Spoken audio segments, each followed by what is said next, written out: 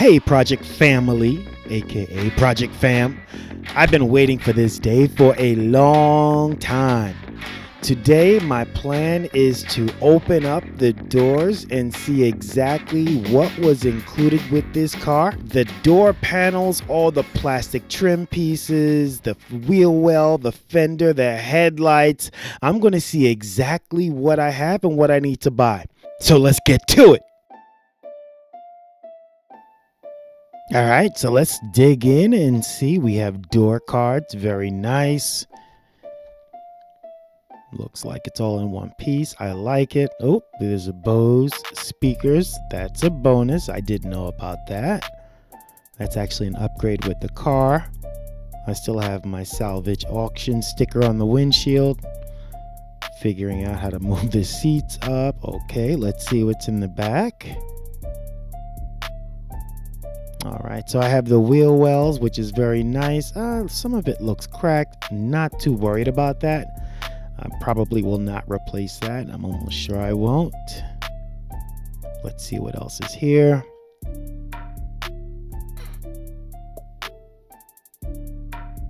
This looks like it belongs in the front trunk area, frunk, because it has a hole where you release the frunk. So it should go right there, but it's kind of big. Does it go back there? That doesn't make sense. Something's not right. On these German cars, like everything fits together like Lego. It should not be this complicated. Something is not right. I'll figure it out later, but I know it's not right. And what is this? I don't know. So what I'll have to do with a lot of these pieces is they'll have a number stamped on it, like a part number, and I'll put that part number through the interweb and I'll figure out what it is, kind of where it goes. Initially it looks like it belongs in the grill, but nope, not in the grill. I haven't figured that part out yet, but it looks like it's in good shape. I will add it to the pile. As a matter of fact, I think I'm going to move these door cards out of the way. Yep, I don't want to damage those.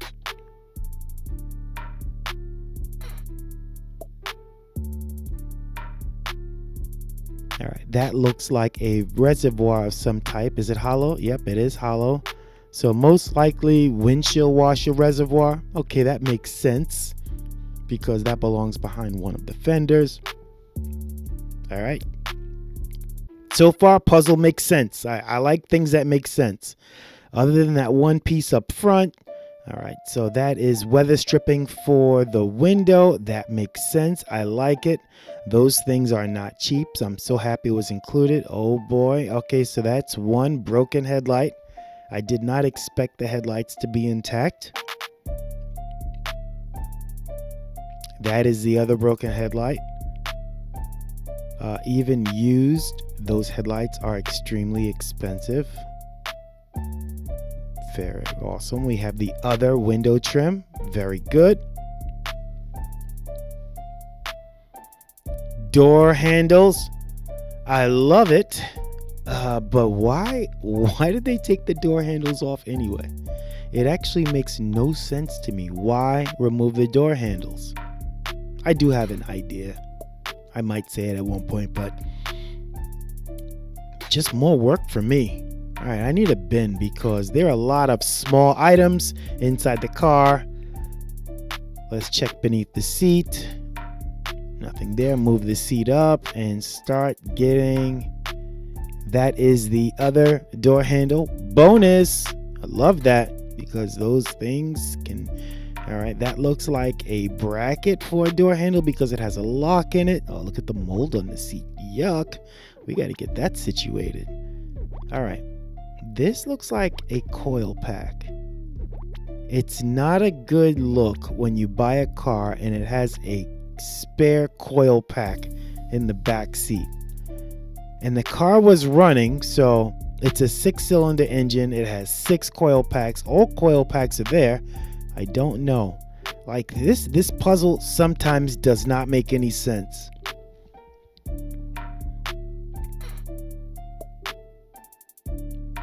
Let's move our small parts bin around to the other side of the car. All right, that's the fuse door. Let me just get it out of there for now. Oh, door speaker. Okay, very good. So that speaker goes behind the door cards.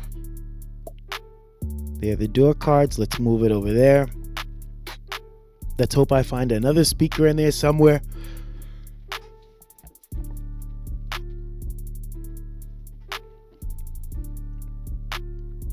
All right, those look like they go behind the tire and the wheel well. Okay, very good. I might be able to understand why those were removed. Okay, awesome. Here are my airbags, which is very important because I cannot buy used airbags and get this car inspected in New York. They have to be brand new.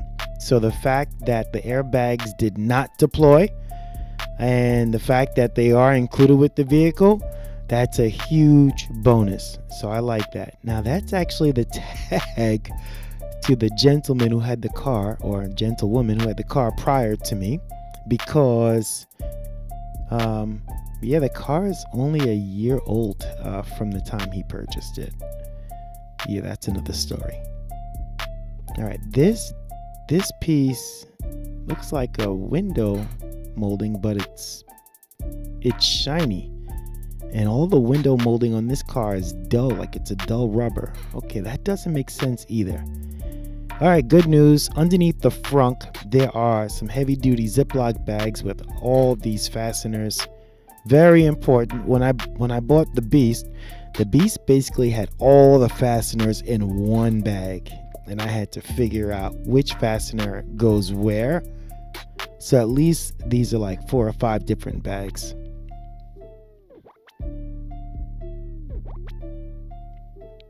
I haven't figured out what the POH acronym is. Like RPL on the front fender, replace, that makes sense. POH, point of, I don't know, point of hit, point of impact? Interesting. All right, that is the windshield washer reservoir fill. Okay, that makes sense. Okay, good.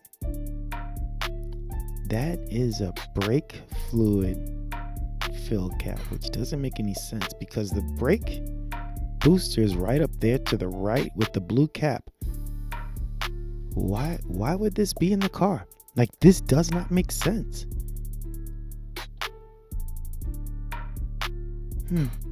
Why would I don't know why it would be included in the car. So some of these things are really baffling me, and it's not making sense. You know, as I reverse engineer this thing, it all should make sense, as if I took this car apart myself. And here's another thing that didn't make sense. That's a hood release, right? You see the red handle? But there's one already. Why is there a spare hood release? Did someone try and rebuild this car? I think I'm gathering that some of these parts don't even belong to this car. You know, it's definitely a Porsche. It is a German part, but it doesn't belong to this car. Why is it included? That does not make sense. Maybe I can sell it, make a couple of dollars from it, but it does. See, that's my hood release right there, my front release. Why is there another one? I don't know. All right, there's the gas filler door. Why do you take that off? Why is the gas filler door removed?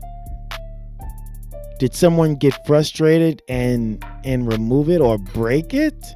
I mean, I easily remove my gas filler door when I'm trying to match up paint. That's the easiest thing to remove to match up paint. And this should be a hinge. You know, the door opens and closes. There's no connection between the door and the car. Yeah. Okay, the fender's loose. Okay, that makes sense. But why would you break the gas filler door? That doesn't make sense.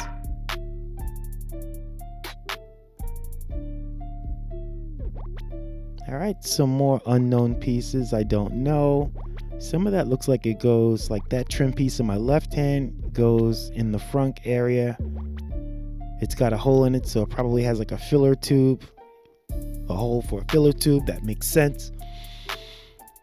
Oh, these are good parts. These are good. Other than the pieces that I really don't understand, you know, this is my 10,000 piece puzzle. So let me tell you what it's like. And I'm going to say this many times. It's a 10,000 piece puzzle. And there is a box that, what's behind here? What's interesting. Why are the bolts missing over here? Did someone take this apart also? I should probably take that off just to make sure that everything is in place. All right. Oh, yes. Good. That looks like the molding for the front area. Some more trim pieces for the front area. Very nice. I am saying front for front trunk for those who like to fast forward.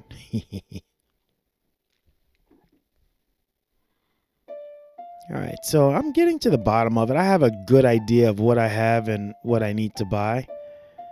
I think that kind of concludes removing everything from the car. I'm still a little baffled as to why certain pieces have been included. They don't look like they belong to the car. Maybe the insurance company that dismantled the car had other Porsches there and they got the parts mixed up and didn't care. How come I don't have side mirrors, and why would you take them off? I don't understand these things. Why would you remove the door handles unless you are looking for internal damage? I mean, that's what the insurance adjuster is supposed to do. It's supposed to find out all the damages to the car. But all right, Project Fam, that's it. I emptied the car. I figured out what I have. Next step is to start looking at some of these pieces and getting replacements to the ones that are broken. Hey, Project Fam. I can't believe I'm finally at this day. You have no idea what it took for me to get this car back to my garage. So I did purchase this 2004 Porsche 911 Carrera C4, and the C in C4 is Carrera 4 for it's an all-wheel drive S sport model. And this is how it looks when you get it home from the salvage auction. This is exactly it.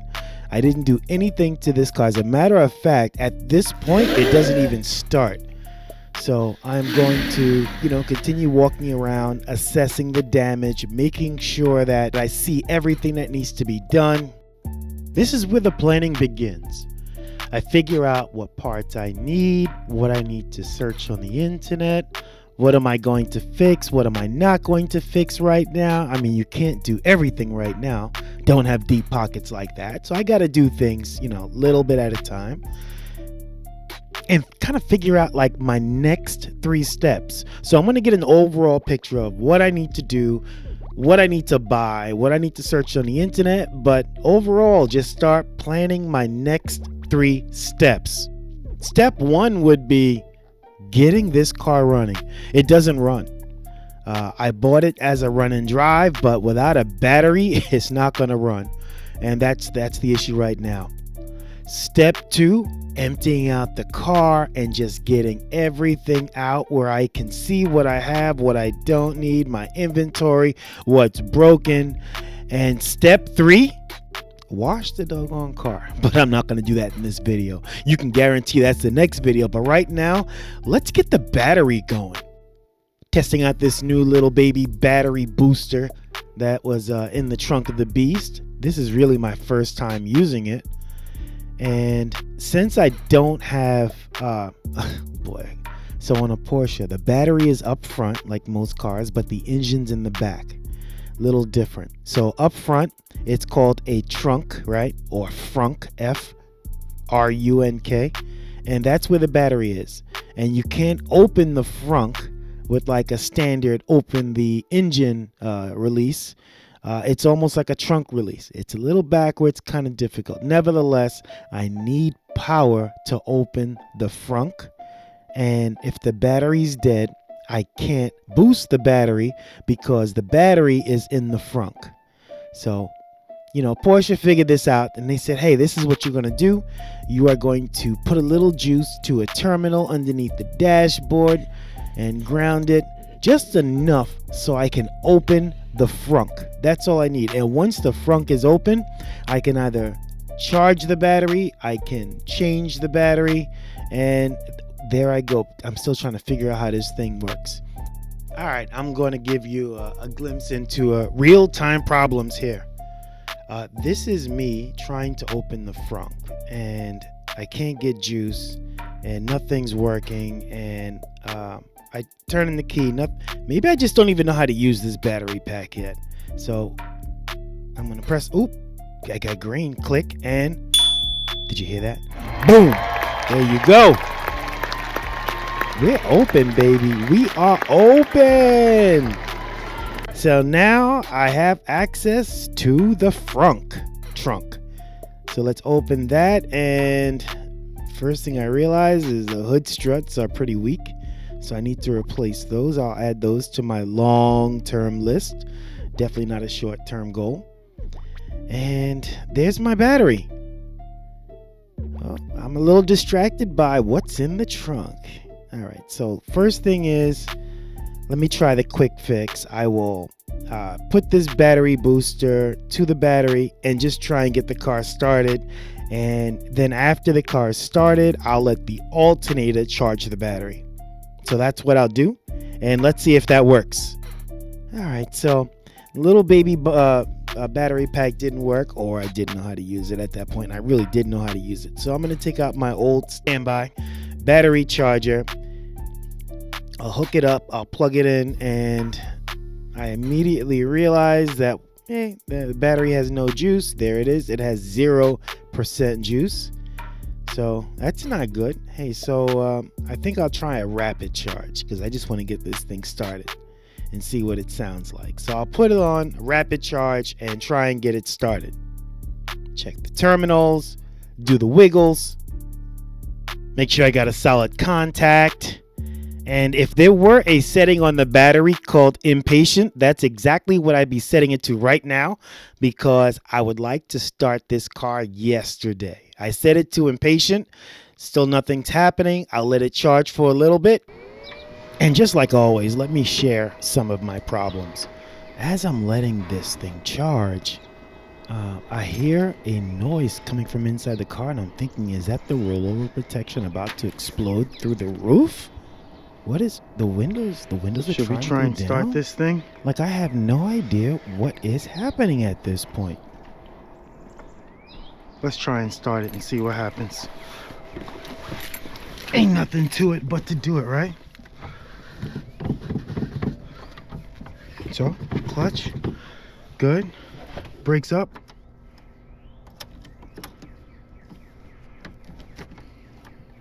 Still kind of getting used to the left-hand key thing. Nothing's happening. Maybe it's not on. I don't know. Maybe I don't even have the battery connected right. But I have no juice whatsoever. Nothing. I keep turning the key for nothing. But I think at this point I'm just going to get frustrated and go for the big one.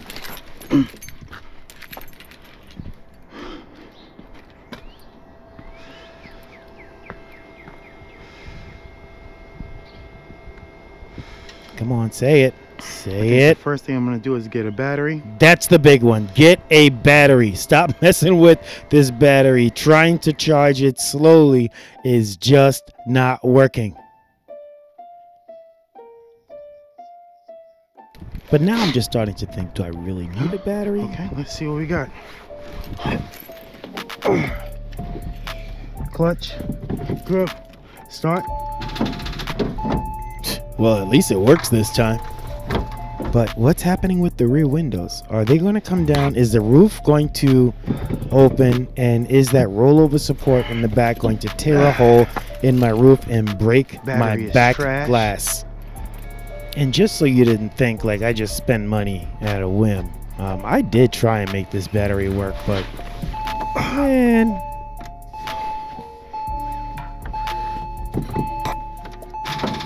this thing ain't working. It's done. I'm done.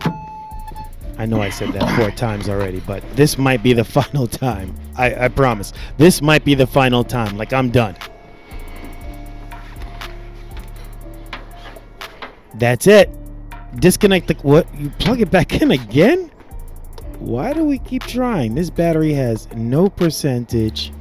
It's just not working. This is me talking to myself in hindsight. Like, I really tried so hard to get this battery to work. And this noise troubles me. What is that beeping noise? What? The rear window is rolling down. That is a solid back glass. I don't want the back glass to break because the rollover support is up. Should I just turn the car off right now? The window is going down. As soon as that rear window goes down, I got a feeling the roof is going to open. It is a convertible. And once that roof opens, I will break the back glass and I'll be out a ton more money. I am really concerned at this point. Maybe I should just disconnect the battery altogether. But that won't. The window's almost down. As soon as this window is all the way down, I feel like the roof is going to open. And I'm just going to get a huge shatter of the back glass breaking from the rollover support that is already up. At this point, I'm just kind of standing way back. If I stand close to the battery and the roof starts to open, I can pull the battery, you know, the plug from the battery, and nothing will happen. Like, this is some real-time stuff right here. I did not filter this. This is me going through this situation as it happened. All right, the back window is almost down on the driver's side. I am kind of taking cover because if the roof opens, it's going to just explode the back glass everywhere.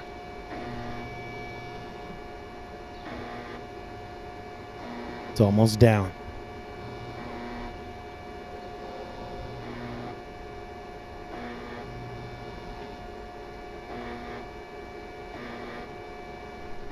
Any day now.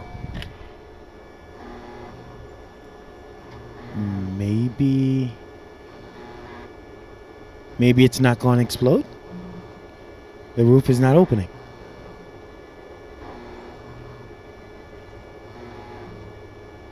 So if you want to know like real-time projects and problems, yeah, I'm working on my project and this is a real potential problem I'm dealing with. All right. What's that? I'm just feeling around, trying to see what's that vibrating noise.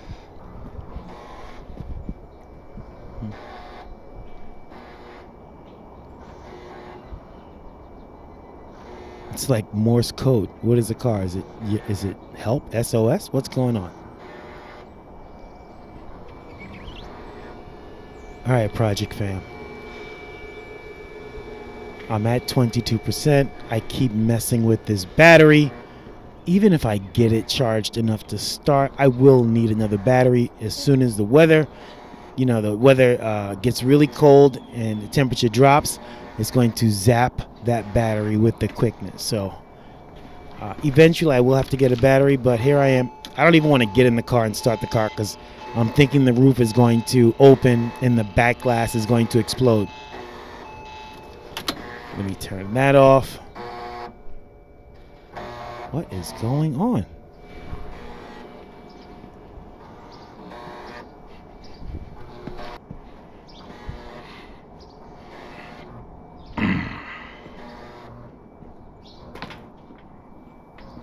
And just like that, the beeping noises stopped. Okay. Ooh. So it was at this point I felt a little bit more comfortable that the convertible roof wasn't going to open and my rear glass was going to break.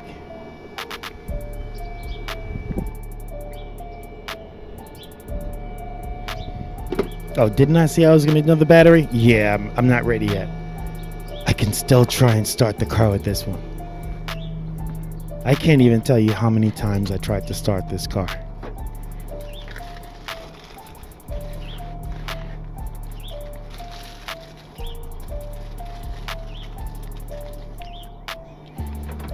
But I am happy that my rear glass did not break. I just checked the... All right, good. That was me checking to see if I needed to send the seat belts off to be reset. They are both free and they move, so that's about... Oh. All right, dude, you just need to stop. You done? You just really need to stop. I'm done with that. Yeah, sure you are. That is trash. Wait a minute.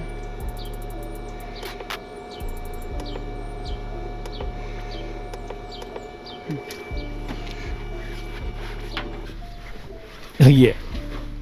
Let's wait another 10 minutes and try again, because that's what we do. How many times is that now? How many times did I try and start this car? Why don't I just go get another battery?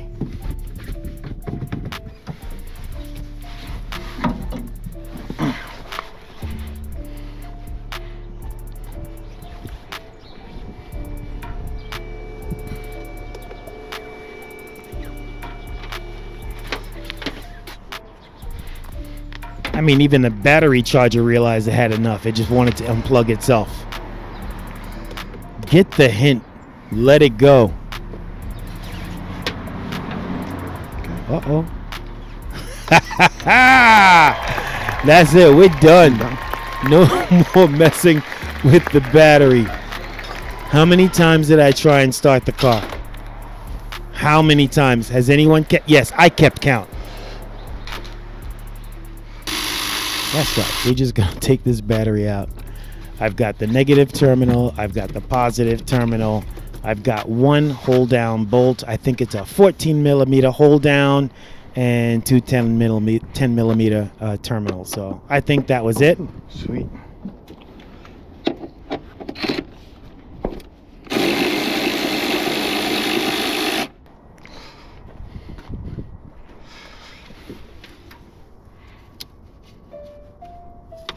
Vent tube. Take out the vent. Positive on the left. It's me talking to myself. Positive on the left. That battery is out. All right, time for the new battery.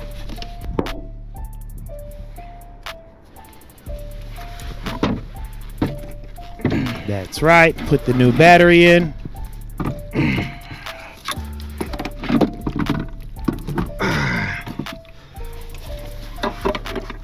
The exact same size as the old one. Terminals are on the same side. Vent tube is in the same location. This should be a breeze. All right, it's all connected. Let's go for the start. Where are those keys? How come keys? I am so used to not using a key to start my car, but here we go. Here we go. This is it. Ooh. Ooh, clank, clank, clank. Okay, hope that clinky goes away. All right, let the shifter go. It's in neutral. That's my nervous neutral shifter itch. Those of you who drive a stick, you'll know what it is. This is my first start. I hear a little clanking or tinging sound, but this is my first start. This is it.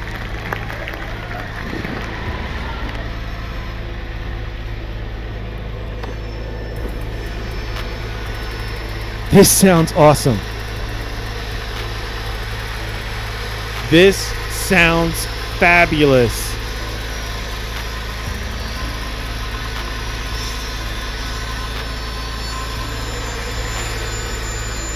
All right, Project Fam. Battery is in the car. Car is started. If you've been following my videos, you might realize that I posted a video a little while ago showing how I clean the car out. Why didn't I give you the video all at once? Because I have to give you these videos in small bites. Yes, this was an awesome day.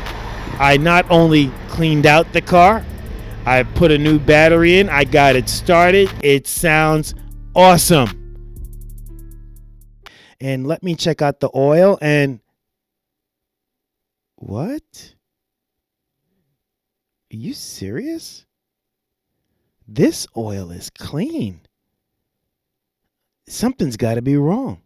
This oil is clean like it was just changed yesterday. I am in awe right now.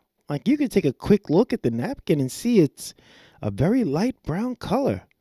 Dude, something's not right. This is not what I expected when I bought a salvage car. The oil is clean. Like, what is going? Wow. Look, that was the first sign that, I got a good car. Something's good about this car. The oil is clean, and I think I'm just totally messed up by the fact that the oil was clean. Like, what? That's right, Project Family. I mean, something didn't seem right. I needed to dig. And there's a couple of things that I knew before buying the car. I knew that the car was for sale last year, and I knew the price what the car was. So I knew that the car had some good value. And the only thing I didn't know was I didn't know how much the previous owner trashed the car in 1 year in, like, I don't know, 5,000 miles. Like, how much damage can you do? You could do a lot. But that was one of the risks that I ran. So as I was cleaning out the glove compartment, I found a receipt. And what was on this receipt, I mean, just shocked me. It made me feel really good. So I cannot share the actual receipt with you because it had a lot of the personal information from the prior owner. But this is what I'll say. I can't believe this.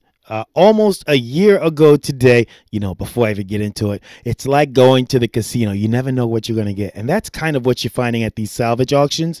Sometimes you get a good one. Sometimes you don't. Sometimes it takes you a while to figure out if you won. But let me tell you about this one. So almost a year ago today, this car went in for some pretty decent service. So just for materials itself, it went through a fuel system cleaner, $40. The rear left disc brakes, $200. The rear right disc brakes, $200. And then there's another adder for a ceramic pad for $130.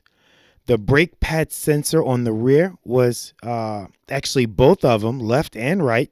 That was a total of $85. The actual oil filter with an O-ring was $25. The oil itself is $83, which I know that car takes a lot of oil. The brake fluid was $40. A couple of cleaners, about $100 for some cleaners. And then an additive for $20. They replaced a bulb and they replaced 2 deck lid lift supports. Obviously not in the front because those are faulty. But at least I have an idea how much they cost. They're around $87 for both of them. Now, that was just for parts.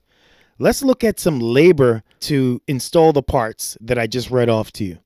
So to do all of the change engine oil filter fluids, all that stuff, that's $135 labor in addition to the price that I told you for the oil filter and the oil.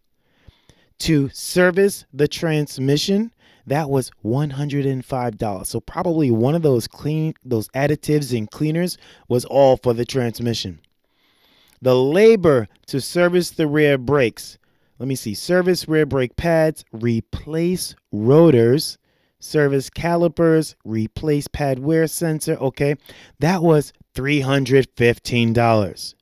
Then they did some work to the headlamp, was $140, but like I said, right front, that's all trashed. Maybe I'll just take the bulb out. There's a new bulb in there, and that bulb is $145.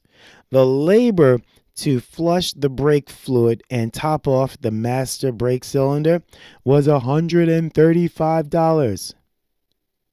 Perform injection cleaning, $140. The total bill, and I did round up on a lot of these figures, the total bill for the service that was done on this car only a year ago today was $2,000. $2,000 worth of work. Now, as I was taking off the rotors and I was actually inspecting it with Boogeyman FPV, yes, he came check it out for me. We looked at the calipers and we looked at the pads and was like, whoa, this looks pretty decent. There's a lot of meat left on these pads. Why? Because it was just done. A year ago, it was just done. So when initially I pulled out the dipstick and I looked at the color of the fluid and I was like, oh my gosh, I got a deal. That's because this work was just done. It was done a year ago and less than 1,000 miles ago. Yes, I said it, 1,000 miles. 1,000 miles ago, we had all this work done. Now, I haven't named the car yet, but I got to figure out a name because she has a gender already. She's turning into a gem. So I mentioned that this car was for sale a year ago, 1,000 miles ago, and I was able to find the actual posting. So this is what the car looked like a year ago, and hopefully this is what this car will look like when I'm finished with it.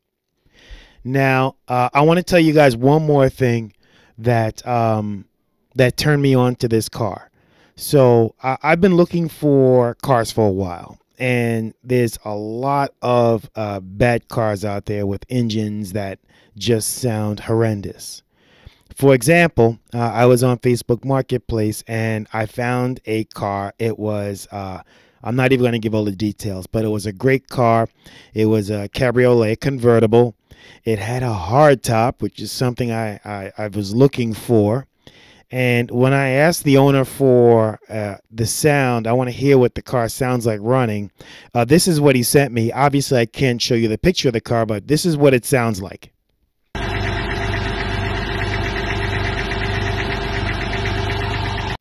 I'm going to let you hear it again.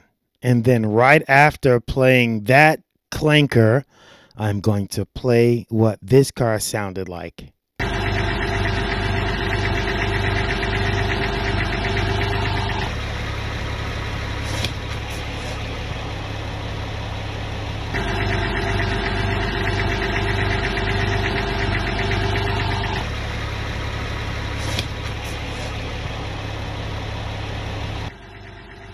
I mean, you can close your eyes and hear the difference.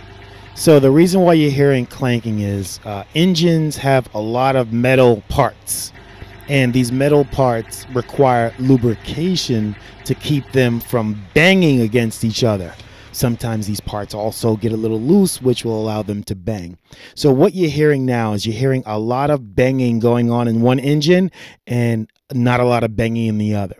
So which engine would you buy? So that was another reason why I bought this car. Today, I am going to get the Porsche clean. Clean, clean, clean.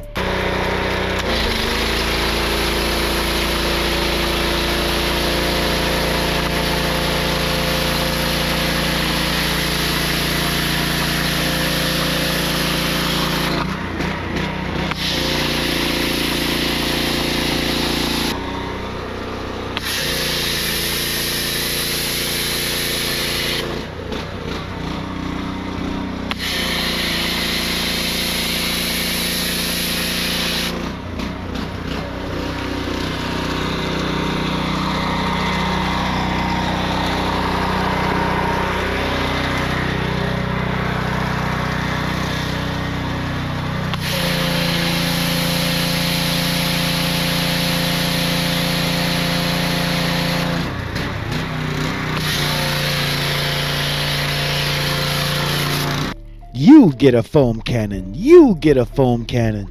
That was a fun video. So this is my first wash. I'm not even using the brush today. I have to be careful because some of the paint where the bumper was scuffed is chipping, and you know how I am, I'm very particular about washing and cross-contamination. So as I get to the front of the car, I have to be a little careful about what I do.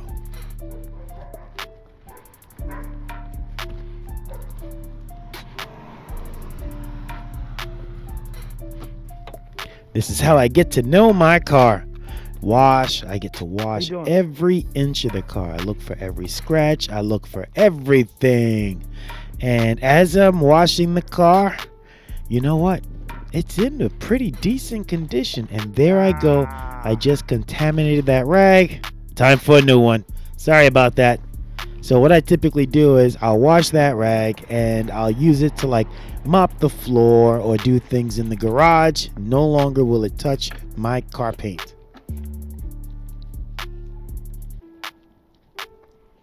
There we go. Let me move to the other side. Not make that mistake again. Paint's in very good condition. I can't wait to buff it out. Are we upside down? No, we're not.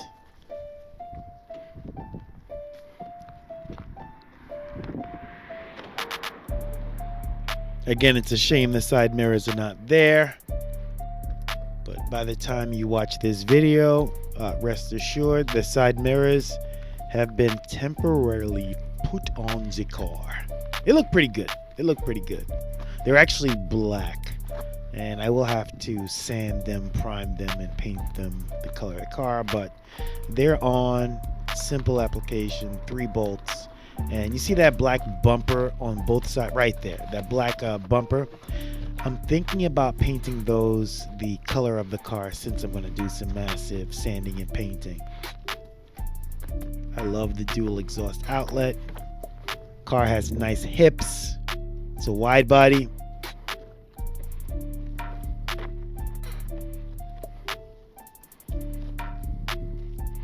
In my next video, I will put the spoiler down. I actually have to read the book because I couldn't find it. And look at the size of those rear deep dish. I'm a fan of black rims, but you know what? This chrome is doing it. It looks really good. I might even have to give it a nice chrome polish. The those brakes are amazing.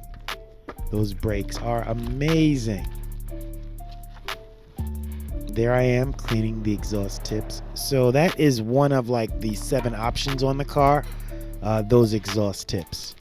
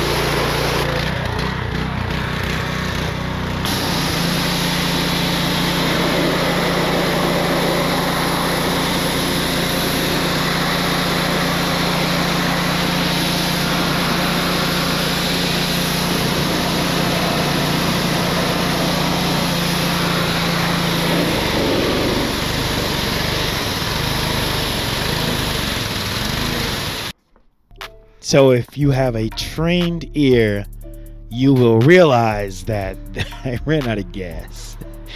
I ran out of gas, but I think I was almost finished anyway. And now it's the fun part. What I have in my left hand is just a little spray and wax, nothing crazy. Little spray and wax. It makes it a little easier to dry, gives it a nice coating. Check out the boots. Am I upside down? I wonder if I should flip this right side up. That's why I'm getting that message. I like it. See the messages? Air fill, airbag failure, because there's no airbag in either door.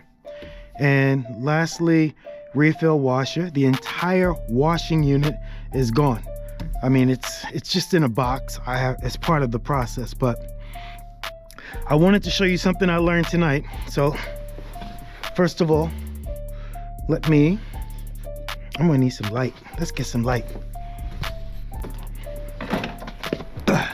So I know very little about this car, but what I do know is that this rear spoiler was up and I couldn't figure out how to get it down. So after cleaning out the car, I opened up the glove compartment, and inside the glove compartment was this manual, and I read the manual, and I figured out how to put the spoiler down. So this is what you do. Right underneath here, right, there's the button down there. So when you press this button, all right, let's see if I can, after I press the button, see the spoiler going up and down back there? See it?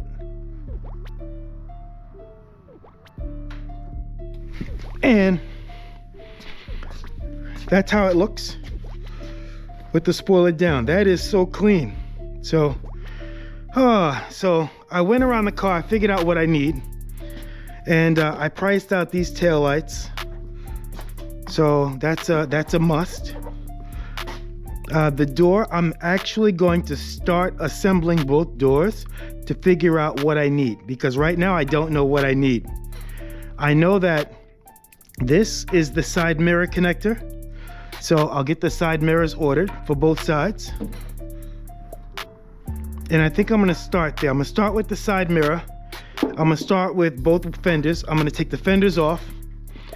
I will take off the front bumper and just look and see if there are any broken internals, and then start bringing all the pieces that I have, all the puzzle pieces to this car, bring it, lay it right down in the middle, and try and figure out where all this goes. These struts were replaced. You know, that's not an expensive item, but it's nice that they did that because, oh, that's so sleek. Because when I go to the front, or the front trunk, and I open these, right? This hood just wants to close, it wants to close on me, see?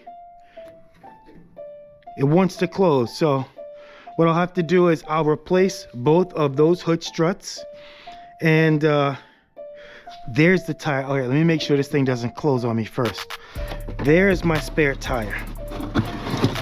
There's no spare, what the mess? There's no spare tire. The tire's gone. Somebody stole my tire.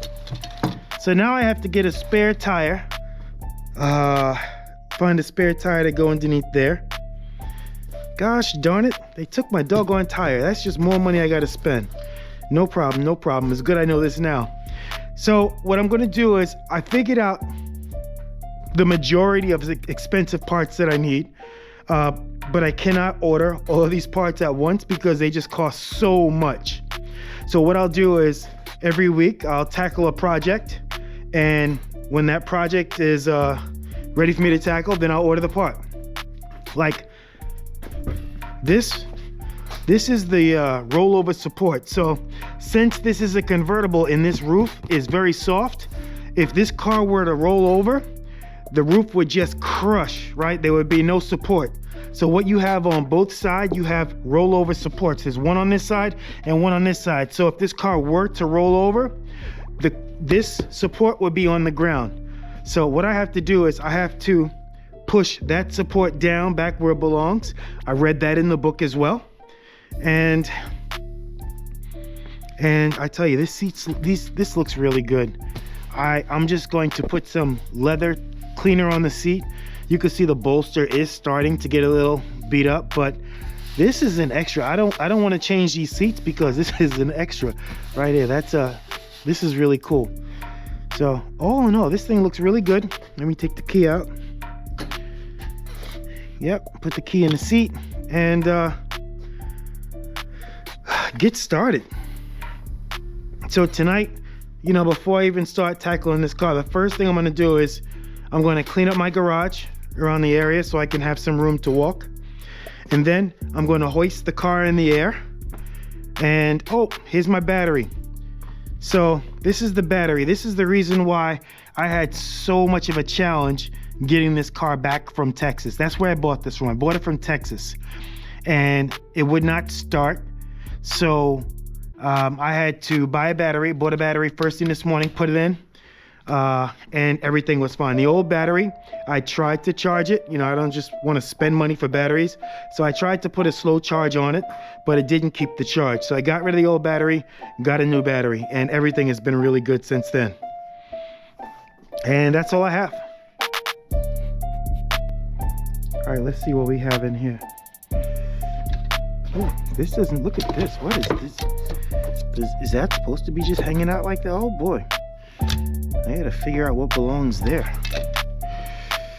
All right, let's see what's in this container besides my ashy hands. All right, this looks like some type of a hook. And this is a jack. Okay, that actually makes sense. So what we have is, let's set that down. Put this in here. All right, set it down and jack the car up. This is how you change a tire. Okay, that's not bad. Not bad. All right, let's put it down. See what else we have in here.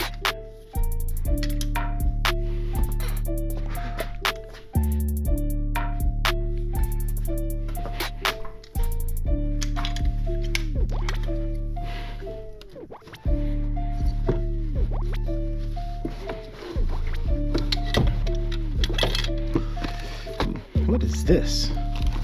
Somebody laundry? Why would you? What is going on?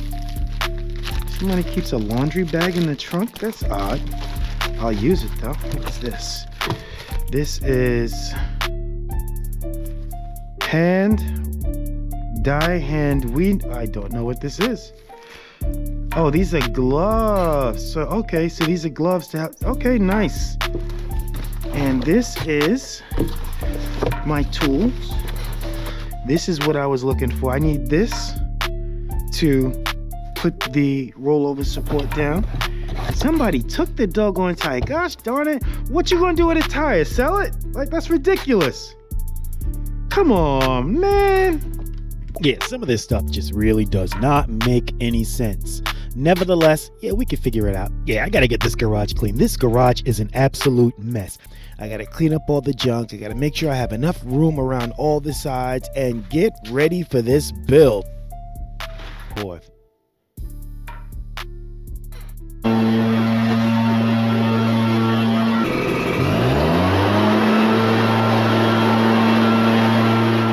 So here I go, I get this door, and the goal is to start laying out these parts on the door, and these parts are the parts that I got out of the car when I bought the salvage. And here I am kind of starting off with a clean slate.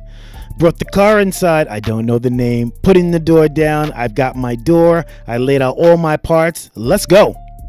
I went out and I purchased 2 new jack stands, so 2 3-ton jack stands, because I wanted to make sure that this car is supported. One of the things I don't want to happen is to hoist this car and as I'm working underneath the car, have the car kind of fall. So yeah, I want to make sure I have maximum protection. Therefore, I purchased 2 new jack stands. And the key with these jack stands are the flat, see the flat round surface? So the car will rest on top of the flat round surface, which is a nice mirror to the support that's underneath the car. So underneath the car, there's a round support, and it'll, see, these are my old jack stands. You see how the edges are kind of like a rectangle and look like they grasp onto the chassis. So this is actually made for a round support, just like the ones that are beneath the Porsche. So just being a little cautious and you know, making sure I'm safe. Yeah, the difference also, my normal jack stands have almost like a ratcheting device when you lower the stand.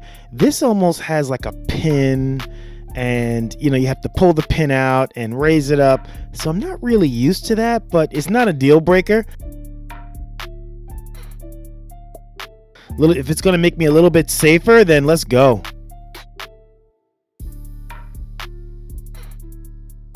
At this point, what I want to do is make sure that first I have to figure out how this thing works, right? Make sure that pin, all right, put the pin in. There's a lock on the other side of the pin. This thing is safe. What height do I want the cars? See, that's the pin. All right, so that's interesting. Now, what height? Do I want it in the first pin? Do I want it in the second pin? Do I want it a foot off the ground, 2 feet off the ground? And whatever I do on one side, I need to do to the other side. So adjusting the height of both jack stands. Let's take the other jack stand and first of all check and see if they're the same height, because obviously I messed up on that. So get them at the same height.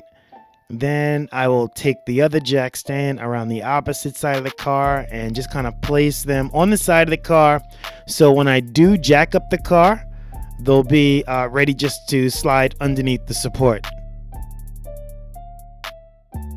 Yo, safety first. And you know what comes before safety? Safety again. Safety first, safety second, and safety third. So I'm just going to use this jack and I'm going to jack up on the jack point. And I'm going to jack up the rear of the car.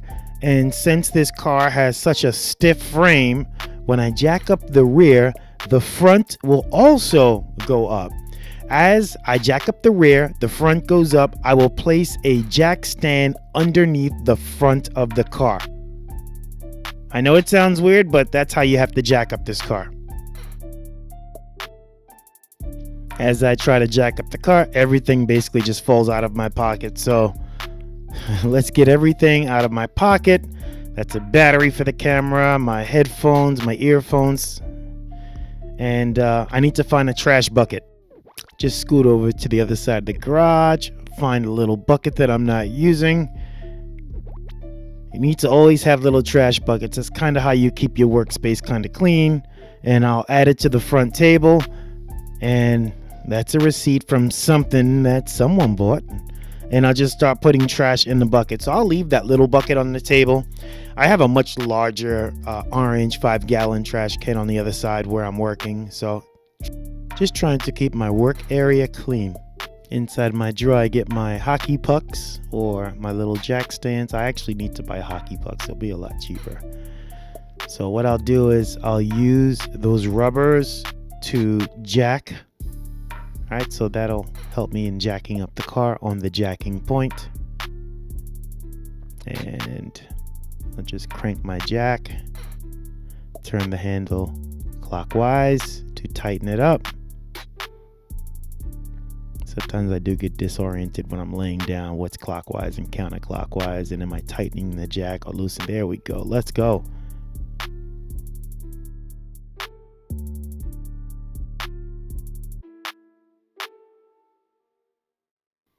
If you've seen a car get hoisted in the air in like a garage, it looks pretty simple, right? When I'm jacking the car up in the garage, I take my time. It's, you know, I crank the handle, I get down, I look, I check, I inspect, I crank some more, I look, I check, I inspect. You know, I am in no rush to get this car in the air. So take your time, do it right. Safety first, safety second, and safety third. All right, so when I got the back off the ground enough where I can slide the jack underneath, this is when I realized I've got some damage. Like, okay, that's where I'm going to put the jack, but why does this area kind of look like it's been all ripped and ravaged? Like, that doesn't look right. I'm supposed to put it there, right? But it's missing something. It's missing a round support like we had in the rear. This is when I first thought, uh-oh, did I buy a car that's got some damage? Was it damaged during the accident? Could someone have, hid this damage from me? Was it damaged maybe when when the forklift hoisted the car onto the trailer? Was it damaged then? Like, I really wasn't sure. But I am 100% certain that there is some damage, not to the frame, to the jacking point. The damage is at the jacking point. So at the very least, I need to have a jacking point welded onto the frame where it belongs, because what if I take the car in for actual service at a garage and they have to hoist it? I want to make sure they have a proper jacking point. For what I'm doing in the garage now, I will use an additional quote-unquote hockey puck to provide some support to the jack as the car is hoisted in the garage.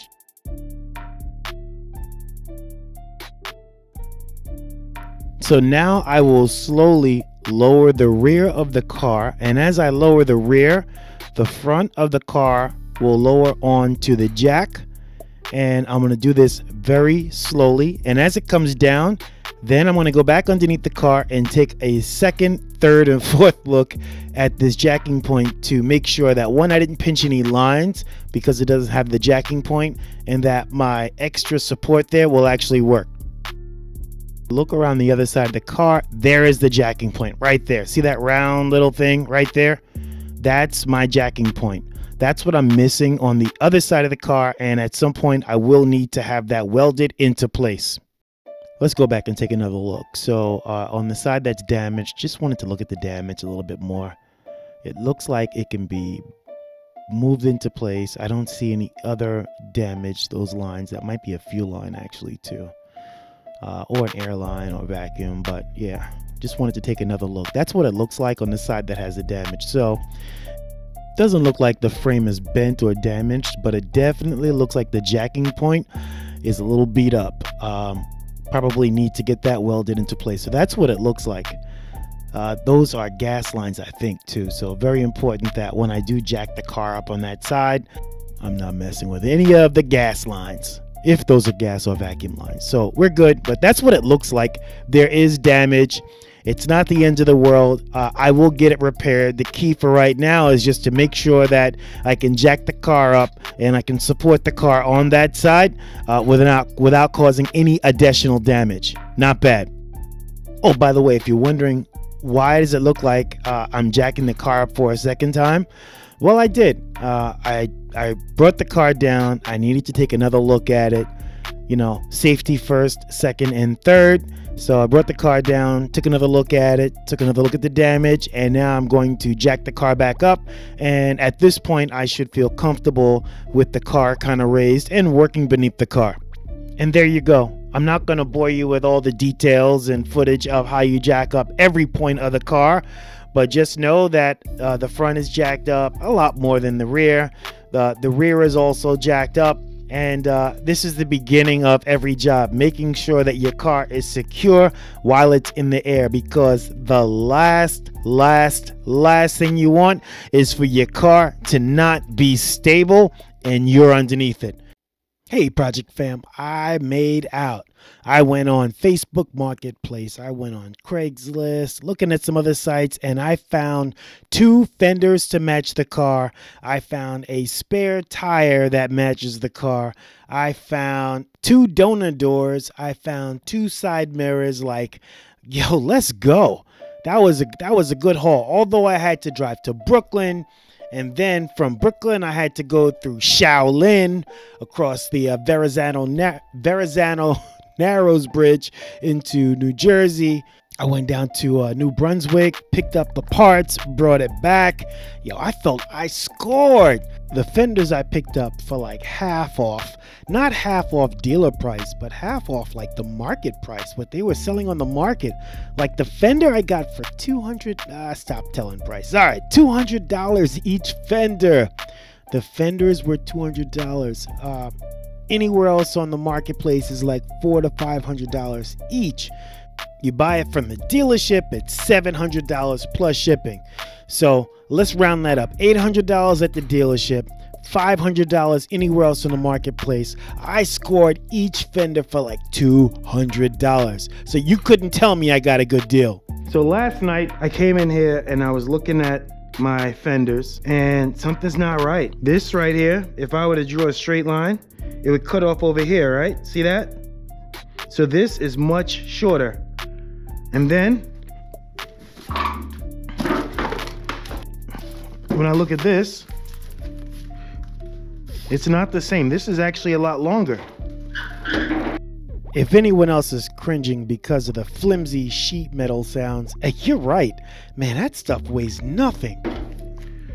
So let me do a quick and dirty measure with my tape measure. Something's not right. So let me just do a quick measurement from this tip all the way here, just to kind of see where we are. In a straight line, I'm at about 50 and 3/4 inches. 50 and 3/4 inches, right? Using the same straight line theory from here to here, I get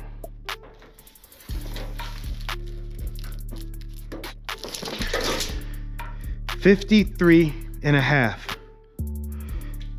So basically, this comes all the way down here, and that would make more sense because it is longer. Therefore, I got the wrong fenders. I got the wrong fenders. I was so happy about it, number one, because not that it was the same color, but because it was gray, which doesn't matter. It came with my little clip for the fuel door, which I'm missing. So I thought it was complete. Now I have to go back to the drawing board. First of all, see if I can return these fenders to the salvage yard that I bought them from, fully legit with the VIN numbers, and then try and find the new fenders. I got a really, really good deal on these fenders. And I'll tell you why this is different, because this headlight,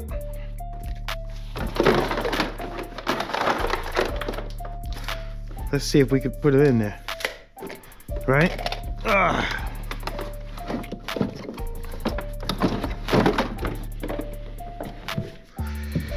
These headlights, this one is the other side.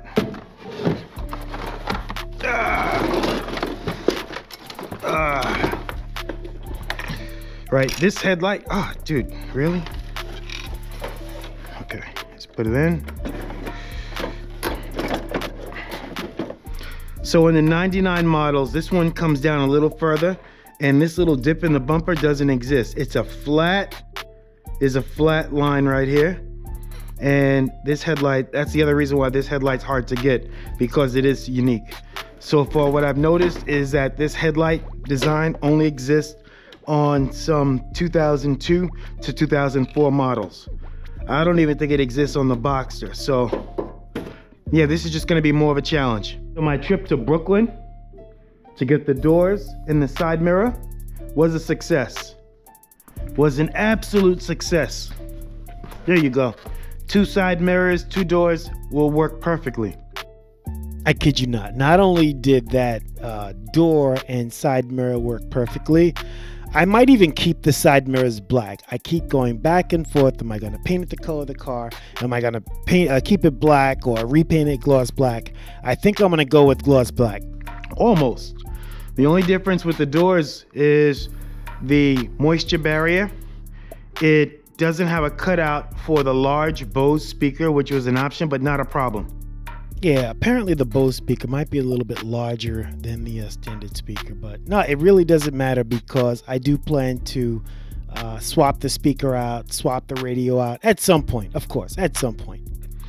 But my trip from Brooklyn through Staten Island to New Jersey to get the bumpers, complete bust. Now I have to drive probably another hour and 15 minutes one way just to take those back, if he'll take those back, and I gotta see if there's a restocking fee. So, you know, when we talk about projects and problems, these are the type of problems that come up when you're doing projects. This is me in the future. Well, yeah, he did not charge me a restocking fee. He actually took them back with no problem. So I was just out some gas, toll, and lunch. Because, yeah, I did stop and get something to eat while I was in Jersey. So I didn't finish the door, but I am going to close out this session.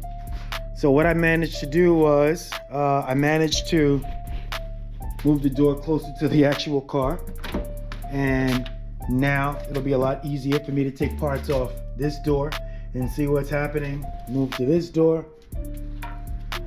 You have no idea how much it annoyed me that my door wasn't nearby. I had to keep walking all the way around the garage just to get parts. All these little plastic pieces I moved up here. Kind of moved the headlights, just cleaning up the garage a little bit. And this is what I couldn't understand. Like, everybody knows what this is, right? This is a, let me show you. This is how you open the hood, right? It's a hood actuator. Why do I have two? Is one for the rear trunk? No, because the rear trunk is different. It doesn't have a handle. So whoever disassembled this car, disassembled it right next door to another Porsche. This is actually from a Cayenne, I think it is. So some of these doggone parts just don't even make sense. This is going to be even worse. This is like trying to put together a 1,000 piece puzzle and somebody mixed up two puzzles. So now I got to figure out which piece is for this puzzle and which piece might be for the other puzzle. Oh yeah, I'm wearing a hat. It's still cold out here. So what I'm going to do is I'm going to basically show you how long it takes me to work on these projects. So I'm just going to work on the door today. I am just going to work on the door. Nothing else but the door. And that door is a challenge because I don't know how it goes. There are really no videos to tell you exactly what happens with this door. I have a donor door. I don't know what's missing. So basically it's me taking apart the door puzzle and just kind of showing you how things work. But hey, stay tuned. I'll talk a little bit later. Let me get into this intro. You already know that I messed up. I bought the wrong fenders for the car. The fender I bought was for a 996, which is this model, but it's for 9901 and actually can go to 04, but since these have the different style headlights, this fender is a little different. So I'm thinking about plan B. And my plan B is to call in a mobile body guy and see if he could, this is solid metal, to see if he can hammer this out.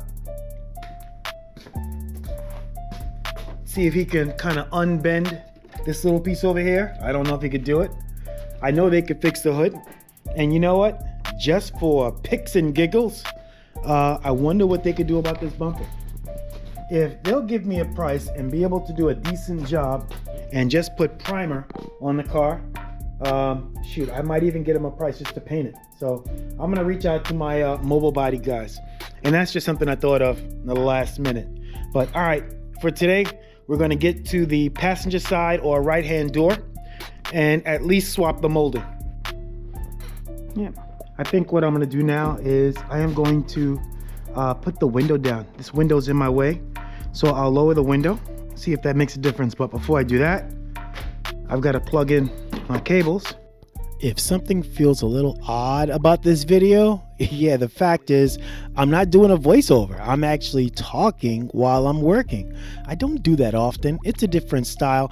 If you guys like it, you know, I'll look at the analytics. If you watch it and you enjoy it, I'll do it some more. Otherwise, I'll just voice over everything. Why? Because I love talking into the microphone.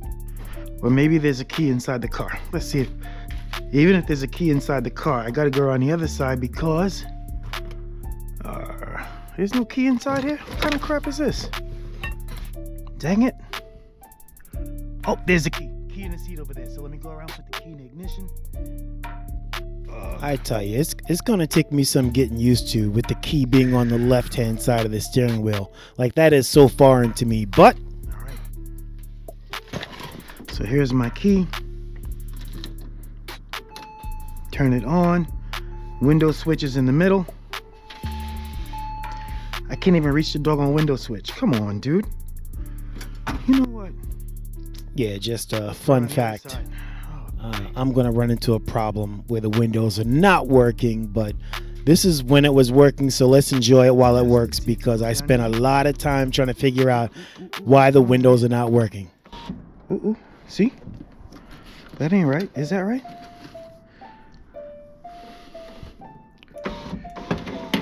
Ooh. Anytime you're putting a window down and you hear crunching noises, It's probably not a good thing.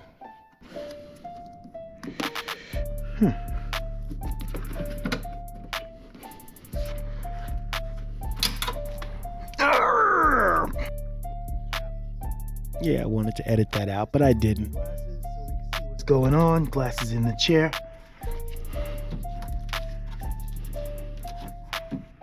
All right, so you see how it goes from down here. Ooh, man, it goes up there through the chain. Just pull it down a little bit. So this is part of the fun of the project. Trying to figure out how this works, how it goes. I'm lucky this time because I actually have a donor door to the right and I can see what's wrong. And just based on looking at that donor door, I realized that I made a mistake already. And I put that plate on backwards. That plate needs to come off. Crap. I installed this. This has to come out again. Dang it. I installed this, so I have to take this out. Which means also taking this bolt out. All right, that's what I have to do.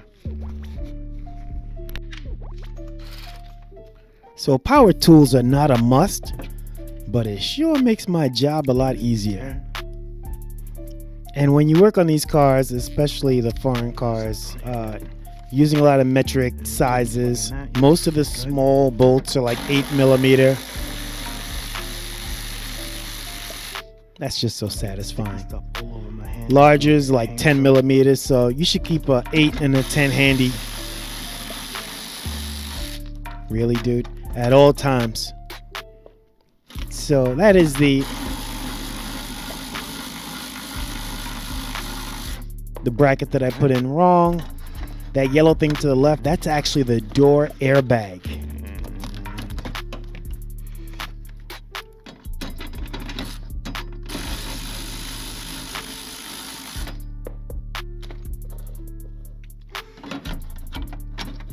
Now, I'm going to fast forward this because I took way too long to get this metal piece out the door.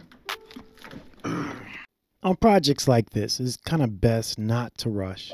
You want to take your time. You want to understand how things work because when you rush, you make mistakes. And when it comes to these cars, you break things. And the things that usually break are plastic. Or you put a screw in and you cross thread the screw because it's the wrong screw. So you just kind of take your time and you figure things out. You enjoy it. Sometimes I'll put music on in the background. Usually I just kind of talk to myself. So that's why I'm bringing you guys along. So you could see what it takes to work on these cars and look at these projects. If I get really stuck, I'll go and I'll try and find some videos. I wish there was a manual I can download that had step-by-step instructions. Probably for the right price that is available, but I'm not going to pay it. So I just take my time. I work slow. I look, I figure things out. If I run into a problem, I stop. I grab a cup of tea. I think about it. I watch some more videos. I do some reading, and then I come back to it. All right, so I'm just going to, how about this? Let's assume that I got the plate out and now we're working on the next item. I think next time I'll just add some music and I'll just fast forward through all this, but I wanted to show you, especially in at least one video, just kind of step by step on what it takes to work on these projects. And I am only working on the door, not even like installing a door, just the door panel. Like that's how long it takes. So now what I'm doing is I'm making sure that the window goes up and down nice and smoothly. I have the moisture barrier on the door. At some point I will get a proper moisture barrier without rips, and I will install that. Put on a fresh pair of gloves because the glue from the moisture barrier, the gray stuff, just made everything sticky. It makes my tools sticky, everything I touch sticky. If I touch the paint, it gets sticky. All right, so now we're working on the weather stripping. This is the weather stripping that I bought on the donor car. And so I got the weather stripping that goes on the top with that little triangle to the right. And I also have the weather stripping that goes around the door. So I had to take it off because it was in the way of putting the weather stripping that's going to go around the door. Well, don't throw it in there. You might lose it. I got to take it off here. So now as I'm pulling the weather stripping away from the donor door, the black one is the donor door obviously, I'm realizing a few things. One is it's held on by some weather stripping glue in one of the corners, so I have to get the glue. The other thing is that weather stripping that goes all around the door, well, it's held on by these little clips.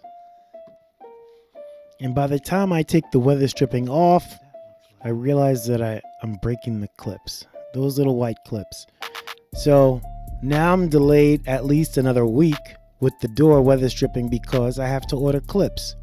Even if I try and take this weather stripping off that's held on by these little clips, and I break a couple, I need replacement. So this is a project that's going to wait a week. You know, I have to wait a week to put the weather stripping on. But at least now I know exactly what I need. So at this point now, I will place an order for the clips to go around the door. So when that comes in, maybe next weekend, what I can do is start putting the weather stripping that goes around the door so I can finally put this door all back together. Anytime you're working with electricity, the first thing you need to do is disconnect your power source. Disconnect your battery cable. And no, I did not. I thought I did. Normally I do. Apparently I've been attaching, removing, attaching, removing, attaching, removing, and I forgot to remove it this time. And man, that thing sparked and almost got me. So check out this video. And if you haven't subscribed, I'm going to ask you this time. Please hit the subscribe button, forward it to a friend. Let's have some fun. I always start these videos like an adventure because I really don't know what to expect. So that is the speaker, and I just realized I have a broken tab on the speaker. That makes no sense. How do you break a tab on a speaker when the impact was on the front? Unless somebody broke the tab when they removed the speaker from the car for whatever reason. I don't know. Nevertheless, let's see if we can position this speaker inside the driver's door.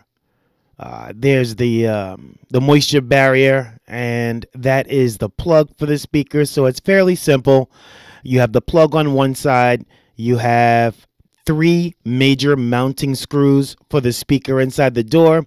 And then you have a plate. It's almost like an anti-rattle plate that goes on the top. And I think those are 3 Phillips head screws, 4 Phillips head screws holding that down. So the process is not difficult at all. I do have to cut a hole in this moisture barrier to fit the larger Bose speaker. Again, like I said, I'm going to replace this moisture barrier with the correct one after everything is said and done. It's pretty easy to remove these door cards and get to the internals. So not a big deal. So I'll cut a hole so I could actually put the speaker inside the cavity as it should. And temporarily what I'll do is I'll take that piece of foam barrier that I removed, the moisture barrier, and I will duct tape it back into place for now. So I'm having some difficulty trying to move this speaker into place inside the door. And I'll probably spend like another 15-20 minutes trying to figure it out. But the key is that I need to move the window up. So I got to put the window up in the door. So I'll have that room to push this speaker into the cavity.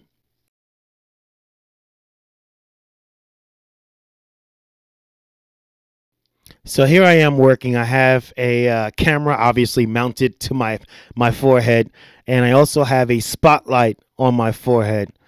I don't know why it took us so long to figure out to put a spotlight on our foreheads. I can't tell you how many hours I grew up holding a flashlight for my dad as he worked on cars. Holding a flashlight. That was my primary job. That was my job. Now here I am wearing a spotlight for myself, and I don't have to, I'm not going to say torment my sons, because that experience was valuable to who I am today and me getting a degree in mechanical engineering.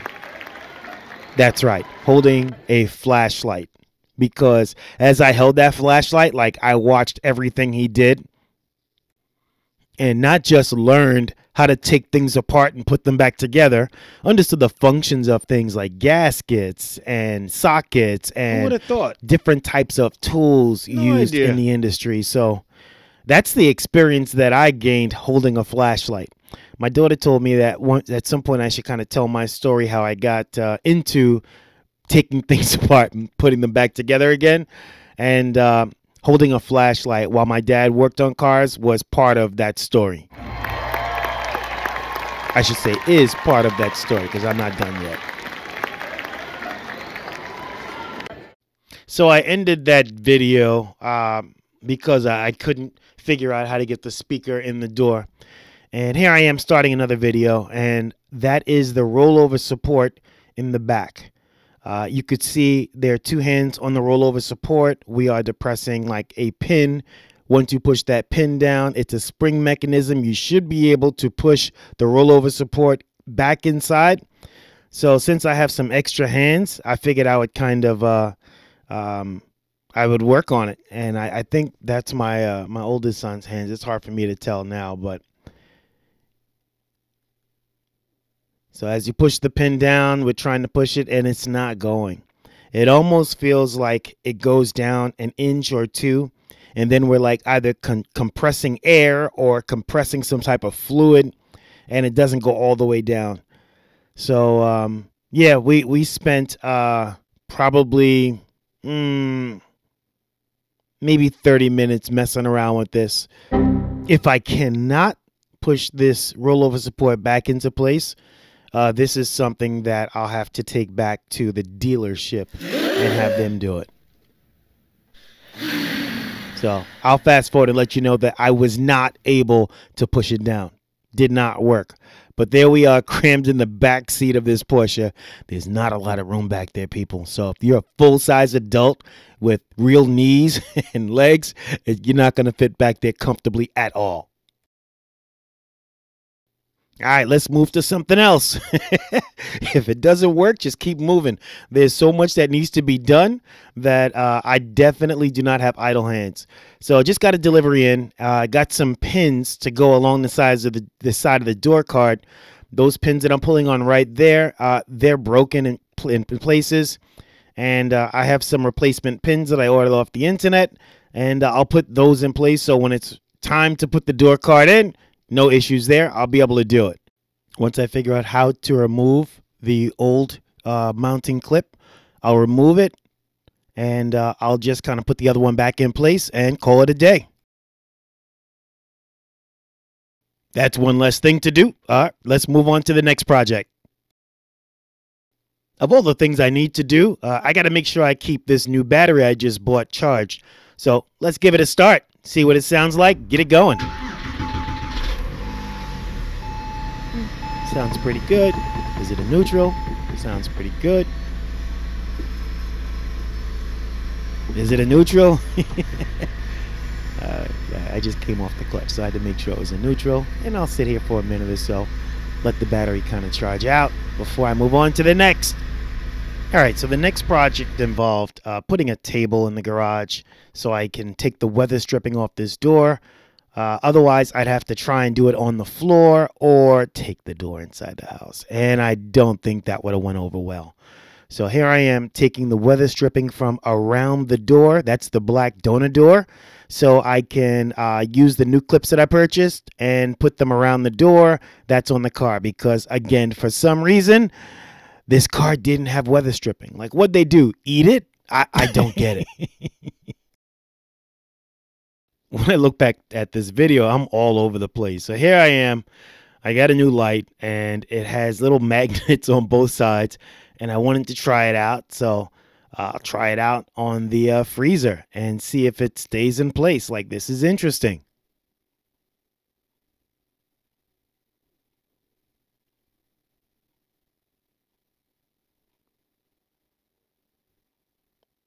So one issue is maybe they should have stronger magnets because it does slide just a little bit, but it does its job. It's providing a little extra light for me. So yeah, all over the place. I was very fortunate to get this weather stripping right here. This weather stripping that goes around the door and a weather stripping that goes on top of the door next to the window.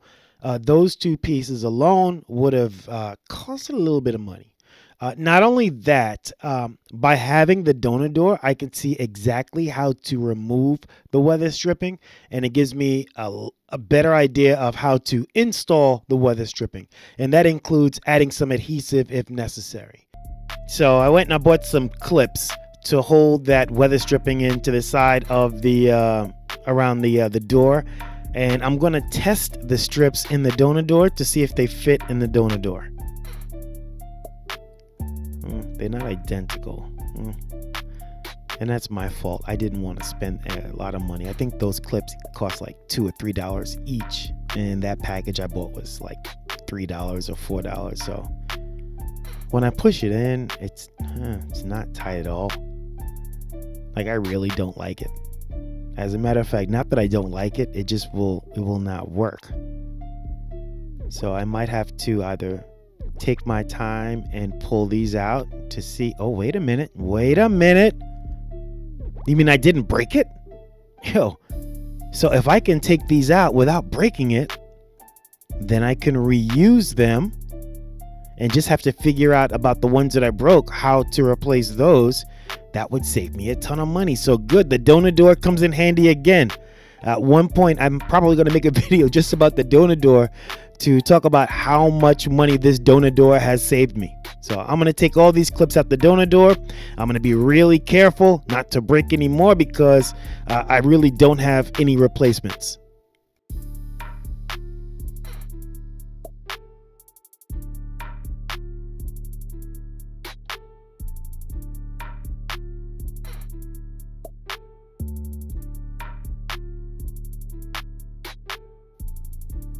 Yeah, some of them come out really easy.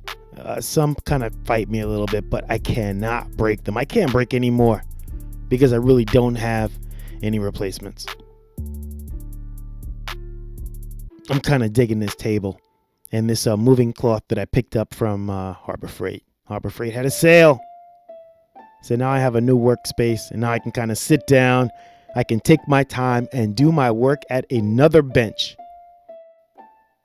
There it goes. I was able to salvage a lot of those little clips.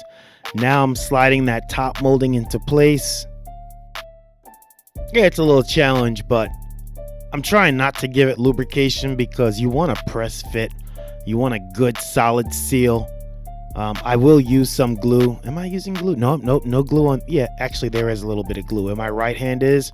There'll be some weather stripping glue that goes on that end, so we'll hold it in place. But I don't want to use any lubrication to help slide this thing in. So I'm just taking my time and pushing it in.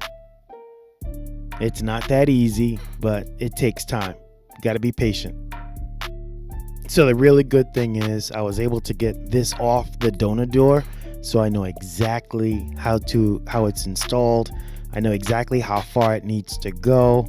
I'll know if I need to add any type of weather stripping adhesive to it because I took it off the door a little while ago. And that's the other thing. I just took it off and I didn't really waste any time between taking it off one part and putting it on another. I need to push it. I'm trying to be gentle. I think I have a mallet in the drawer I'll probably use later for a lot of things on this car, this project, but it's going on slowly but surely. So when I can put it on, I'll notice that all I have to do is tuck in this little piece toward the end and it'll be done. Like, good job. So after about 30 minutes of just pulling and pushing and pulling and pushing, I think I have it in place now. So I'll tuck the end in. And if that fits nice and snug, then I'll be able to start snapping that weather stripping around the side of the door in those holes. So after those clips are in place, then you loop that weather stripping around those clips. It almost reminds me of putting a button hole through a shirt. You know, when you put a button through a shirt, that's kind of how it is when you loop that weather stripping around those clips. All right, light bulb just went off. I'm glad I only put 3 of those clips in because it'll be a whole lot easier if I put the clips onto the weather stripping first and then I can just push the weather stripping into the door. So now I have to go and take these clips out without breaking them. And if you wonder why these projects take so long, because I don't have instructions. I'm kind of figuring out the best way to do these things as I do it.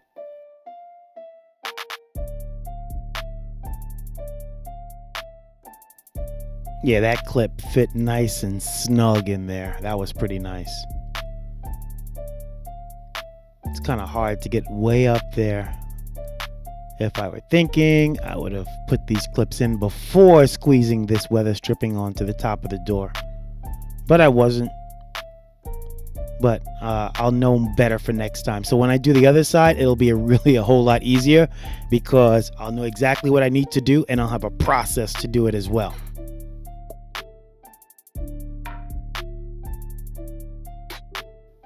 Now all I have to do is just snap the weather stripping into place.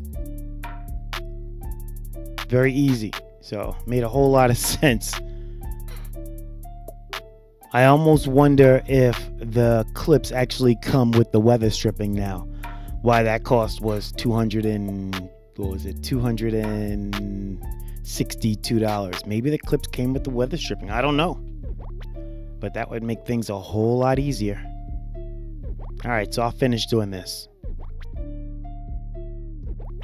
So it was on this end that I had some weather strip adhesive. So I picked up some glue, basically, and I will glue the top down and install that into place. Maybe just put some tape, some masking tape to hold it in place while it dries.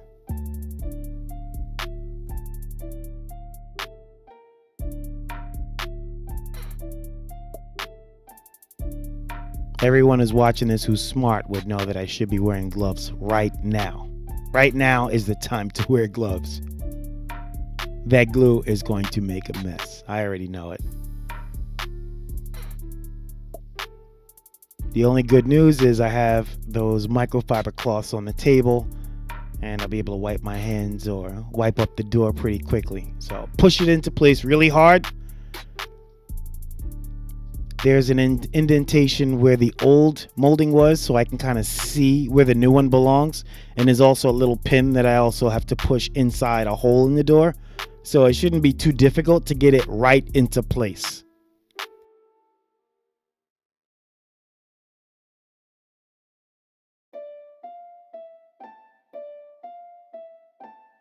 If you recall, I already had this one installed, but I had to take it up because the weather stripping that goes around the door actually sits beneath this one. There I am, trying my luck. Oh boy, I'm going to make a mess with the glue. I know I am. And then I'm going to have to get that glue off of the paint of the car. Challenge, challenge, challenge.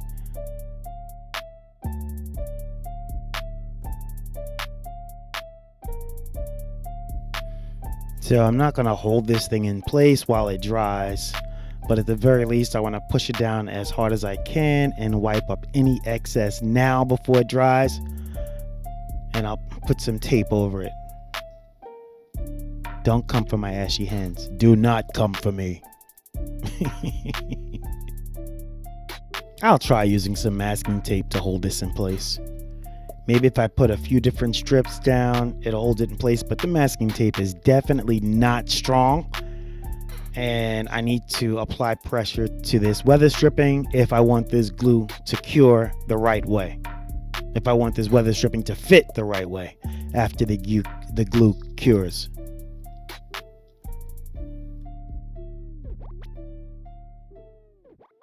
While that's drying, now I can take those clips that I salvaged off the donor door and put them in the weather stripping on the back side of the door, so I could then clip all that into place.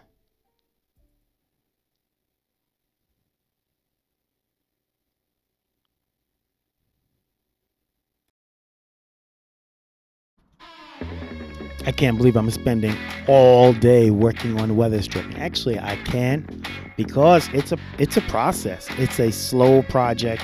It's not something that I can move out in one day. It's a learning project. It's a learning process, and it's a lot of fun. Edutainment for show.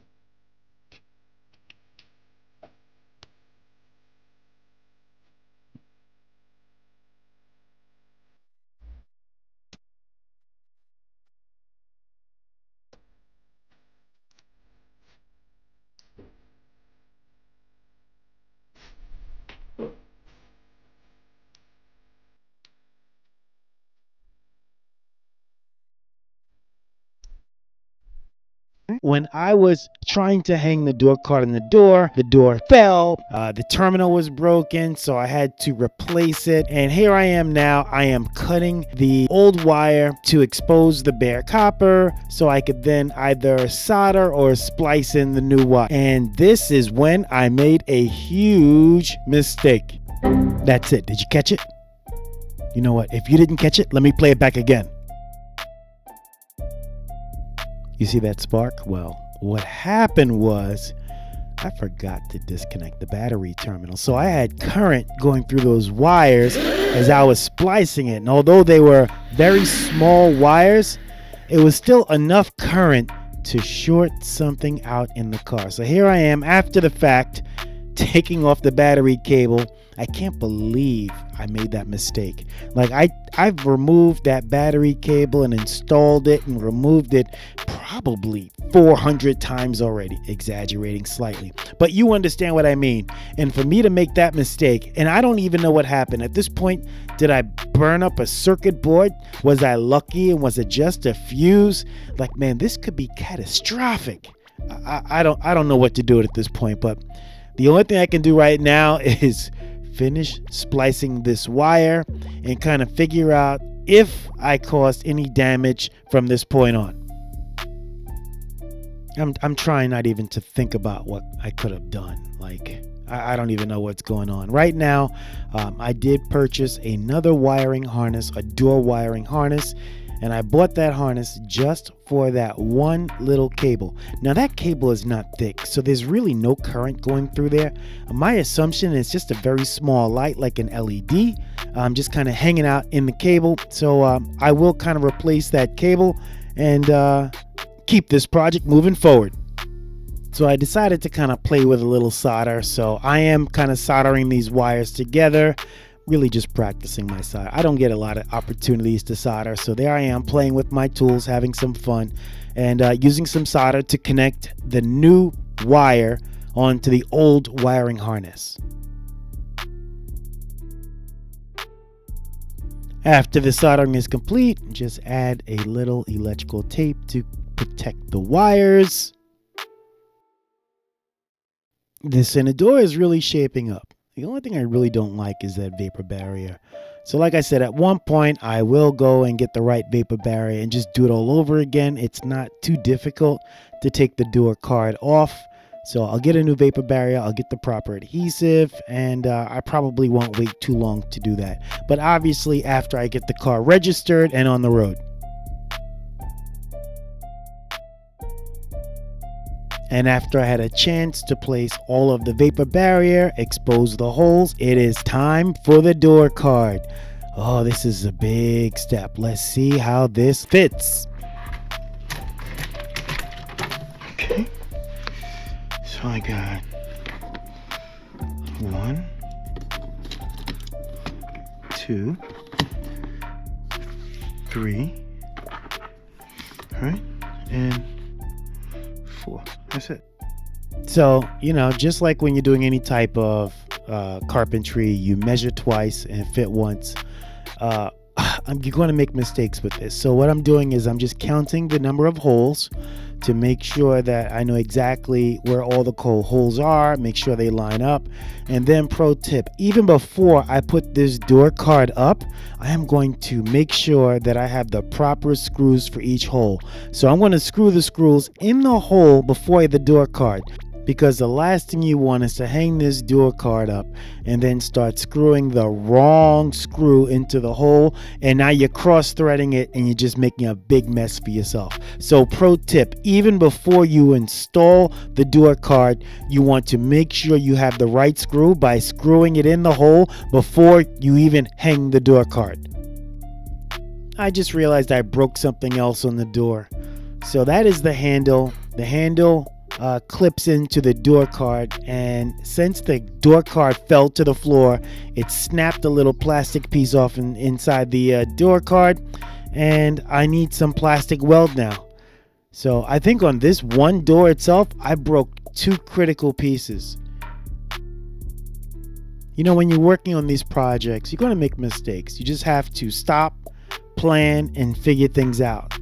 I'm using now the plastic weld, and I'm going to plastic weld that clip back on the door card and really let that set up overnight. Like, I'm not going to try and rush this today just so I can hang the door. I'm going to apply that plastic weld and let that sit up overnight to properly cure.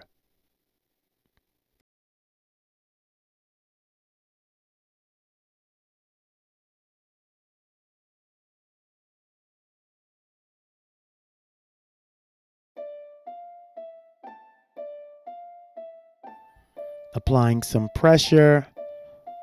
I'm glad it just kind of sheared off. It didn't break off into multiple pieces. So I'll hold it tight as long as I can, probably for a minute. I wish I had the plastic weld that got tacky a lot sooner.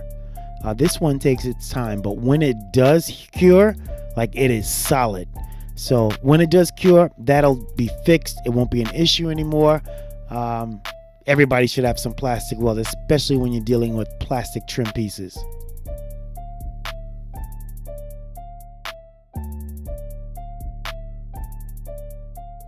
All right, so while that plastic clip cures in place, I want to work on the other side. The good thing about working on the other side is hopefully I don't make the exact same mistakes on this side as I did the other side, right?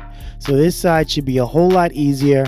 There I am again, removing all of the stripping from the donor door, and I'm going to apply it to the door on the driver's side. Driver's side door is going a whole lot better. So I'm sliding the molding into the top, giving it a good push, wearing my gloves. Nice, looking good. I'm really proud of this side. This driver's side door is going a whole lot faster than the passenger side door. So if you recall, on the passenger side door, I broke off a terminal. I had to, splice some wire back in. I broke the terminal, not the terminal, but the clip for the door handle. I had to use some plastic weld on that one. On this side, everything is going smoothly. No issues whatsoever.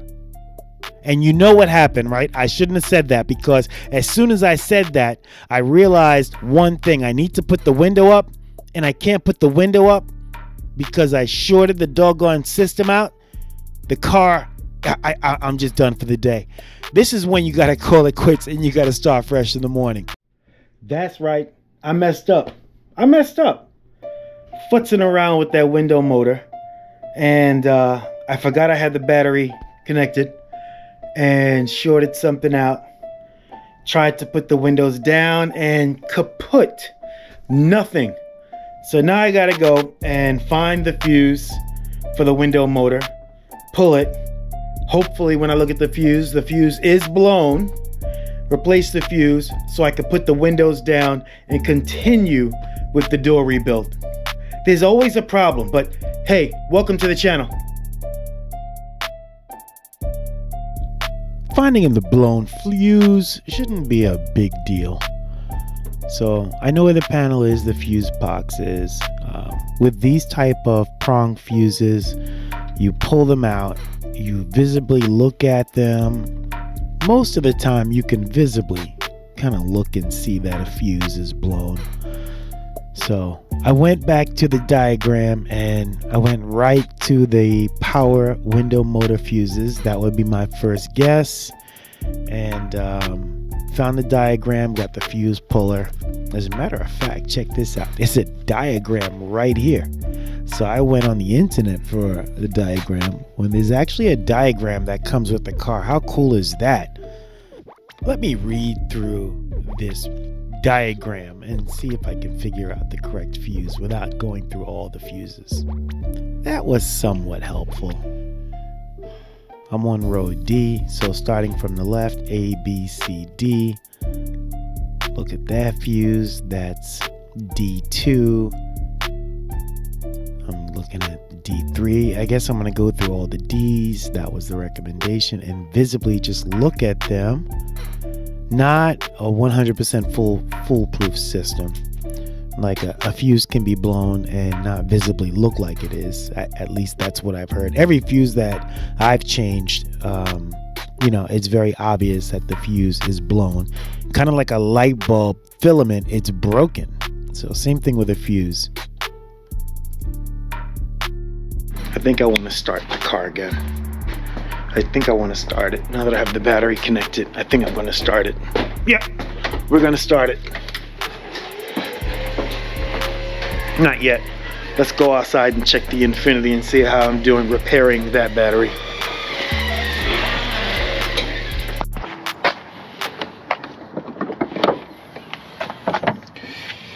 According to this, if that is orange, that means it's still 75% charged. So we're not done yet. And after I get to a steady state green, I'm going to then put it in this 12-volt repair to try and repair this battery. Battery's pretty old. It says October 2017, and I know I bought it from Walmart. So I've had this battery for a while, but still just trying to repair it so it can hold the charge like it should.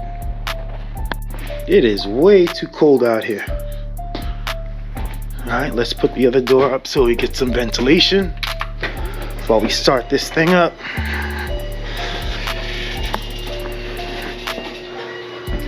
All right, let's see what we have. Let's see what we doing.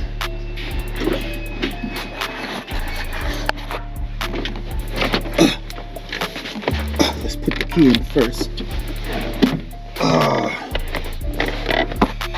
Let's close the door.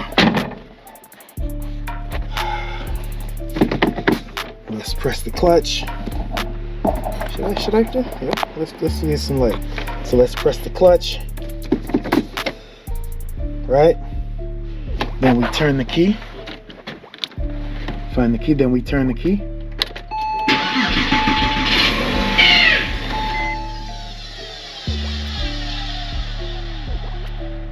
What was that noise?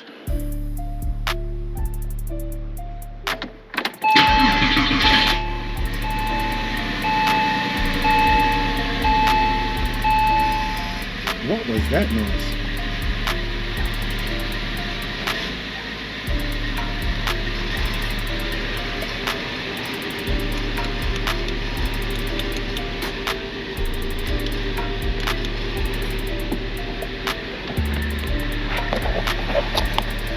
That didn't sound good. Well, it's running. Let's see if we have any additional lights on the dash. So we have the windshield washer system, which I know. My emergency brake is up. My seatbelt is not on. The airbags for the doors and the hood is open. So that's that. Let's go outside and look at the exhaust.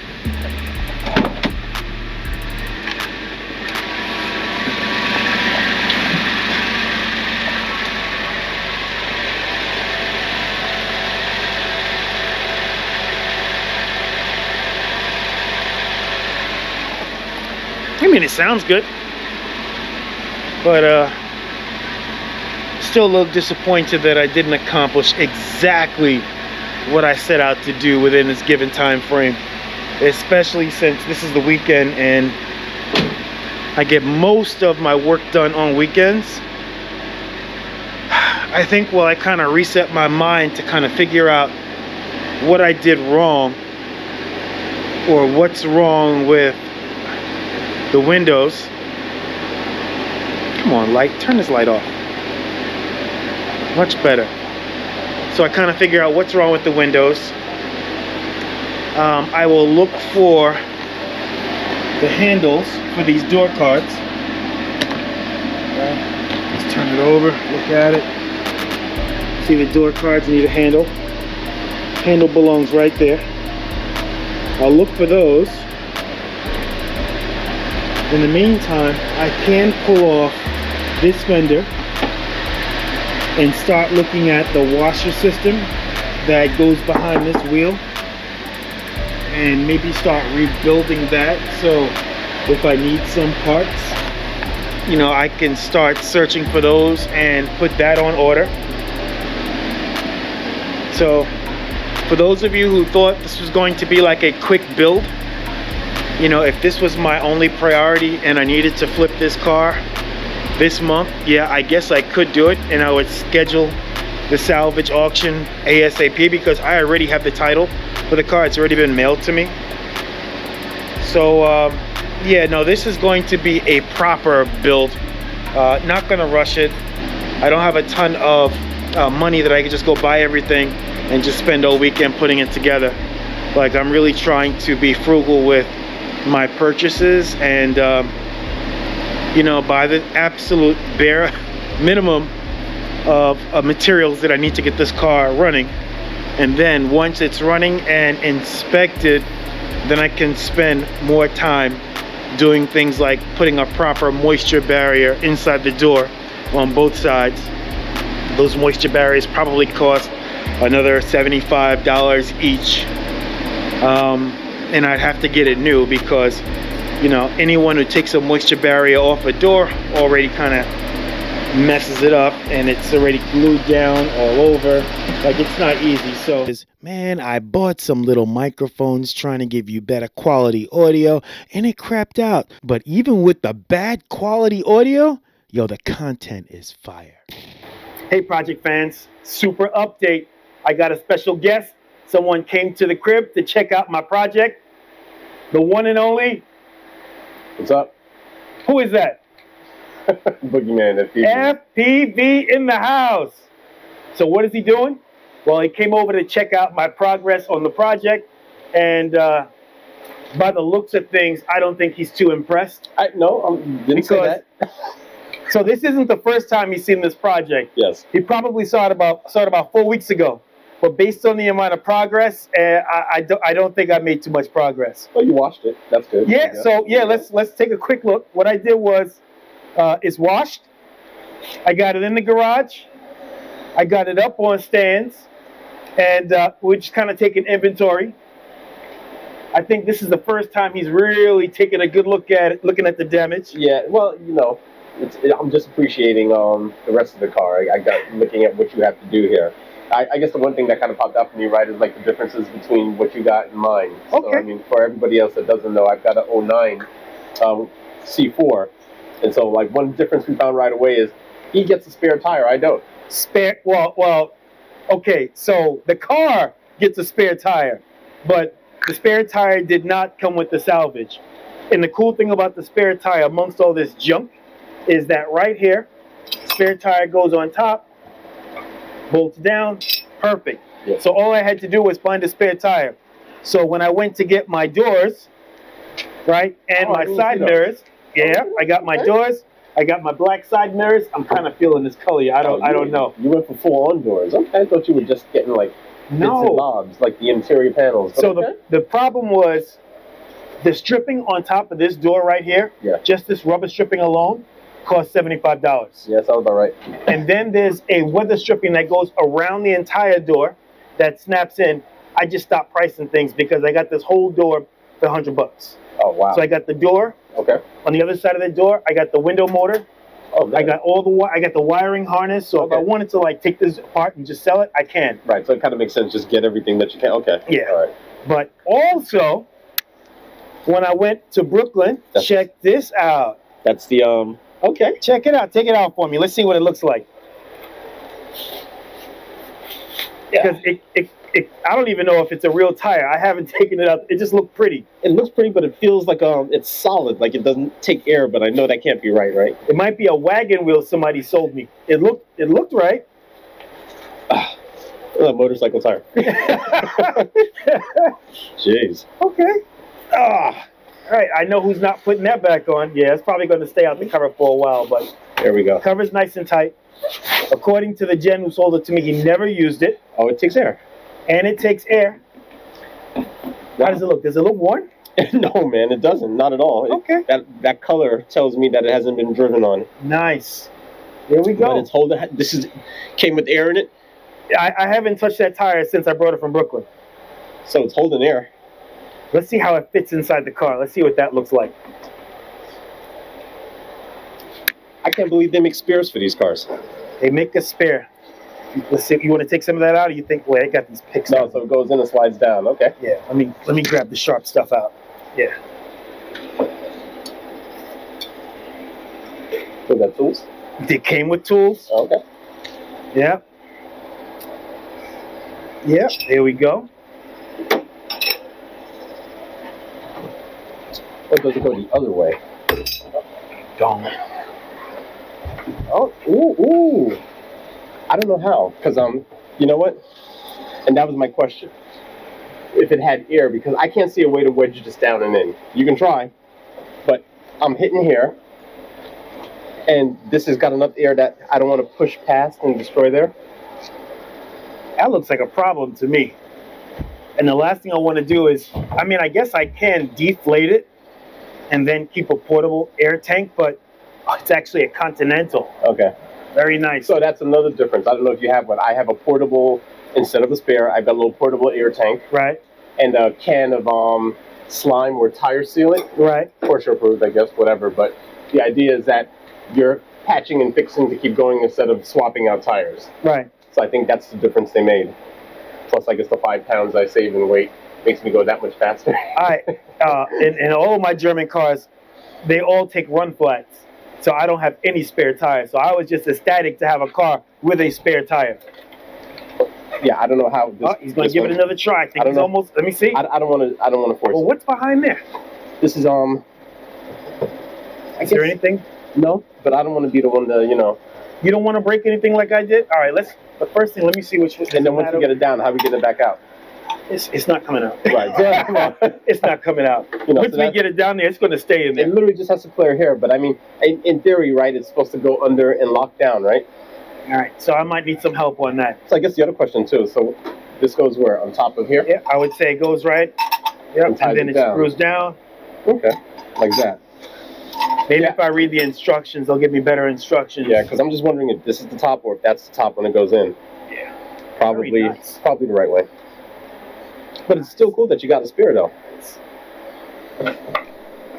I don't know what your spec is, but my pressure's 44 rears, summer or winter, and then in the front's 37.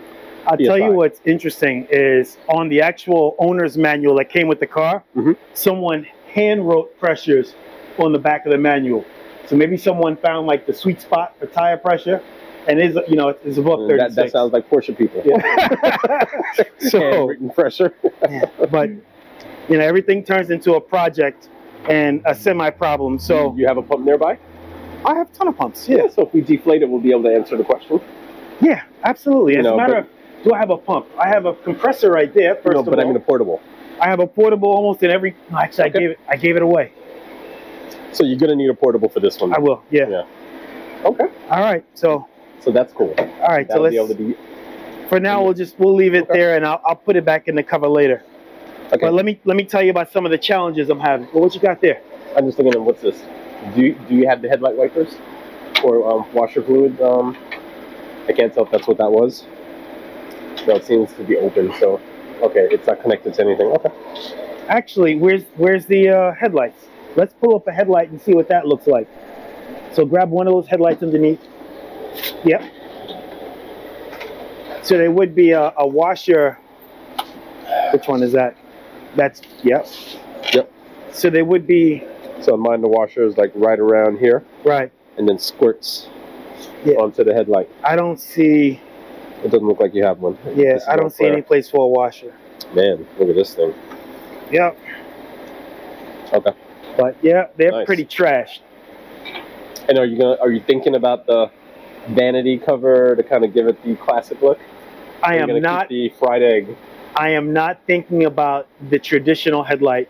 I'm actually going with a black headlight with I think it's a 991 inspired headlight. Okay. So all black interior. All black. Those look nice. Yeah. Yeah. Black interior and kind of yeah. Wow, those are nice. Okay. So that's the plan. And I like the little halo effect. Yeah. I like that. No, that's nice. So I've had sometimes a little bad luck with headlights in the mounting, getting through shipping. As a matter of fact, look, this is the headlight from the Beast. So I would order it and get it, and the tabs are broken. The mounting tabs are broken because of the ship. Oh my gosh, yeah. So I'm still gonna roll the dice. Gotcha. Myself and Boogeyman FPV are going to try and depress the rollover support, and after that we're going to try and work on figuring out why the windows are not rolling down. All right, let's get into it. And then when I want to get both hands on it, I have to let go. But it goes like maybe, what do you say, that's about an inch? So some of you are not really sure what a rollover support is for. Well, basically that's what it's for. If this car rolls over, that support, that big thing to the right that's sticking up, is supposed to keep your head from hitting the pavement, obviously, if you're wearing a seatbelt. So when the car rolls over, remember it's a convertible, so it does not have a hard top. So if the car rolls over, the ground will touch that rollover support. So that's what we're trying to depress, the rollover support. Okay. I'll try to get my shoulder in here, but I can't really do two things at once. Yeah, that's not. I appreciate Boogeyman FPV coming through and trying to help out, because I've kind of been through this already. My son tried to help me put this down. I couldn't do it, but sometimes you got to let someone come in with a fresh idea and some fresh eyes, and that's what we're doing. Whatever is going on here, I guess that must be some sort of ratchet. I'm guessing this has notches on it. And that's how. So yeah, Boogeyman FPV couldn't help me with this one. So we're going to move on to the next project. Like, we're going to get something done today. You don't need the fuses right. Hold on, so what you about to do? You're talking to the camera now. Camera's on. We got a fuse tester. Why do we have a fuse tester? Because we need to test the fuses. Because somebody who will go unnamed. I did. I zapped something. Yes. And so the idea right now is that we are pretty much thinking that the issue is isolated to a blown fuse, but we're not sure. But we don't have interior lights, we don't have working window switches, and yeah. So none of the above. You gotta start somewhere. And I'm going to start right here. So Boogeyman FPV and I went to the local hardware store. We bought a little cool, actually it was an automotive store, and we bought a fuse tester. So what we're going to do is we're going to test the fuses, not just visually inspect them like I did already. We're going to test them to see if there's any continuity through the fuse. That's what we're going to do. And if we find that one fuse that does not work, then bingo. That might be our problem. Is the case. Okay. We know that these are good.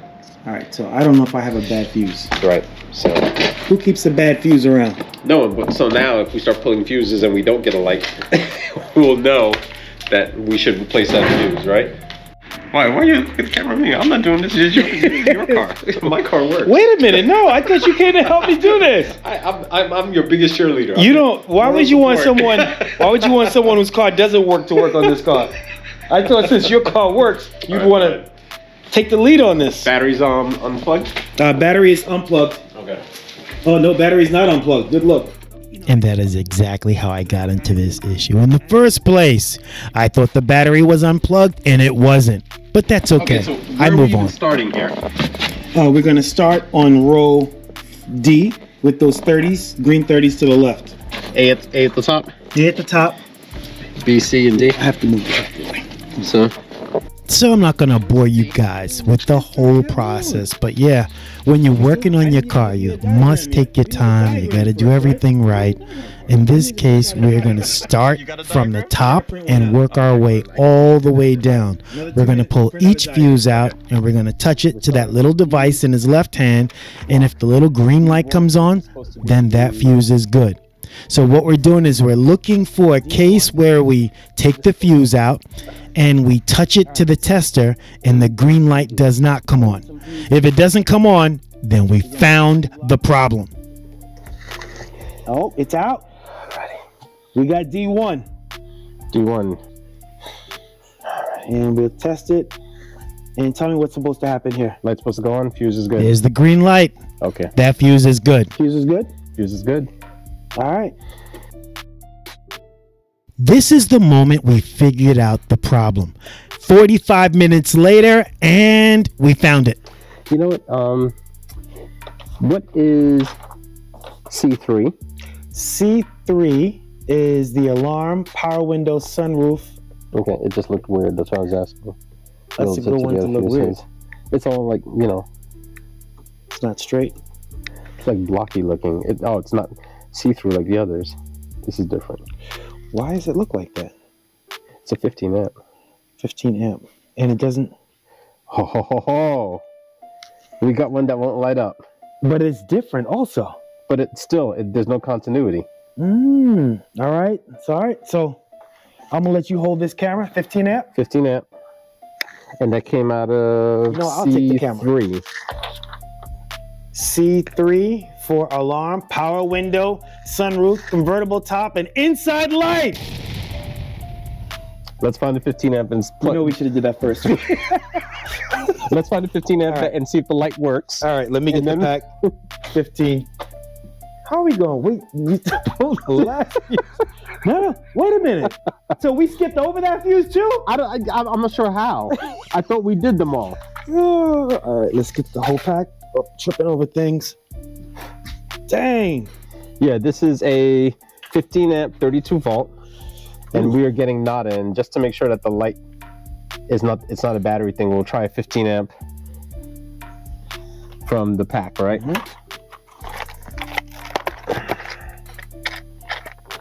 But you know what's crazy? I probably skipped over that one too. Oh, man. Because it looked different. We got 25 there. Watch there not be a 15 in here. You know what's gonna happen. All right, so we got a 15. First things first. To make sure that. So the tester works. Tester works. Oh, right. Let's get a shot. The tester works. This is the known 15 amp that we say is brand new 15. All right. Get the old one just to make sure. Old 15 amp. Old 15. Nada. Nothing. Did we do it? We don't know. Not yet. So I forgot where this one goes. That could be a problem. No, it's not B. It's C. Hold on. All right. So let's get the chart out. C3. C3. Alrighty. 15 amp. And you didn't get shocked, right? That's a good sign. Well, the battery's pulled out, remember? Yeah, maybe. Maybe. Maybe not. All right, so we went through everything and we just replaced C3. Yeah. We got to connect the battery. Let's connect the battery. Oh, let me get the look. Get the look on camera. Let me see the look again. Got to connect the battery. And we got to connect the battery. See what happens. All right, let's do it. All right. Well, what are we looking for? Interior light, right? That's what we're looking for. Okay, let's look for interior light first. So, like you said, you push buttons. Nothing's happening. Nothing's happening, right? So there are two things: interior light and windows. Okay. Wait, hold on a second. I'm trying to figure out. Is this a left-right thing or not? The center switch. Center, yeah. Okay, so nothing's turning on there or there or there. I don't even know what the on position or off position is anymore. So still no interior dome lights. Put the key in. The key is in. Turn the switch. Hey! What's wrong with you, man? Interior lights. We got lights. Oh man, look at that. Like, put the key in. Okay. Oh, my bad. You know? What are we doing? All right. Testing for with no key. So your interior lights work. All right. So here's the big test. Oh, look at that. It's so bright. Let's try. What's that? Is that the AC? No. You got air blowing, man. Ooh, I didn't do that. AC works. Okay. Let me turn off the light. No, wait. That one's off. Don't you have the same car? That one's off. Yeah, but my lights, I don't play with them. Okay, now what? Passenger side window. Oh! Wow. And it dropped. And it did drop. So I go. I don't know how it dropped because I unplugged. Now it should know the extent. Right. And so now you go all the way down. You're training the window. Yep. Okay. So. Okay. All the way up. It should go all the way now. Okay. No, it did not. Interesting. Because I see a gap. Oh, is it because you don't have the weather stripping on? It is on. On that side, is it? It's just a convertible. It's nothing at the top. My fingers are poking through the side. So that's interesting. Oh, we got to walk around. Yeah. Let's see what that is. What the window works, which means I can get the door. Dude, the door's not even closed. The door's not even closed. Oh. How about we close the door? Yeah, all right, let me see if good idea. And not break a cable. Okay. Not break a cable. You got a refill washer fluid message and an airbag failure, just so you know. Well, there are no door airbags connected, and there's no reservoir for washer fluid. I can't hear you. It's up. And it's sealed, right? And it's sealed, yeah. Alrighty. Awesome. All right. So, all right. Very good. That's awesome. So it was the fuse. It was the fuse. Okay, good. Whew. And what's interesting is I probably skipped over that fuse too. Or this was an elaborate hoax setup so we could get it on video. But you know what? So if I look at that fuse, I can't see through the fuse. So I can't do a visual inspection. Do you have the fuse? You're right. No, I gave you the fuse. You're holding the fuse. I got a little fuse. I have the fuse. Who has the fuse? I give it to you. You got the fuse? I don't got the fuse. I don't have the fuse. Where are the rest of the fuses? Maybe it's with They're right there. The rest of the fuse is in the tester. Dude, I have no idea what I did with the fuse. Oh, did I put it up here? Why would you put it up there? I don't know. I put it somewhere. But dude, we are one click away from. These are the new fuses. Yeah, let me and your tester. Put this in the electrical drawer. Yeah. But you had the fuse. But regardless, we now know that the fuse was blown. Yes. So that's huge right there. You know what? Now that I think about it, this always happens. So I'll go to put my fuses in the electrical drawer, only to find out that I have fuses already in the electrical drawer. Now, I did not find any. This is what my electrical drawer looks like. I have my batteries. I just put the fuses over there. And, all right, so I don't have any. It's also my pneumatic drawer. Okay. All right, good. So I didn't see any. And some hose clamps. You know what everybody else calls these drawers? No, why don't you tell me? Ain't no junk drawers. Ain't no junk drawer. This is an organized chaos. Organized chaos. All right, okay. I'm closing that. Dude, I don't know where to start next, because now that I can put the windows up, now I can install the door cards. And now that I can install the door cards, I can get the interior pretty much done outside of the roof. This is mine? Yes, mine is on top of the fridge. All right, you gotta face the people. People want to know what you're about to do. Oh, I'm not doing anything. I'm just here to witness. Well, somebody's got to help me clean up the glass when that back glass breaks. Yeah, well, I think we'll be okay. My money's on the convertible top is gonna, if it works, goes back without the glass being an issue. So why are we opening the convertible top? The roll bar or roll cage, whatever it is, it's deployed, and so we want to be able to push it down. And right now the issue is we can't push it down with the top up. Right. Which is interesting though, because the dealers say leave it alone and the professionals will handle it, which makes me wonder why. Why? Because wouldn't they just flip the top down and do it? I got some lights. What are we missing? I don't know. We're gonna find out though. So I think, in my mind, okay, that you can push it down if the top is on or off. Like I've read in both scenarios where someone can push it back in place with the top down or with the top on. Okay. So that in my mind, I'm thinking maybe it's just inconvenient to push it down. Could be. That's what I thought. Okay. Okay. Because it's definitely inconvenient, but there's something else happening. Okay. And maybe once we open the top, we'll realize that it's very easy to push down. Okay. So that's what I'm hoping. I'm hoping we'll be able to open the top. And yeah. Muscle. Well, you heard it. We're going to try and open the roof. Problem is, if we make a mistake and open the roof, that back glass will shatter on the rollover support. And then I'm going to need a new back glass, and I'll have to clean up a whole bunch of glass inside the car and outside the car. But so welcome to Projects and Problems. And pray. Yes. All right, let's do it. All right. Where's the key at? My keys don't move. Same spot. Okay, same spot. Okay. So I'll try not to lock the camera is all.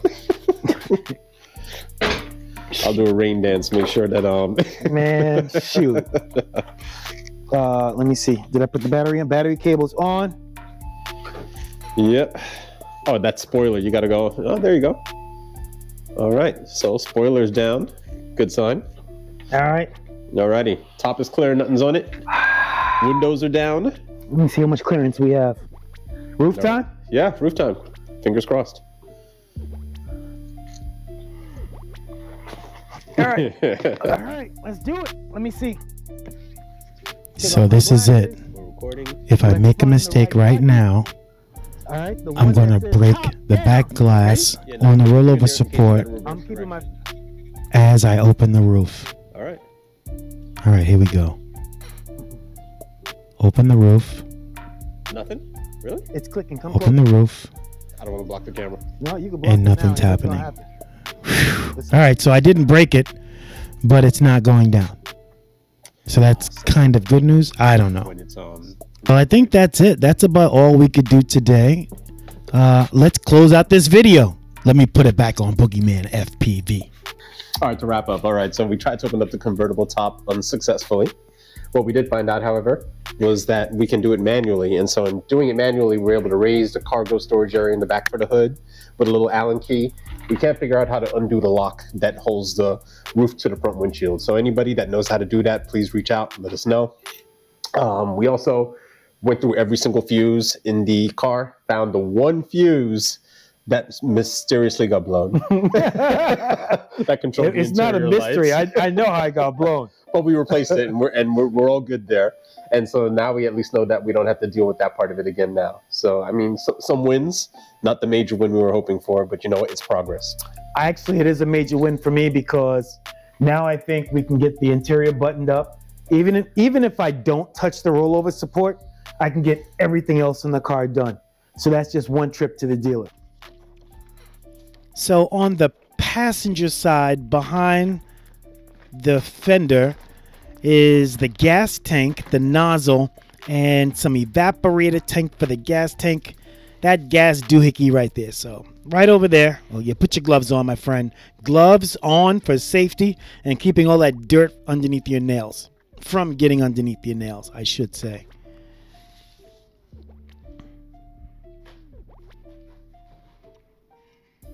Yeah, that fender weighs like a pound. It is so light. That aluminum fender. That's my replacement fender. So what I'm doing is I'm taking off all of the stuff from the old fender, the gray fender, and I'm putting it on to the black fender that I'm putting on the car. So when everything is said and done, I'll have two fancy black fenders on the car.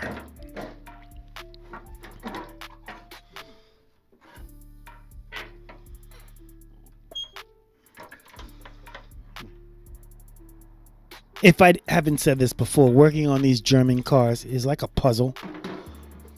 If you're forcing it, then it's the wrong piece because it fits together like a fine puzzle.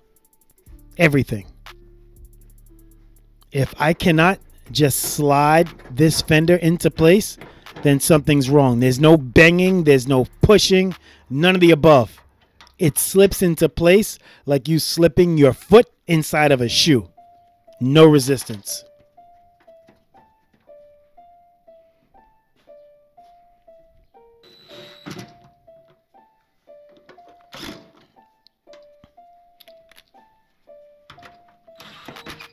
I can probably take this off in the street. I've done it so many times. As a matter of fact, I won't even say it. I'll let that one go. I like having a little workbench off to the side where I keep all my parts, my bolts. If I'm taking off a part, I lay them down in a sequence. Chances are I may not get a chance to put it back together that day, but it doesn't matter because as long as I took things off and I put them in a sequence and no one kicks my table or gets my sequence all messed up, I'm really good to go. Put the fender up. Put the fender where? Connections. Maybe I should mute this audio. Like, dude, what are you saying? That is the reservoir for the windshield washer system. So beneath the driver's side fender is the windshield washer system, the entire system. So when I took off the fender, I also had to disassemble the windshield washer system.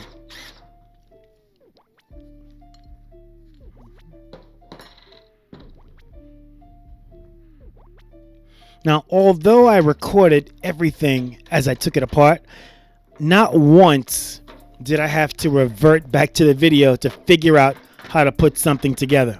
Not once.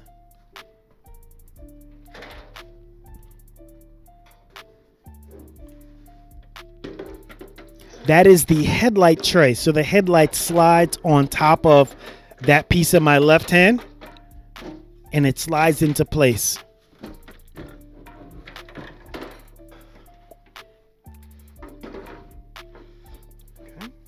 Driver's side fender. Beneath the hood strut, you have to kind of slide. You have to loosen that up a little bit so I can slide the fender beneath that hood strut. And once I'm able to slide the fender beneath the hood strut, all of the other bolts and holes, everything just kind of lines up. A little bit of a gap there, right? Leave it.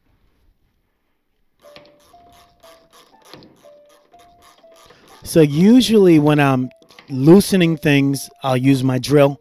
I'll use my power tools. But if I'm trying to tighten something up, I'll try and use a ratchet, a manual ratchet, because I want to get a sense of how much torque I'm applying. And with these power tools, you really don't know how tight things are. Okay, I did speed up the video, but it does not take long to replace the fenders and the bumper. That looks pretty sharp.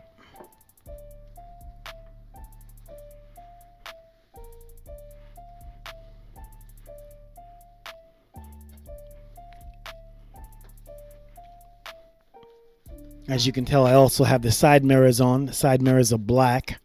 I received those from a donor car in Brooklyn. I'll still have to do some body work to the hood, or I'll have to put it in the shop and let them do it. And I still haven't figured out what I'm going to do about that. With respect to the two black fenders I just put on, I probably will sand it down to like a 400 grit, sand it a few times, add a little bit of body filler or glaze if I need to, and prime it and get that ready for paint.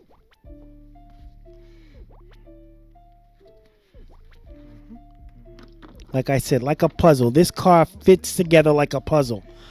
The only questions sometimes I might have is what fastener goes where? How do I hold this stuff down? But it's very easy.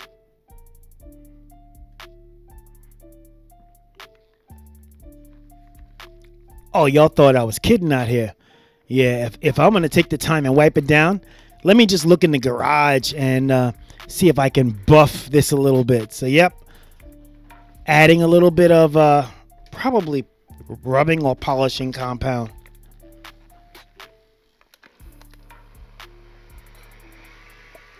By the time I'm done with that black, it's going to make me want to paint my entire car black. Because that came out really good.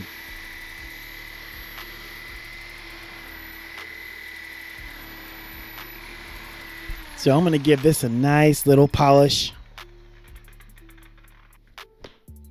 Wipe it off with my favorite microfiber cloth. Let's see what this looks like. I see a little bit of a haze. I'm not done yet. I can't stop now. I have to do it. Got to do it right. There you go.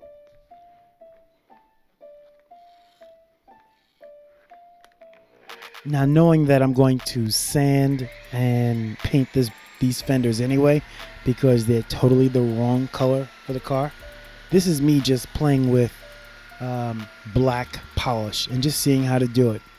So I'm waiting for the headlights, and now that I've run the lines for the headlight washers, not windshield washer, headlight washer, I have to be really careful if I buy an aftermarket headlight, because if it doesn't have a headlight washer, then that's going to be a waste. Really going to be a waste. So I want to make sure that whatever I get has to have a headlight washer. Otherwise, I'm just going to place the order for the regular OEM, because if we look on here, this one. So this is the headlight washer. This actually pops up. Can I get it to pop up? No. But this pops up. Spray, spray, spray, spray, spray, spray. So this pops up, gives it a good spray, spray, spray, pops back down. So whatever I get, I want to make sure. All right, don't scratch anything. Come on now. I want to make sure that it looks really nice. And now that I'm looking at the OEM, like, that looks really sweet. So we might be rolling with the OEM, and it's cheaper. So I get to retain my headlight washer, and it's cheaper. You know, it's amazing. I've been back and forth about what I was going to do with these headlights. And just like that, I made a decision. I'm going to keep the original headlights, or at least the original style headlights, but I do have to get new headlights. Plastic shields underneath the wheel well. And so to get the wheel well all done, I know I'll have to take it apart when the headlight comes anyway, just so I could see what fasteners, nuts, and bolts I need to finish the car. Because as it, look at that. It's not even, look at that. Let me make sure. Yeah, it's not going to close perfectly because these are in the way, but other than being many different colors, it is not looking too bad. Almost. I love the fact that my fenders are, well, it's almost rigid. I got a couple of bolts on that side to do, but I'll say the biggest thing that I learned is it doesn't matter how many times, you know, they always say, you know, measure twice, cut once. It doesn't matter how many times you figure this stuff out, you're gonna have to take it apart and do it all over again. Both sides, I had to take apart and do it at least twice. This side and on this side. But at the end of the day, I mean, I really can't complain with the outcome. Yeah, I did really try and polish. I'm gonna play with this and see if I can get it really shiny. This will be my little test area. But it looks good. So there we go, almost. My goal is to fit the bumper on next. Then after the bumper, put all the plastic shields on, put the wheels on, drop it down, and I can't go anywhere because it's not registered, but just kind of drop it down, maybe move it out the garage, clean up the garage again, and bring it back in. I might even back it in, I'm not really sure, but it might be time for me to really figure out what I'm going to do about the headlights. So that's probably the next step. Let's go look at the interior. I've had the battery connected now. That looks horrid. That one looks really good. This one, not so much. So I am going to return it and get the right one. So I have my mirrors on. I'm going to keep that black. That one is working. It's also black. That looks good.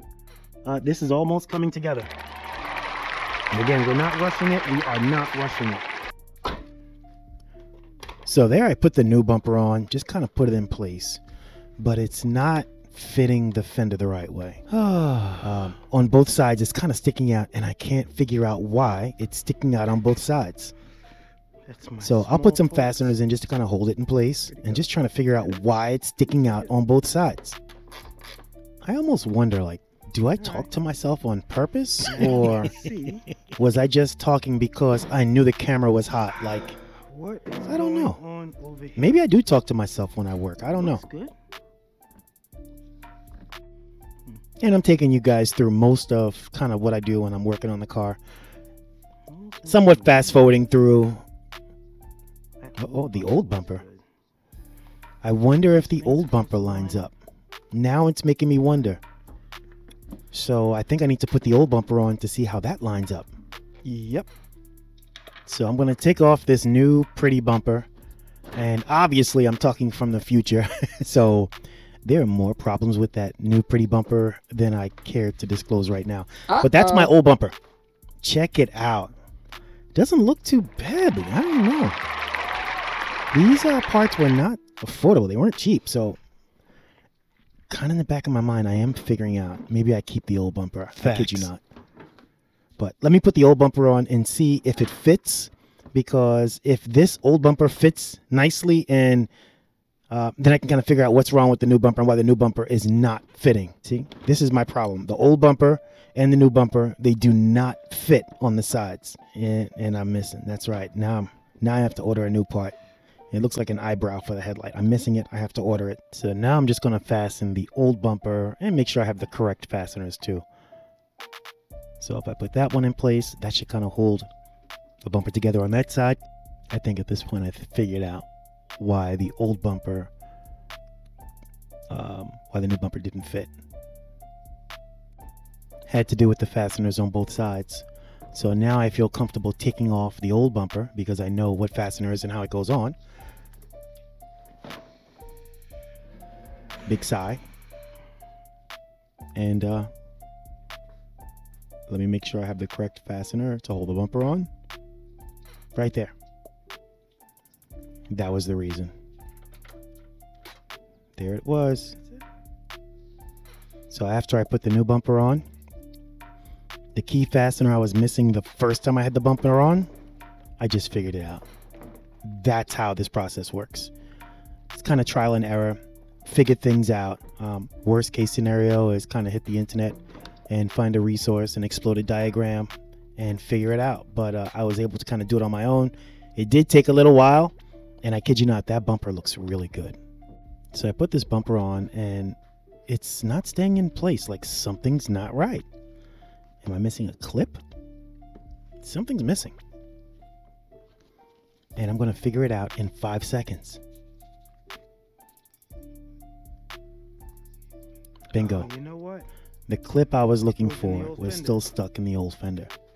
It was in the So, old fender, right? if I take it off the old fender, apply it to the new fender, then I'm able to put the front bumper cover on. Bingo. That's it. That's what I needed the whole time. So I know I kind of took you through a whole 5-minute exercise of me figuring things out, but that's what happens in the real world. Just kind of figure it out, put the puzzle together. And I've said this, I'm going to say it again. Working on these cars is like putting together a 1,000 piece puzzle. It can be done, but sometimes it just takes a little bit of time and definitely process of elimination, and we can get it done. So now I'm just going to kind of take the right parts off the fender, and I'm able to put the bumper on now. That's broken. So I took it off. That was the piece that I needed. That will hold the fender to the bumper cover. So perfect. Now I just have to figure out how it goes on and install it. Now that I kind of figured that out, let me wipe down as many of these pieces as possible. This looks like the air dam for the front condensers. Make sure that's clean. At some point, I'm going to install a mesh in there to keep the leaves and things from going in there, but just not yet. But here I am just kind of wiping things down before I put it back together. I'm not going to say it's a final assembly, but pretty close to it. Nice and shiny. It's not going to stay shiny, of course. And I probably just wiped it down with something I had in the garage. Yeah, I want to make sure that I get a some type of screen in there to keep the leaves from getting stuck to the front of that cooler. And do the same thing to the other. What am I using? It might be tire shine. I think it's tire shine. Don't quote me on it. But whatever it is, it's kind of moist. It's a little greasy. And I'm just wiping down this before I install it. Yeah, it is somewhat peaceful working in the garage sometimes. Just thinking to myself, hoping my glasses do not fall off my head. I had a dream that the car was all finished and I was able to put some gas in it and take it for a little spin.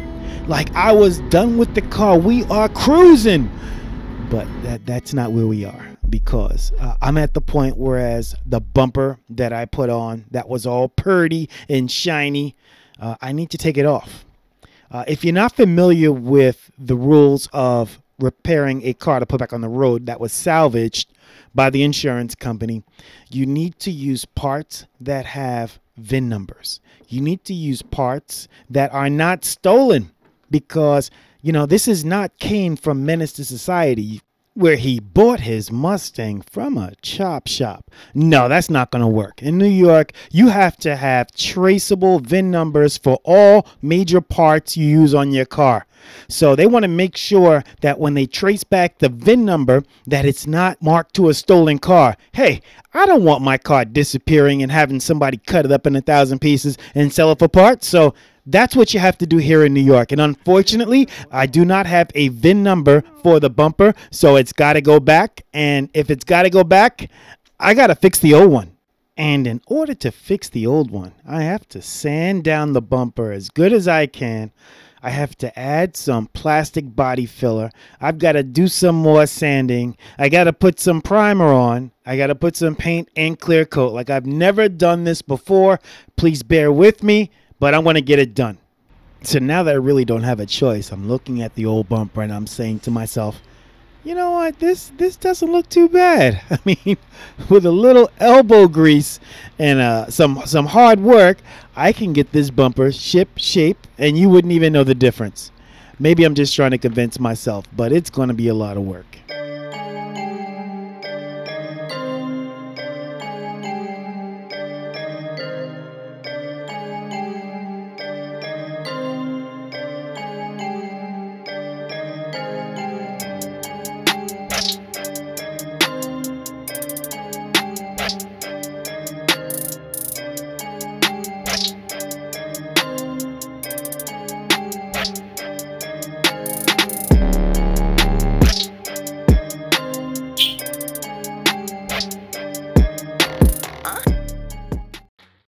Now that wasn't too bad.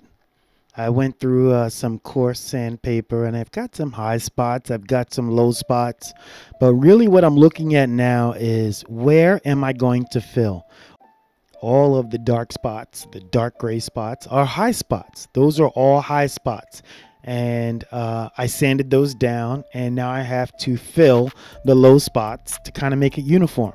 It's not too bad. First time, not too bad. I did go through quite a few sanding discs, but that's the whole idea, to sand it down, to get it as smooth as possible, so when I put my first coat of primer on, it looks good. All right, let me get back into it. I have a lot more sanding to do. I'll take another checkpoint a little later. Since it's such a nice day outside, I could take it outside and kind of rinse some of the dust off from sanding. Check it out, I got a visitor. What am I doing? You know you want to tell me what you're doing. Well, I am repairing the crack in this bumper right here by taking some mesh and then melting the mesh into the plastic to give it strength, adding some other plastic to cover the holes, and then, if everything goes well, I might be priming this bumper this weekend. And if I can prime the bumper, then I might as well prime the two fenders that's on the car already. Hey, so that's some big talk right there. And I bought 2 cans of $25 each high build primer. So this should be good enough at least for both bumpers. I meant to say 2 coats of paint on the bumper. And if that works, this is flexible filler that I can use to fill up some of the cracks in the bumper before I paint it. I don't know if she's really interested, or she just felt sorry for me always working in the garage by myself, but it was a good chance for me to kind of work it through in my mind, my next steps. So now I'm going to cut this mesh, which is almost like screen door mesh, and melt it into the back of the bumper. So this yellow iron that I'm using, purchased from Amazon, feels pretty comfortable in my hand. And it came in a kit, so there was a lot of things that came with it, and it heats up very quickly. Not gonna fast forward this in. I want you to see exactly what I'm doing.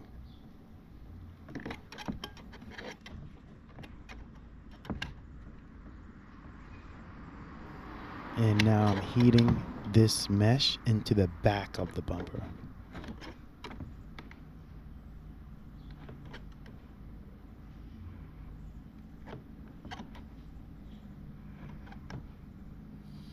There it is. There's the smoke. It's working now.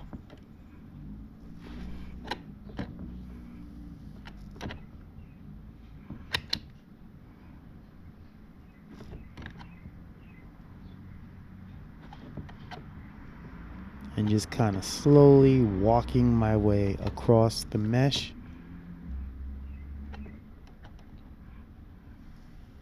Again, when you rush, you make mistakes. So I'm just taking my time with this, especially since it's the first time I'm doing anything like this.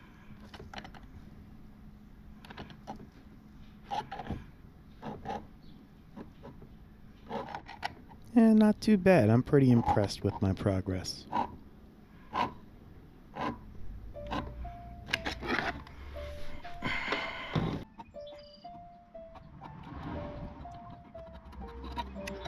Almost finished melting this mesh into the back of the bumper. This mesh will act as a reinforcement for the plastic.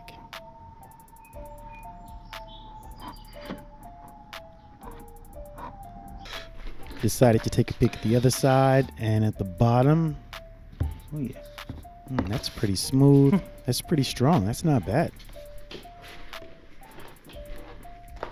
I have a couple more areas, so I will cut some more mesh and basically rinse and repeat.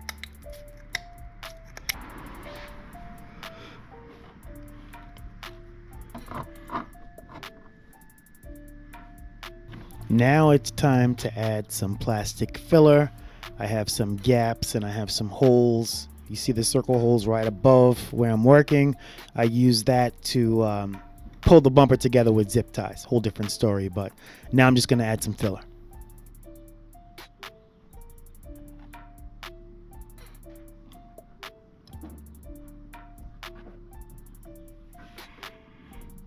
I've already used about half of this plastic filler, and I was amazed that on this project I am not running into any problems. Love it. Not too long after that, my Amazon heating iron stopped working. I don't know. Maybe it overheated. I don't know what happened, but on this project, I just ran into a problem. Fortunately for me, I had a backup. So this is the heating element that I purchased from the local hardware store, and it actually came in the kit with the mesh. So the mesh actually came with another heating element. So I was able to plug this one in and use this to finish the job. Didn't do too badly for the price. I also wanted to add some filler to the front side of the bumper. I can always sand it down if I put a little too much.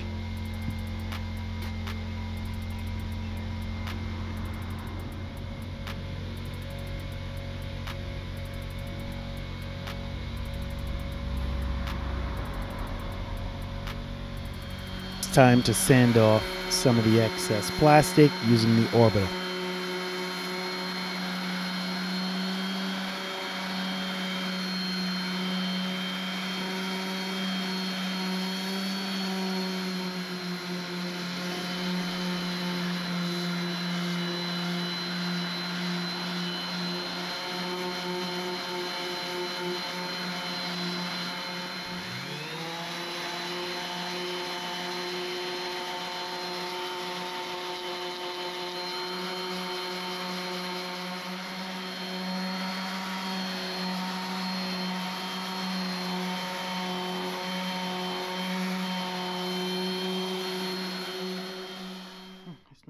Not bad.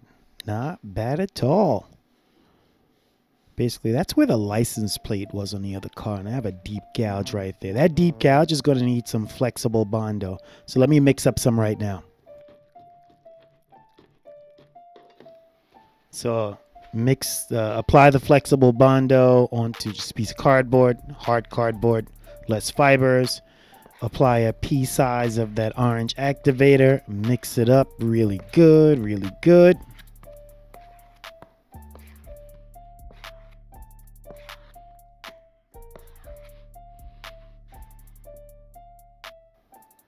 And there it goes, right in the crack. It's perfect. Applying multiple coats. Don't want to put too much in at one time. This looks good.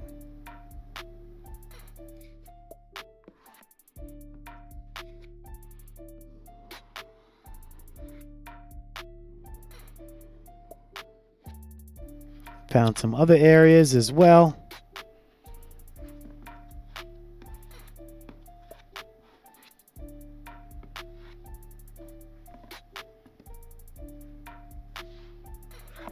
I have a couple of minutes of working time with this flexible Bondo.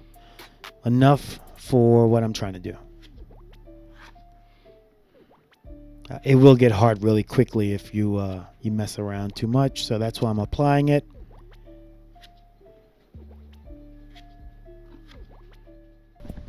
This is what I have. I have a black fender. This is my fender. I sanded it already with some 400 grit. I'll do the same with this fender. You can see how shiny that is, but it's the wrong color. So I'll sand it and then I'll prime it. Prime it to kind of match the bumpers kind of hanging up over there. But what I'm going to do now is I'm going to show you. I'll borrow this. I'm going to show you my little project that I did. So big shout out to Boogeyman FPV, kind of encouraging me and making me do this stuff. But this is a bumper, right? So this is where the license plate goes. I mean, that kind of makes sense. Then I have these grills to let air in. I have a grill for the middle. See, this is what it looks like. And this is nice and tight, so that's good. But I've got these grills on the sides. And these grills, they are mounted from the inside. And it kind of look like that. That's the way the grill looks, but it doesn't have that mesh. See that mesh? There's no mesh over here because I didn't cut it yet. But there I put a mesh. And the purpose of that mesh is that mesh will help keep the rocks and leaves from breaking the radiator that's sitting right behind that grill. You see it right there? That's a radiator on that side, and there is an identical one on the opposite side of the car. Keeps the rocks from damaging the condenser. So that's what I did. I had to make this grill.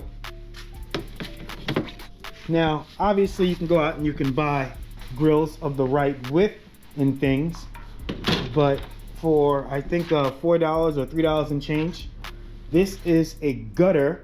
You know, you put this over the rain gutter, so it's like a gutter grate. It's actually called a metal gutter guard.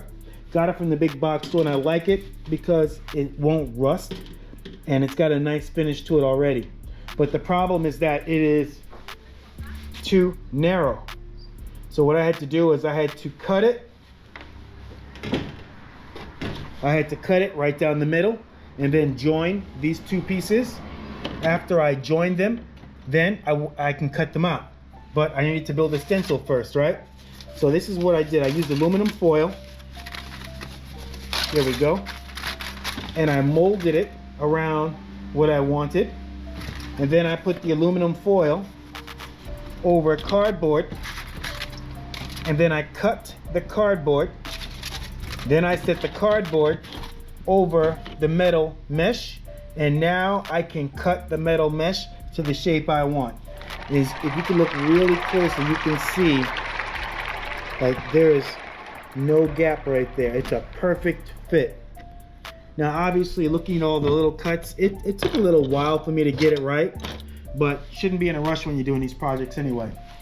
Then I used some zip ties. See, zip tie here, 1, 2, 3, 4, 5, 6, 7. Just kind of use them around the edge to give this some structural integrity, just to help with the structure of the mesh. And there I go. That's it. So now this is all done, and I can put this up to, well, that's where it goes, but in order to get it there, it actually goes through the bumper. You know what? You want to see what it looks like? All right, let's see if we can put it through without mounting this thing. I think I can use one of these existing. It's backwards, forwards. Yep, there we go. One hand action. All right, so it looks something like that. That's what it will look like when it's in. So I just have to do the exact same process to the other side up there. I don't need to do it for the middle right here because this already has a grill. So I'm gonna take this off and put this onto my old bumper and get this actually ready for primer. I got a little high spot there. Get this ready for primer again and paint. So then I'll prime the bumper again. Look at this mess. Look at this mess. Yeah, I got work. This is the washer mechanism that goes underneath this fender. So I have to put that back. I have to put the fender back. I still haven't figured out if I'm going to paint this myself or send it off to the shop for it to be painted. Most people I talk to say, hey, don't mess with it, send it to the shop. Don't mess it up. But in my opinion, I can always paint it, and if it looks horrible, I can still send it out and let somebody else do it. And that's probably what I'm thinking about doing. Do a quick once over, see what's going on in here. Not much is going on. I can't stand those mats, but they're going to stay for now. Rollover support is still there. I think in another month, I'll be ready to take this to the shop and get the rollover support fixed and get the roof back where it belongs. The real reason why I haven't done it and why this project's taking so long is because I ran out of money. This is a huge project. I have at least 2 more big ticket items that I need to pay for before this car can hit the road. And I had to save up a couple of dollars to get it done. So that's the real reason why I've kind of slowed down on the projects. And a lot of the projects you see now, they just kind of slow labor projects, but everything looks good. I raised up this spoiler so I can add a little bit of moisturizer to this rubber here. Check these out. Oh, that looks nice. Everything looks good there. What's wrong with this picture? Oops, I'll do it again. What's wrong with this picture? Anybody figure it out? Yeah, it was pretty easy. My wheels look good. Let's walk around this side. This is my support. So one day I had an idea, and I thought that maybe I wasn't applying enough force to push down the rollover support. So what did I do? I got a ladder. I'm holding on to the roof of the garage, and I stepped on the support with all of my weight, and it still didn't go down. So it's not a matter of force. There is some type of restriction holding it back, whether it's a ratcheting mechanism or a hydraulic mechanism. There's a problem. It's not force. I just thought I would say that. I really think it's just broken, in that it has to be replaced. I don't even think it needs to be reset. That's just my opinion. Everything looks good here. I've been trickle charging the battery. I've been starting the car. I might even drop the car this weekend. 2 more weeks. I'm gonna get this summertime car on the road by winter. All right, gotta have a plan. Here is my plan. What you doing? You didn't hear me making a video? 2 weeks, Project Fam, 2 weeks. 2 weeks, something's gonna happen. What's gonna happen? Well, I'll show you. I feel like every time I show this car, it has less body panels. All body panels are off. Fenders are off. There's no fender. There's no bumper. I don't know if I'm gonna take this hood off, but I got some body work to do on the hood. 2 weeks. It's gonna get done. So where is the bumper? Well, I have my dirty bumper that I cannot use up there. Whoop. I've got my clean bumper. The bumper that I've been working on is up there. On the far side, I've got both fenders. Like, it's gonna get done. What am I gonna do to it? So at the very least, here's my plan. All right, gotta have a plan. Here is my plan. My plan is to paint. I'm gonna paint. Okay, primer, not the same thing. I'm gonna put primer on the car. My plan is to put gray primer on the car. Why do I emphasize gray primer? Because I went and bought white primer, and I am not going to put white primer on this car. I'm gonna put gray primer on the car. So I'm gonna have primer on the hood. I'm gonna have primer on both fenders. I'm gonna hit primer on the bumper. That means I gotta drape all my garage, turn it into a paint shop again, just like I did the Beast. It's gonna happen. I have, let me show you what I have. So I have a gun that got really great reviews. I should tell you where, but I'm not gonna tell you just yet. Really great reviews, the Eastwood, it's the Eastwood LT100. So I'm gonna use this for base coat and clear coat, maybe base coat and clear coat. I'll just put base coat for now, right? We'll do that for now. But before that, I went and after doing a ton of research, I bought a gallon because I got plenty of cores that need to be primered up. I need 2 hands. Let me try it. There we go. There we go. So this is what I'm gonna use. I'm gonna use Speedo Select High Build 2K urethane primer. The only problem is it's white. I don't want white. I want gray. So operator error. So I have to return this and get gray. Once I get gray, I'm gonna load up my gun. This is my NT Tools primer gun with a 1.8 nozzle. 1.8 nozzle. That is good enough for primer. I will put the primer on the car. I'll put the body panels on the car. I'll get this car off jack stands and I will get it out of the garage and get it in the shop so I can finally get the rollover support and convertible top working. I told you, I'm gonna get this summertime car on the road by winter. It's going to happen. So after I drop this, then I've gotta practice with my new paint guns. And I'm definitely not gonna practice with this car. I'm gonna practice with the Beast. I'm going to resand the Beast. I'm gonna paint the hood. I'm gonna paint the front bumper again. This way I can kind of dial in and use the guns that I have. So if I look at, this is what I used last time. This is what I used to paint the Beast. And this actually worked out pretty nicely. I think I paid less than $15 for the Harbor Freight. That was probably my first mistake. But one of the challenges that I had with that is I did not blend the flakes properly. So this time I'm gonna do it the right way. I'm gonna get great flakes.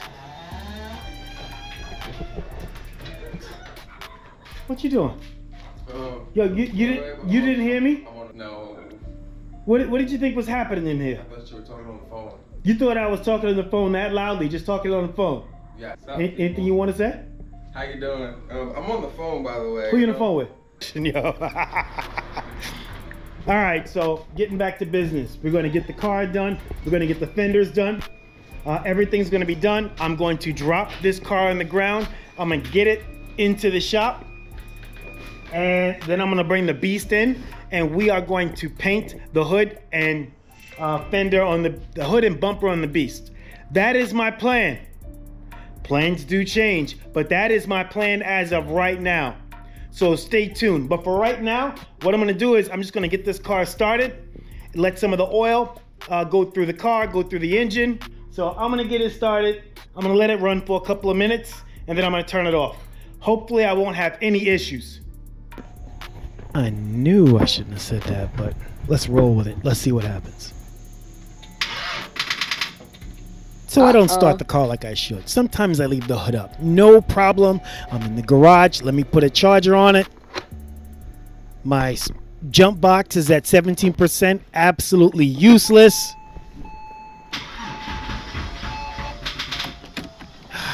All right, it's no problem. So I'll just charge it up fully. Stop playing games.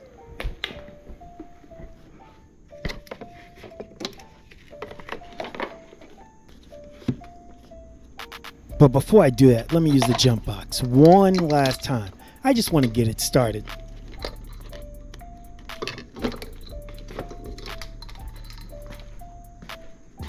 Let's use that one hand. Hook up my terminals, positive. Press the little boost button. All right, let's go.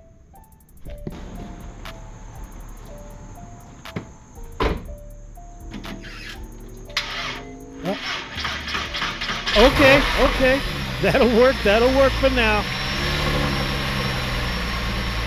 Oh, I got it started. It wasn't pretty. I'll let it run for a couple of minutes.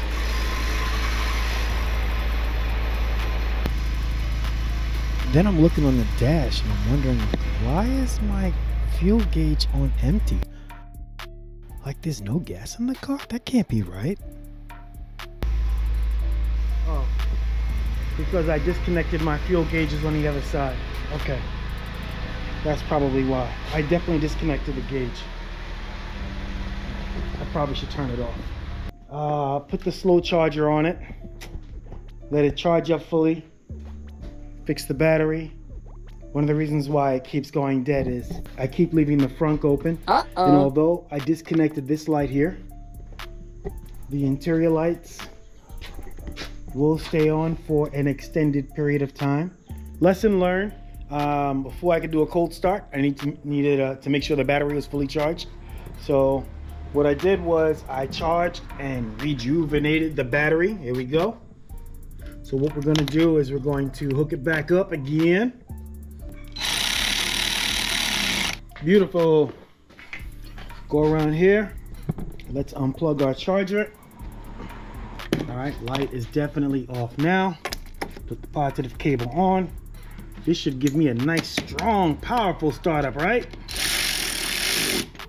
One would think so.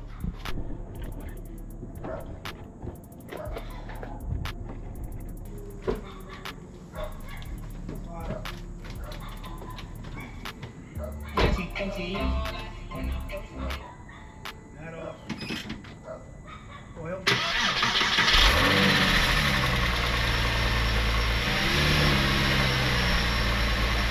Yeah, that sounds pretty good. I always look at the amount of smoke coming out of the tailpipe. That's kind of normal. Engine's been sitting for a minute. Burn some of that oil. And good to go.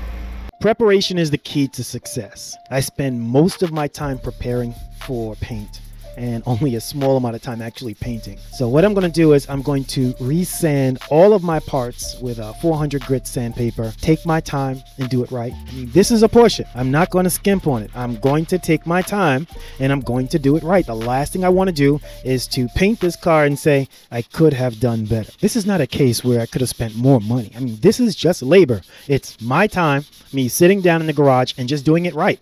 I'd like to go into this project knowing that I did my best.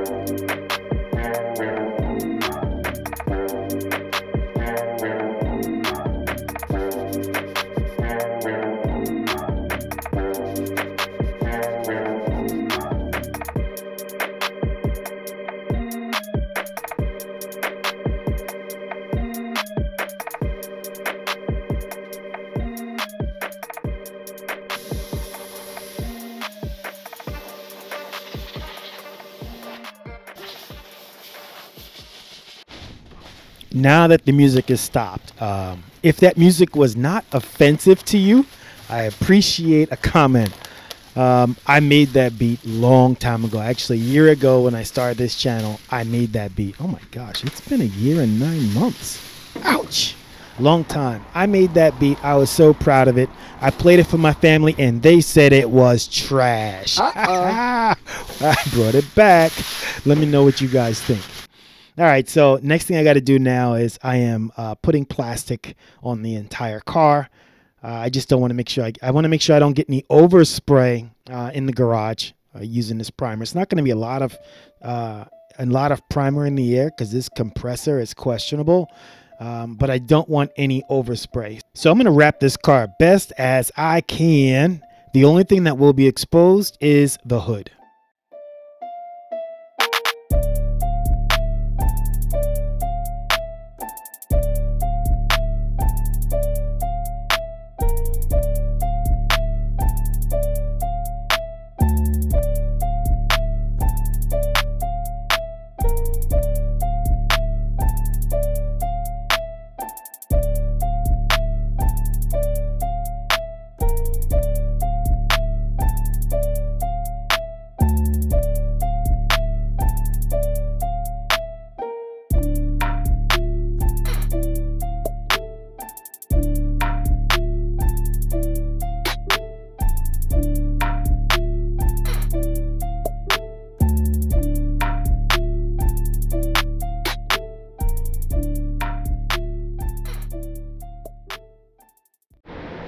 Hey Project Fam, I don't know if I'm ready.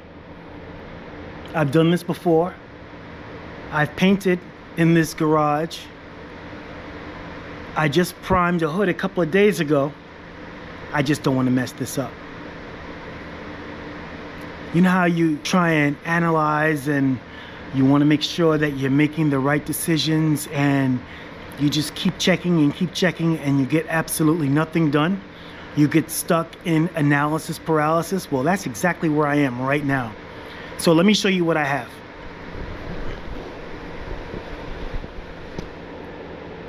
I got the garage all ready. I still have to wax and grease remove the parts, but I've got triple fan. I've got simple air conditioning down there, so that is pulling air out of the garage.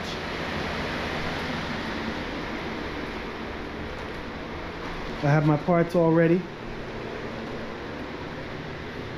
I have this hood ready to go. Feels nice. I love it. You can see the cross hatching. Like, yeah, let's go. Over here I have a little baby fan in the window, so I should have decent ventilation. I just probably should put a filter in front of this fan to keep the bugs from coming through. But in order to keep the bugs from coming in, and we're talking about mosquitoes, because mosquitoes love when I paint in this garage, I've got my little mosquito off candle thingy. So I think I'm about as prepared as I can be. Today we're just going to put down a couple of coats of primer. I'm going to actually thin it out so it's a little thinner and it acts almost as if it's a sealer. And I'm going to get these parts done today. The only question I have now is, am I going to feel comfortable enough after getting this done to be able to paint the car tomorrow? Because I have the paint. I have the paint. Last time I painted, I had two problems. I had poor quality spray guns. So I upgraded my spray guns, and I had low volume air. And I got a larger compressor. I'm just not sure if the larger tank on the compressor is good enough. I think I need a stronger engine, but let's see what'll happen. Let me get started mixing paints and shooting these parts with primer.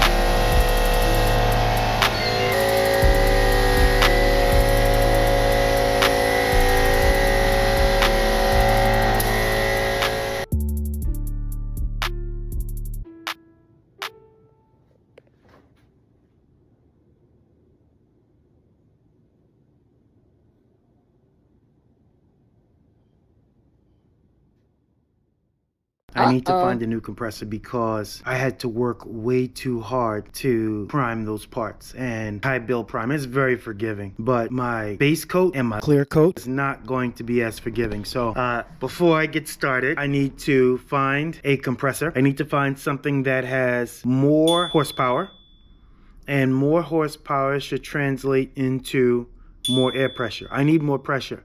It's not enough pressure. By the time I get through my filter and my gun, it's just not enough pressure. And I don't even have a long run.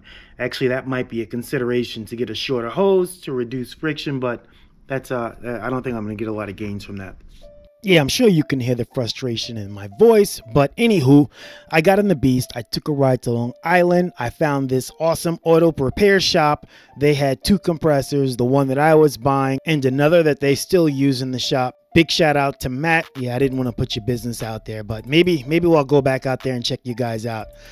Big shout out to Joe for not laughing too much, helping me load this compressor in the back of the beast. Man, this speed shop was cool. The message said, hey, when you get there, it's the second to last door. It's the one with a bunch of Mustangs. Yo, that in itself could have been awesome content for the channel. So Matt and Joe, again, thank you so much for this compressor. I think this is going to do the job. First things first, I gotta take out this compressor from Harbor Freight.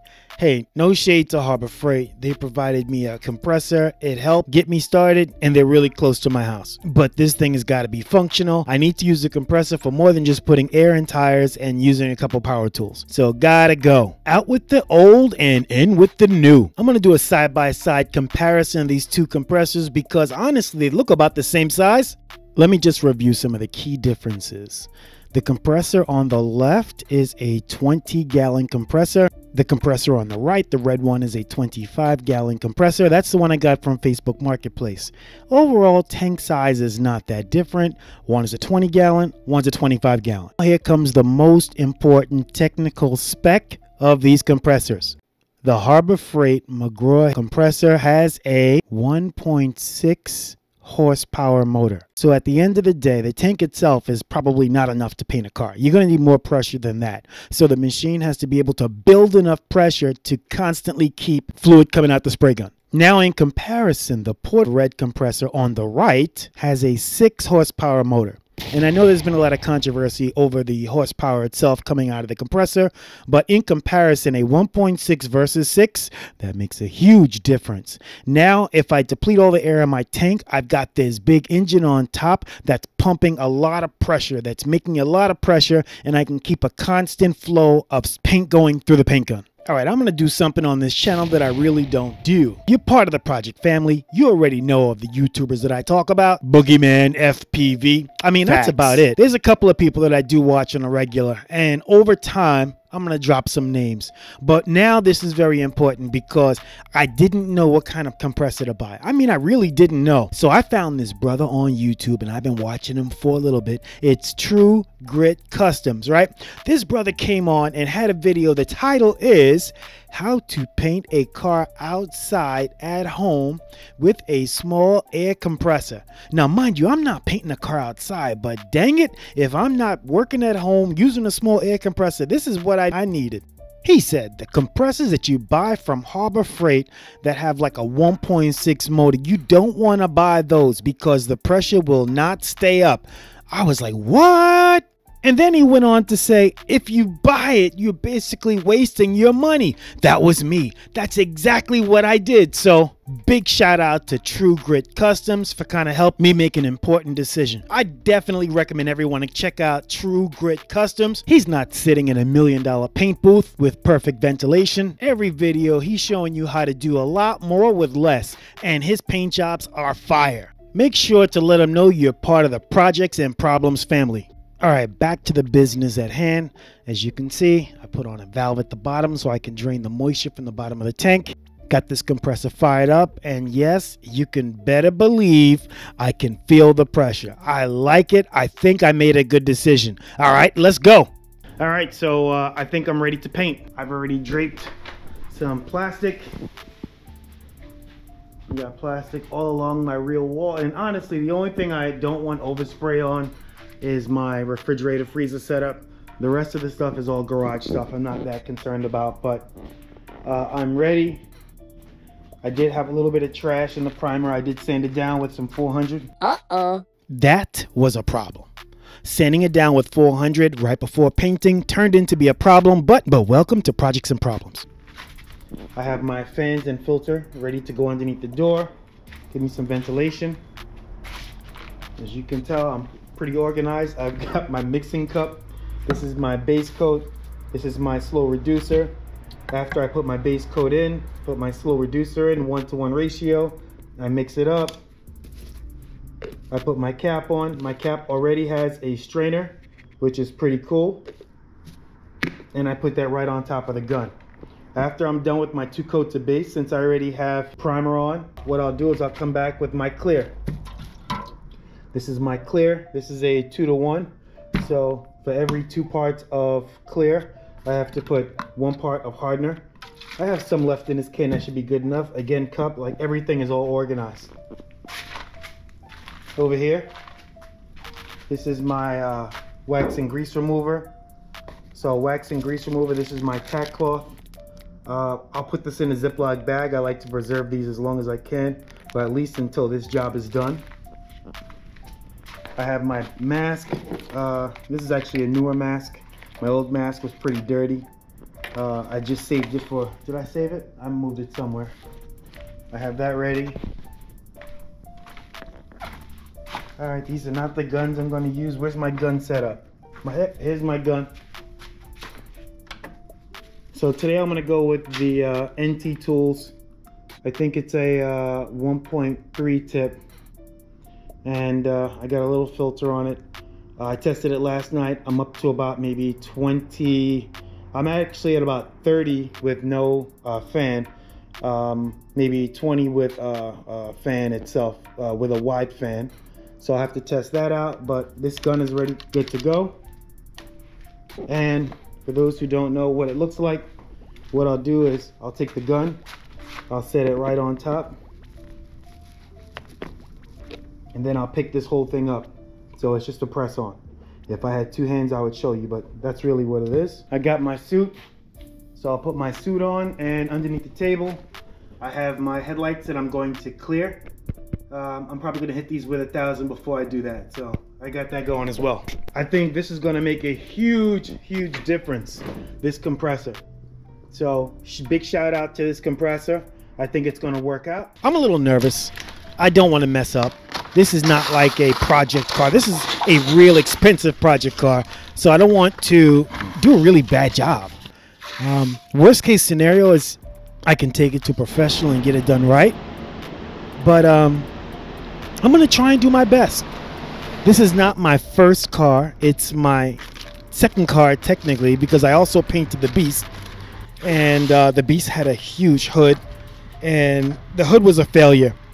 On that car, I technically painted it twice because I had striping on the hood, like tiger striping, and I didn't like it, so I sanded it down, and I did it again.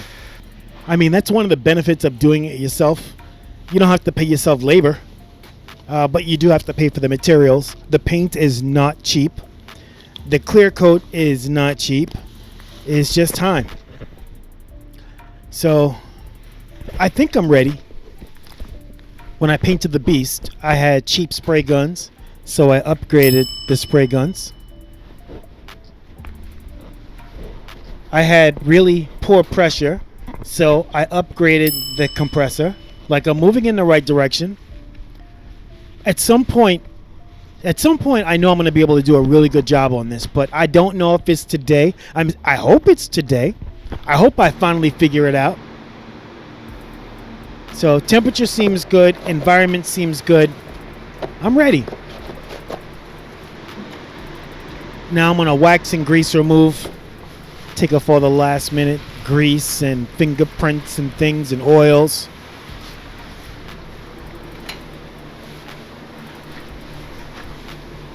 That looks nice and smooth. Did a pretty good job. If you remember my last video, I talked about making a mistake in hitting these pieces with 400 grit sandpaper. Yeah, that was a mistake. I should have gone up to a better grit, like a 600, and did a little bit more job in preparing the surface because it showed. Time to mix the magic. There were 2 different grades of paint available through this one paint supplier. So I had them mix me up the most expensive one. I think it's, you know what, I'm planning for good success. So, yep, I got the best paint, got the best products. I'm only going to do this once, right? And I'm going to do it right. That's the plan. I don't plan to fail. So now I'm just pouring in a reducer. Basically, it kind of thins the paint and also helps the paint cure. Does it help the paint cure? I think it does. Let's put the cap on. Load it in the gun. Don't forget about your mask.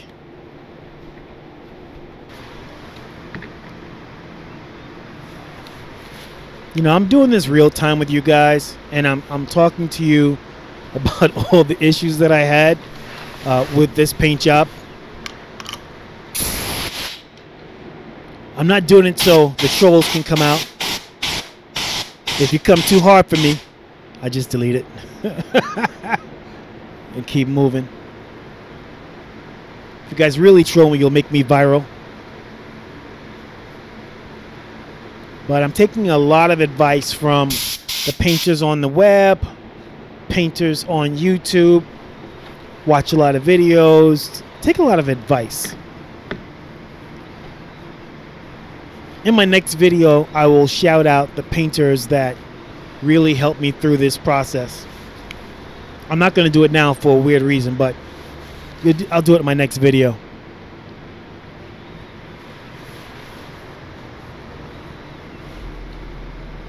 So in the grand scheme of paint guns, my gun might cost $40, whereas the real guns might cost $500 to $800, even more. Real guns, better quality, craftsmanship, a better atomization, can spray better. Of course. But I've watched some videos, and there's some cats on YouTube that use these, I don't want to call them knockoff guns, but affordable guns. And they use small compressors, and man, they just killing it. I don't know, maybe it was a camera trick, and they use a real nice paint gun and had me thinking it was one of the smaller guns, or I'm thinking that they're using a small compressor. Meanwhile, they're plugged up to a big 1,000-gallon machine, you know? So here I am mixing the paint. I actually had to pour it from one cup to the next. I had a little problem with that other paint cup. Wasted material.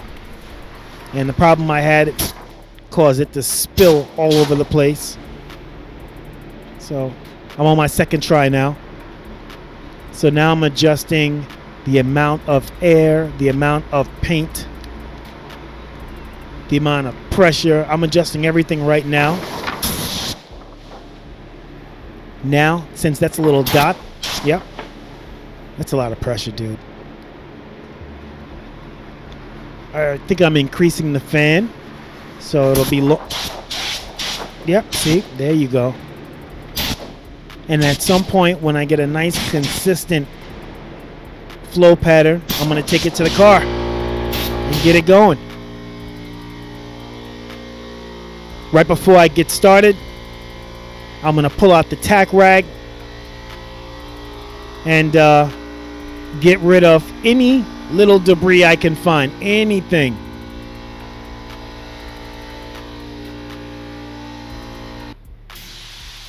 All right. Mistake number one. I'm starting away from me. I should start on my side of the hood.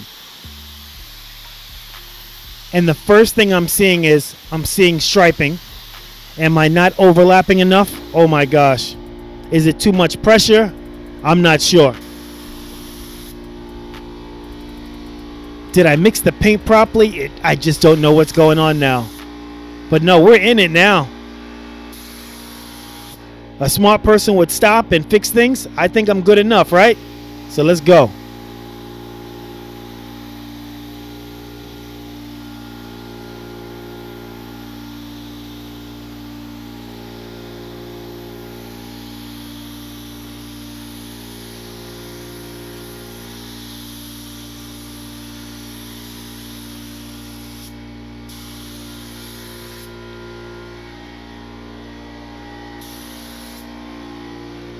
Okay, not severe striping, but I do see some stripes. All right, I think I'm still gonna. Am I move? Oh, is that water? Oh, come on, man. Are you serious? I got moisture coming through the gun. Oh, that's gonna hurt. I have to stop.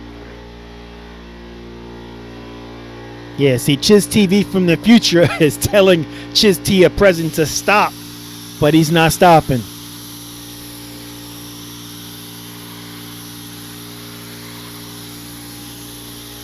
He is not stopping. He's dedicated. You know, sometimes when you start walking across the street and you commit, well, that's what I just did. I committed to this job. After all those days of preparation, oh, we are going to paint a car today.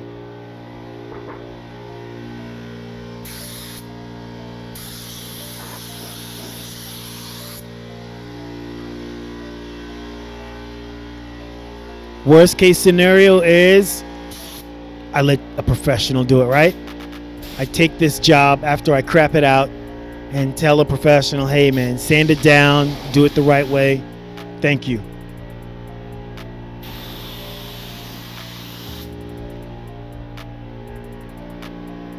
Here I am messing up another pair of glasses. I'm getting little paint spray all over my glasses.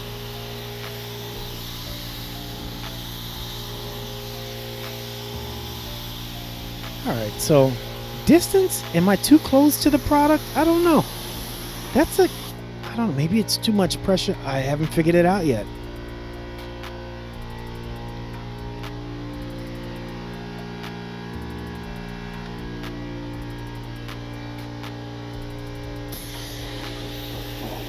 Well, I'm letting you all experience this with me. This is not a professional job. When I say professional, I can't charge anybody money for this job. Sometimes you turn a hobby into a business. Yeah, I'm not even there yet. Not even saying that's my intent. I'm just trying to get good at what I do. And so far, okay, the fenders, I'm not hating the fenders. I'm a little disappointed in the hood because I got the moisture droplets that came through.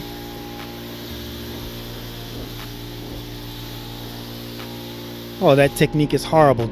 Horrible. I need more light. I might install some better lighting. Not better, but additional lighting. I need more lighting in that side of the garage, of course.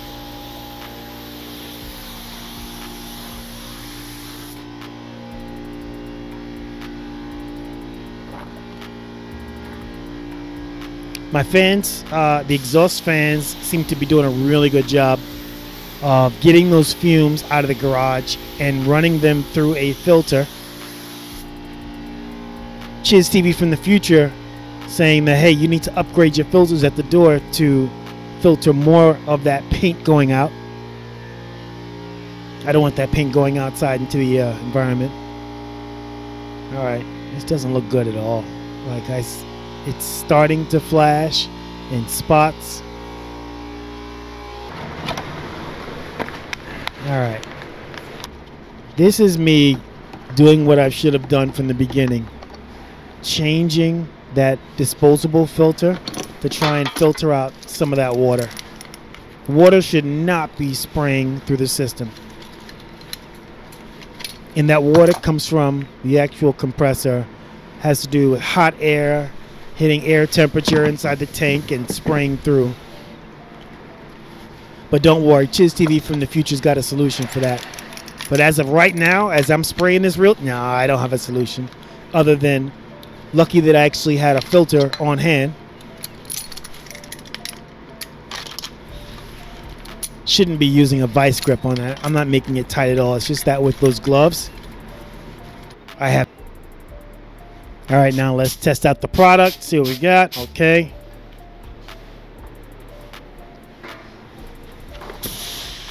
Okay. Interesting.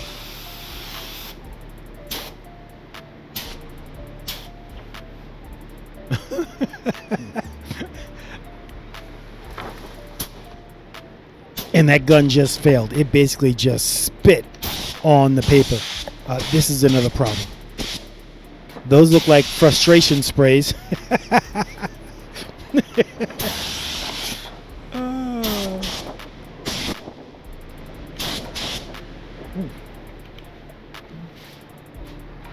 All right, Chiz TV present thinks that's good. No, not yet. He needs.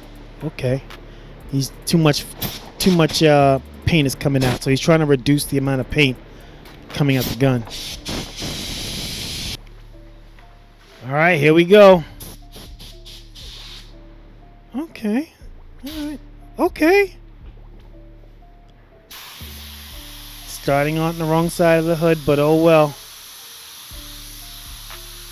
He is overlapping. I'm talking about myself, so I am overlapping. Technique looks pretty decent.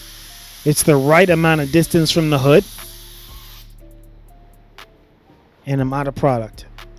There's no paint in there. Ugh. I see spots. Oh my gosh. What am I going to do? First things first, let's get some more paint.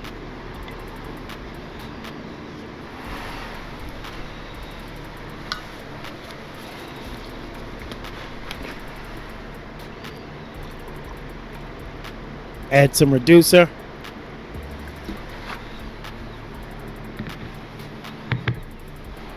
This is probably going to be a long video. If I'm lucky, everyone will stop watching like you normally do after the first 3 or 4 minutes, and no one will get to really see this catastrophe of a paint job. Oh my gosh.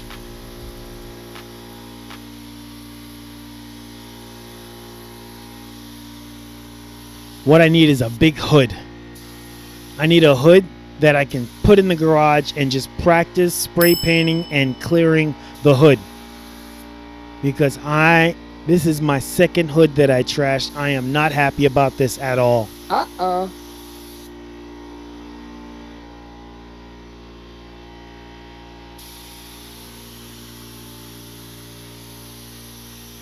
Fenders are not that bad. Fenders are actually pretty good.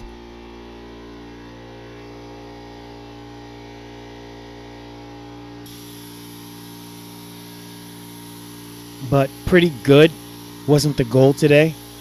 The goal today was fabulous and perfect, and that is just horrible. Now I'm just messing up the fender.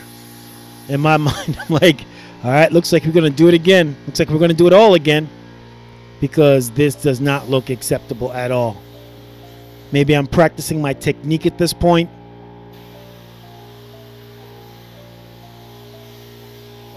Yeah, I need fenders in the garage. I need hoods in the garage just so I can practice. That's the only way you're going to get good at this, is practicing, because I kid you not, although I am so disappointed in the outcome of the hood, it's much better than what I did with my original project, the Beast. So it is better, but I'm not there yet. Like, this looks like the paint wasn't mixed properly. It looks like I used a different color rattle can, like 2 different coats of paint. Like, this isn't good.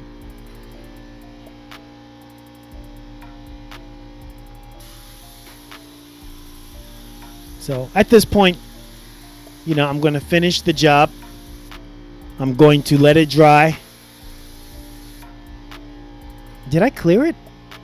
I did clear it because I needed to practice my clear coat, adjusting the gun for the clear coat. Again, this is the first time that I used this particular gun, the golden gun.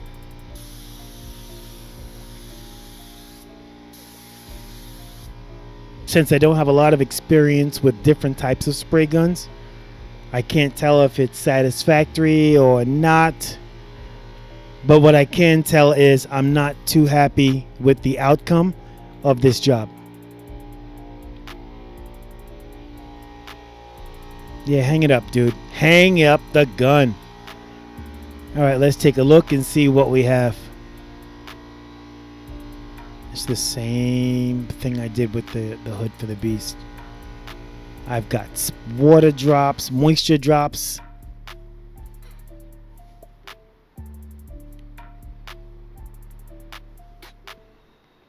My fenders look discolored. It's like it's not even uniform color paint. And I know I mixed the paint.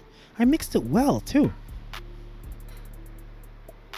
Maybe it's a reaction between the paint and the reduced, like oil and water not mixing. I don't know, but Project Fam, this wasn't the objective. I don't know. I don't know what I'm gonna do from here. That's a fingerprint. I wonder how that got there. That's a little bit of trash. I'm gonna try and sand that out right on top. That's just an imperfection. Fans are doing their job. Well, well, well. Here we go looking at this product. Oh, that's crap. Yes, yes, yes. That's the hood. It just looks bad. Oh, let's see what else we have. We have the fenders. Not offensive. Not great. I can see the paint. Look at the dent. That dent needs to come out. Oh boy. All right, look at the other fender. Reminds me of a motorcycle gas tank. The shape of the fender. And the front bumper. So I wasn't really upset about the front bumper. It did seem as though it wasn't thoroughly mixed. It was metallic and I saw streaks. Like, it didn't look that great. Now this is what I like. This is what stands out. So I put a clear coat on both of the headlamps, and these came out fantastic. I'm very happy about that.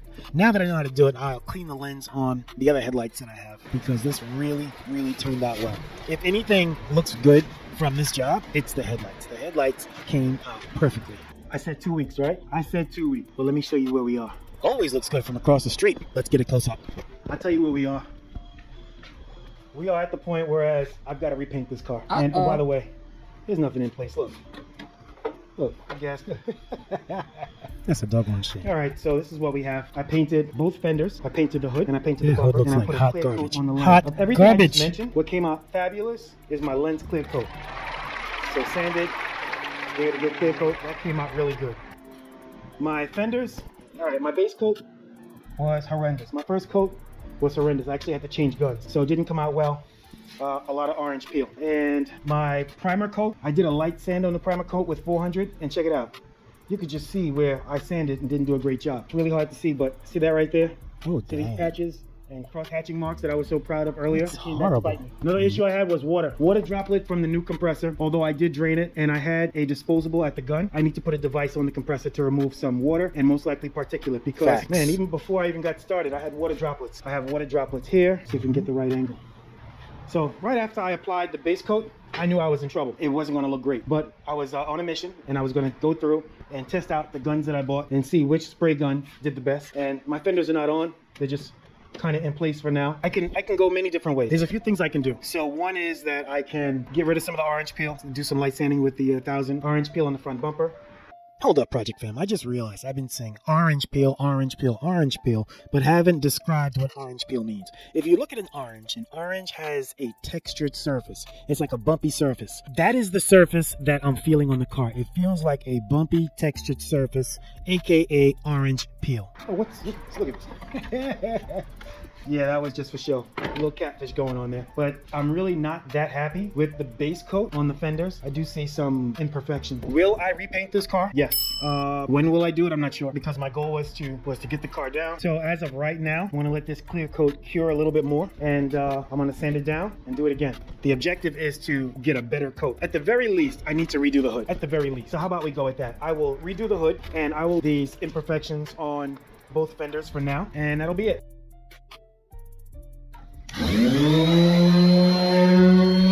It's time to get this ugly paint off this car.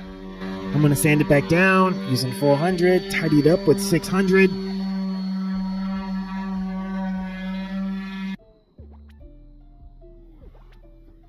So I decided to put some filler in some of the dents that I had, kind of clean it up a little bit.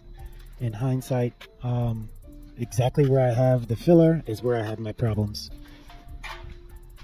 So I'm getting close to getting like a perfect product. I'm getting close. All right, here we go. Fenders, my little fan by the door, exhaust fan over there. I did upgrade some filters by the door. These are pleated filters as opposed to better quality filter. There we go. So hood looks. My cousin was a baker for years, and one thing I remember he said is, if you want to know how your pastry or your cookie or your cake is going to taste, taste the batter. You taste the batter. If you taste the batter and the batter tastes good, then you should have a good product. If it tastes horrible, then guess what? After you bake it, it's not going to get any better. You're still going to have a horrible product. When it comes to preparing these panels, hoods, fender, bumpers for paint, if you look at it right before you put the base coat on and it doesn't look good, chances are you're not going to have a good product. If you got a hole before you put the base coat in, you will have a hole after base coat. If your surface feels rough before your base coat, then guess what? It's going to be rough after your base coat as well. Big shout out to my cousin, the baker. Good. That's good. I upgraded. Put a filtration device over here. Bingo. Little filter. That was huge. That's it. We should be good to go. So I'm going to shoot the bumpers with this. That gun is fire. It's nice and heavy. It's not plastic. That feels like real hardware. I'm going to say I did a really good job. Look at the bumpers. Look at the base coat on these bumpers. This is metallic. This looks flawless. This looks perfect. Base coat looks good. Done, done, done. Let's go check out the hood. Frunk. Not bad. Not perfect. Not bad. Now I see all the imperfections right there. Oh, I got some imperfections over there. That's not with the base coat. That's all with prep. That's on me. It's all on me, but that's definitely on me. That's with the prep. Wrinkling. Not exactly sure what that is. Again, could be prep. Hey, Project Fam. Forgive me in advance. I'm about to vent. Oh, hey, Project Fam. If you think that you're going to watch a YouTube video on how to paint a car and how to set up your paint gun and how to do all this, and you're going to come out with a good product or a flawless product, it's not going to happen. Not going to happen. These guys have 20 years plus of experience. There's no way you're going to watch a 30-minute video and be able to duplicate their success that they've learned over 20 years. Nope. They've learned so much. Yep. They got different tools. It's not going to happen. It's crazy. Stop trying to go out there and watch a video and paint a car. It's not going to work. It's not going to work. With that said, that's what I did. Whew. I painted a car. Now you might say, look at the gaps. Well, these fenders are not really on. It's just in place. I've got flaws. You know, just kind of going around showing the flaws. Number one, no blending. So there is a difference in color from the new panel to the old panel. This is me being impatient and touching the paint before it's done. So I've got my handprint. I should be able to sand that out. I used, look at this. I got the wrinkling on the edge. I've got wrinkling on this side. I've got wrinkling on this side. I got some wrinkling over there. This is because I used a spray primer and I was doing some spot treatments and I didn't give it a chance to cure properly. I know that's it. I've got dirt. I can get that out. This is another issue. I was doing some body work and I used a spray can, a rattle can to primer. And I thought I did a good job, but nope, I didn't. Nope. Is it acceptable? Nope. Absolutely. What? It is absolutely acceptable. No, it's not. Is it a showroom job? No, it's not. I hope not. The hood looks beautiful. It's got a nice coat. At some point, obviously, I'm going to do it all again. Just not now. Right now, I want to get this in the shop and get it on the road. Put it in the shop so I can take care of this rollover support. You get a decent product. Is it a product where you could charge someone money? Probably not. Absolutely not. You're not going to charge anyone money for this.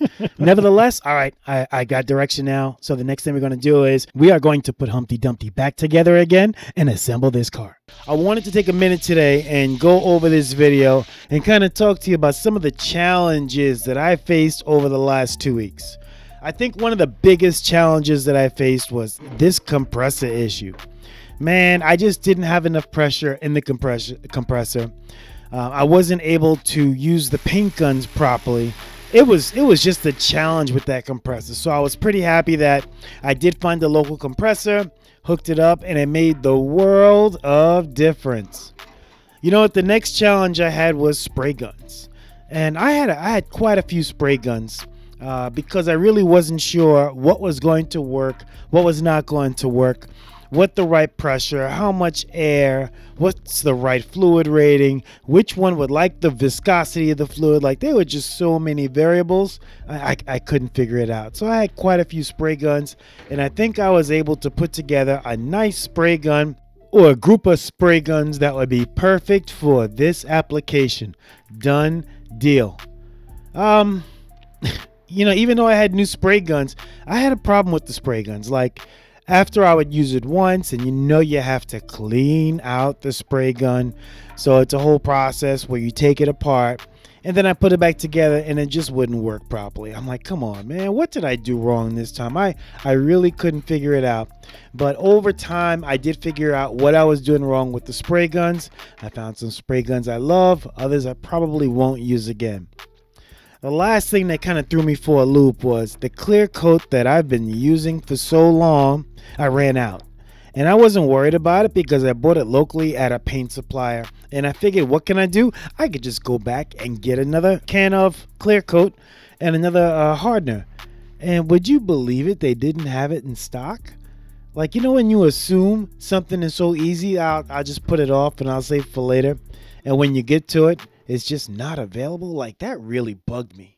So I wound up using a substitute. I think it did okay, but I made sure that's not going to happen again, because I went and I mail ordered the proper clear coat.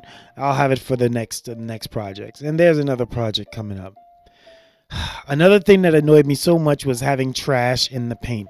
So when you're spray painting and you get a speck of dust and you basically coat the dust with paint, it's difficult to get rid of that speck of dust that you already coated. So I had a lot of trash in the paint. Had to do with the environment in the garage. Probably had to do with using a new compressor and some dirt in the lines. Like, there were a lot of variables, but I managed to keep it to a minimum and was able to put together a product and paint it. Crazy issue I had was moisture and water droplets. So the compressor, you get a lot of heat in the compressor and it condenses in the line, and that moisture will come through the line as like a fine mist, and that mist is a problem in the paint. So early on, you know, even when I first started, I started getting moisture in the paint. So I had to go and I had to buy a filter that would kind of filter out some of that moisture and some particulate. I had a filter right downstream of the compressor. I put another filter right in front of the gun, and that seemed to work out. I think I found the right combination of filters, so I won't have any issues like that again. And then as I'm spray painting, as I'm painting the hood, Butterfingers dropped the spray gun. So the spray gun slips out of my hand and messes up the hood. So at that point, I knew like the hood was done. I knew I would have to do it all over again. Not a big deal. So it was all about practice. But you know, when you're trying to put together a perfect product and you do everything right, and you get to a point and you just make a little mistake and it messes everything up. Yeah, well, that was me. It was annoying, but I worked through it. Wasn't a perfect paint job, and it's still not a perfect paint job. Like, I had some wrinkling on the hood. It didn't look great. And I've said either I'm going to repaint this car again, and you know, after I do some practice and paint some of the other projects I have, or I'm just going to put it in the shop and let my body guy do it. It's really bad when you have a painter or a body guy on speed dial, but I have a lot of cars and it's good to know people. So that's probably what I'll do. I just love the way that sounds. Oh, this thing is really purring. It sounds so nice. The way the car is kind of wider in the rear. Car has definite hips, kind of pokes out, looks really, really nice. These are very rare rims. I know I just totally changed the subject. I was talking about 9 problems that I had with this paint job, and then I just saw the car and I got totally distracted. Yeah, I need a hood emblem. I'll take care of that at some point. That's going to be obviously one of the last things I do. There's that rollover support. It's still getting on my nerves, but I think I have a plan to get rid of it. As a matter of fact, the plan to fix the rollover support is in the works. I ordered something that might work. you know, stay tuned in the next couple of videos and we'll see how that worked out. But these rims, these wheels are so rare. I don't see wheels like that often. I have a beat on some other rare wheels that I might just buy and kind of resell. Yeah, that's a problem in the paint. It almost looks like a ghosting image in the paint, which is pretty cool. But the crazy thing is now I know like all my mistakes. I know what I did wrong. So in a perfect world, I should be able to have like a perfect paint job. And I think I'm almost there. So I'm going to practice on a couple more of my cars. I'm going to practice on the Beast. I'm going to redo the hood and front bumper. I'm going to practice on the Accord with my boys drive. I'm going to redo the rear bumper there. And I think by the time I'm finished all that, that actually looks pretty cool. The way it's kind of like, I don't even know how to say it. It almost looks like it's a hand finish at the bottom. I do like that. That bumper was really hard to get smooth, but it looks okay. I was gonna say something. I'm pulling it back. Yeah, license plate. I'm not sure if I'm gonna put it on the front or kind of put it in the tow hook. I haven't figured that out yet. Side mirrors look great.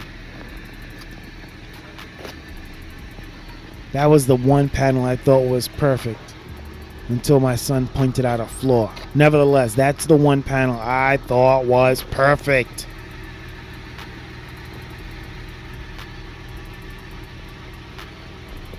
So I had two cans of paint mixed up, and I wonder if both cans are the same shade, the same hue.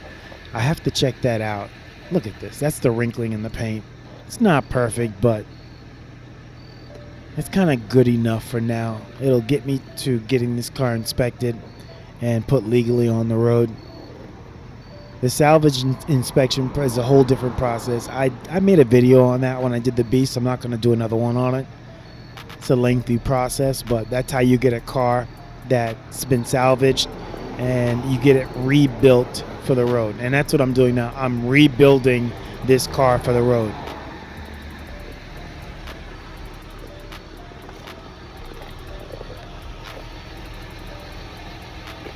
What color are the mirrors?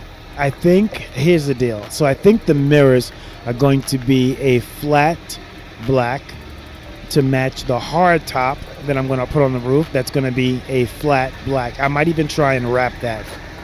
If not painting, just wrapping it. That car is begging to be driven. Sounds awesome. I didn't realize how loud it was, but it's pretty loud. 4S. It's obviously a sport model, and the 4 means it's all-wheel drive.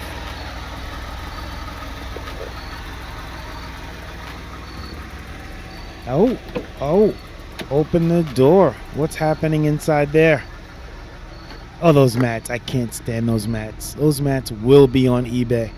I'm going to clean them and put them on eBay and sell them to someone else.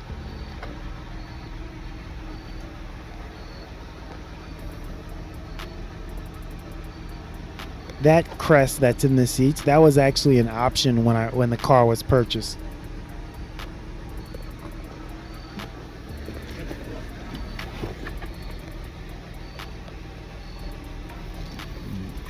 One of the last things I'll probably do is sort out my my radio.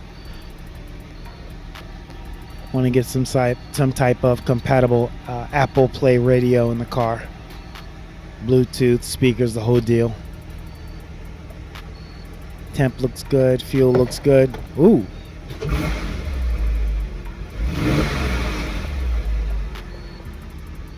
I don't think I've gotten that car out of third gear already. It's a manual transmission. 6-speed forward, 1-speed reverse. So technically it's 7-speed. And what did I find? Oh boy. I found a set of OEM hollow spoke turbo twists. Yo, these are rare. Very rare. They're in great condition. I'm still not sure what I'm going to do with it. I'd love to keep it. Paint them black. Sorry, enthusiasts. paint them black and put some snows on them. I love to do that. I'm torn because on my current rims, I thought about putting all seasons on those. Like, I'm not sure, but I knew this was a deal I couldn't pass up.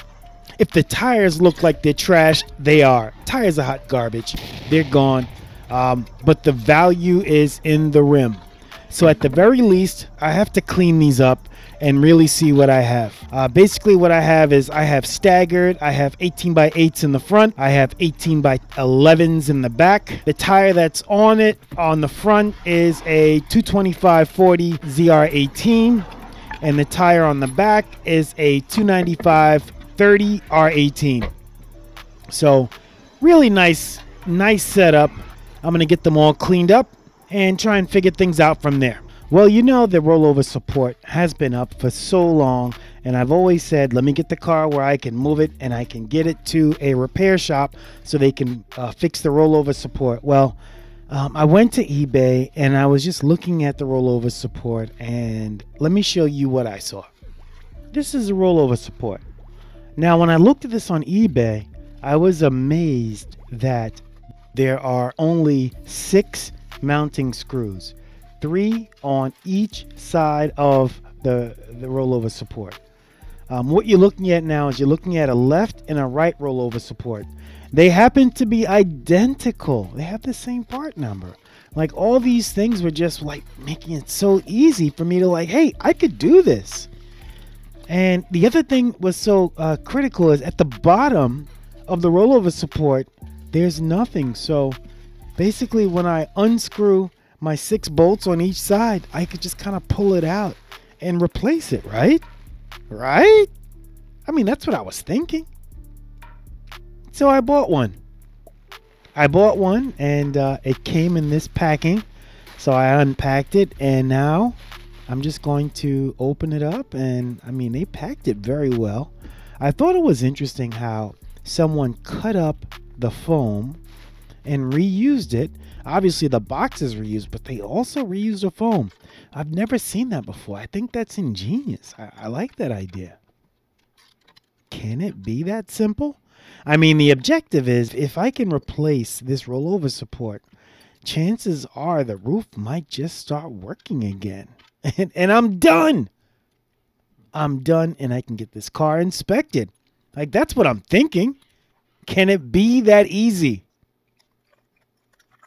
I don't know. Well, let me get started unbolting the existing rollover support.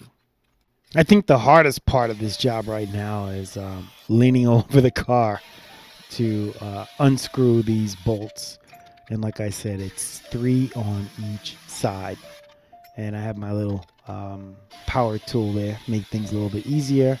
And the other thing I thought was interesting is I'm using this short handle ratchet, and I thought it would be a little bit more torque needed to break those bolts. Nope, wasn't even that strong, which tells me I don't have to torque them down crazily. It wasn't that tight. So even if I'm able to fix this without going to either a dealership or independent shop, I would still have everything checked out, kind of like I did the Beast. After I finished the Beast, I took it to the dealership and let them do it once over. Something as simple as, hey, there was a line for the power steering underneath the car and it was loose. And they tightened that up for me. It wasn't free, but it gives me peace of mind. And since I am kind of working with the safety rollover support, I will get this checked out to make sure that everything is good. And I will talk to them about the bolt and make sure everything is torqued down the way it should be. Now, by the way, I decided to put on my headlamp. So there's your spotlight. Wanted to make sure that you could see what I'm doing. So that last bolt was pretty difficult to get to with just a standard extension. So I had to use my universal, kind of bend, and it made it very easy for me to get to that bottom bolt. After I removed all 6 bolts, 3 on each side, it was just a matter of me maneuvering the rollover support through that little opening, or kind of tilting it to the side. But to be safe, I removed the connectors that was in the middle. You know, I didn't want to break any wires or anything, so I removed it, and it kind of made it easier for me to And after the connectors are moved, it was pretty easy just to kind of snake this thing out. Didn't want to break any plastic because plastic is so brittle. I mean, it snaps so easy. Cars like this, you'd be breaking plastic left and right. By the way, I did order some plastic JB Weld. Thank you so much to the subscriber who gave me a heads up on that. He gave me a reference to JB Weld and another product. Yep, his name is Mark, and he gave me a heads up on JB Weld that had like a UV light and another product called Bondic. Well, I ordered some Bondic. It's on the way. I love it when I get useful advice from subscribers, though. I feel as though I can do this without breaking anything. Just squeezing it. Let me try and wiggle it. Oops. I guess I better mute myself. Yep. Choose parts because I don't want to break anything. Yeah, it's not going to squeeze through the top. Maybe if I depress it and I make it a little short. Oh. There we go. That's what I'm talking about. And look at all the little broken plastic pieces. Look at that. That's it. I can't believe it. That's how simple it was. Throw that next to my shoes. Get out of there. And just look at all the little plastic, the black plastic that was broken down there. So I'll clean that out, plug in the new one. That's the electrical connector in the back. And since this one is already collapsed, it's a little easier to get in without breaking any of the plastic trim pieces. That's it. That's it. Come on. Oh. I just wanted to show you how difficult it was to get this in. That's it. That's it. Now that it's in, let's put the bolts back in. Let's get everything tight with. Obviously, I'm going to use a ratchet. Get it really tight. All right, this is one of the moments we've all been waiting for. Come on, Carl. All right, let's get started. I am going to close the top. And everything's going to work perfectly. There you go. Press it and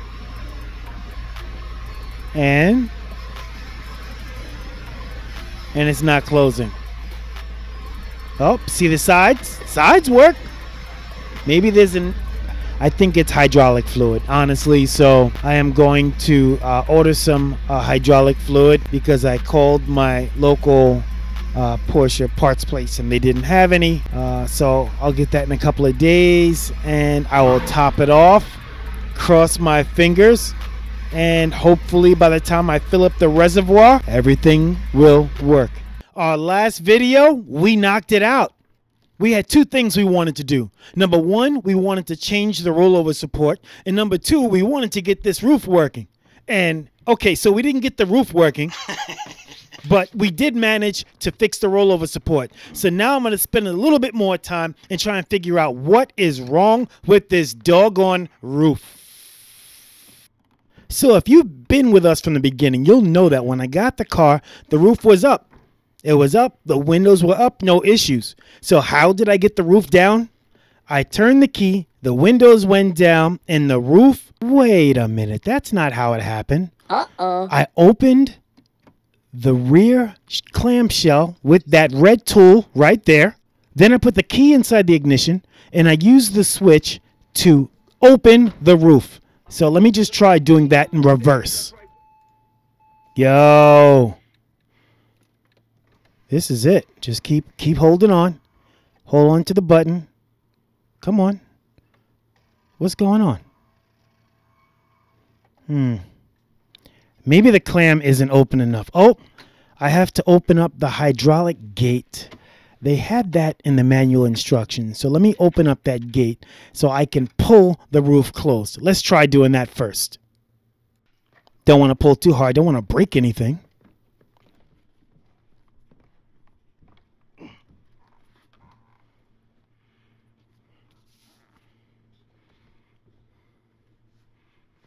You guys are in it just like I am, trying to figure this out. I don't even know how this roof thing works yet. It's a mechanism that I haven't figured out. In my last video, I alluded to the fact that maybe it was low on hydraulic fluid. So I have to take off that rear cover in order to find out if it's low in hydraulic fluid. That's what I'm doing right now. Some odd 30 minutes later, I managed to get the cover off. Upon examination, I realize that it is not low in hydraulic fluid and it's not leaking fluid anywhere in the trunk area. I'm back to square one. Back to square one. So if that's not it, what could it be? All right, so with the clam open, right? Open. Okay. All right. Okay. Okay. It works. I knew it works, but I want it to work consistently. The wings close on the side. Okay. But that rear clam is not moving. See that little... Okay, let's close it again. Oh, it's losing power. I know you all have your idea right now of what the problem is. Obviously, I know what the problem is because I recorded this earlier, but I couldn't figure it out at the time. Why is this thing not going up?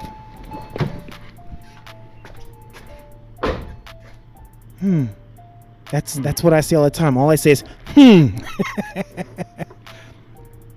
right, let me try putting the key in the door and closing it that way. All right. That clam should go down. Nope. All right, I'm closing the roof and I get no power. Oops, that scared me. I get no power. Oh, wait a minute. All right.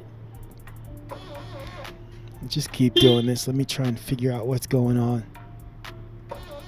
I keep turning the key, closing it, and obviously the car's alarming itself. Beep. No? There you go. Something's not right. I just can't figure it out. Now, I'm only, 5 minutes into this video, but I guarantee you I spent hours and hours of off-camera time trying to figure this out. I'm only giving you guys the highlights. Oh, in this case, it's not working, so maybe the lowlights. But this is all part of the process, and I enjoy this. This is the fun part of getting these cars to work. What is wrong with them, trying to figure them out. That top is looking a little raggedy. Okay. This thing is not going down for nothing. Check the terminals. No, it's not off. I mean, typically in an accident, either a terminal might get jarred or someone might, want to move the roof manually and they don't know how to do it, so they'll start taking things off when they don't know what they're doing. Now, that opened up pretty quickly. That was confident. I like that.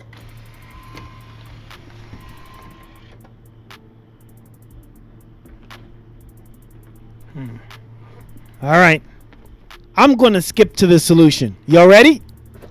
All right, here we go.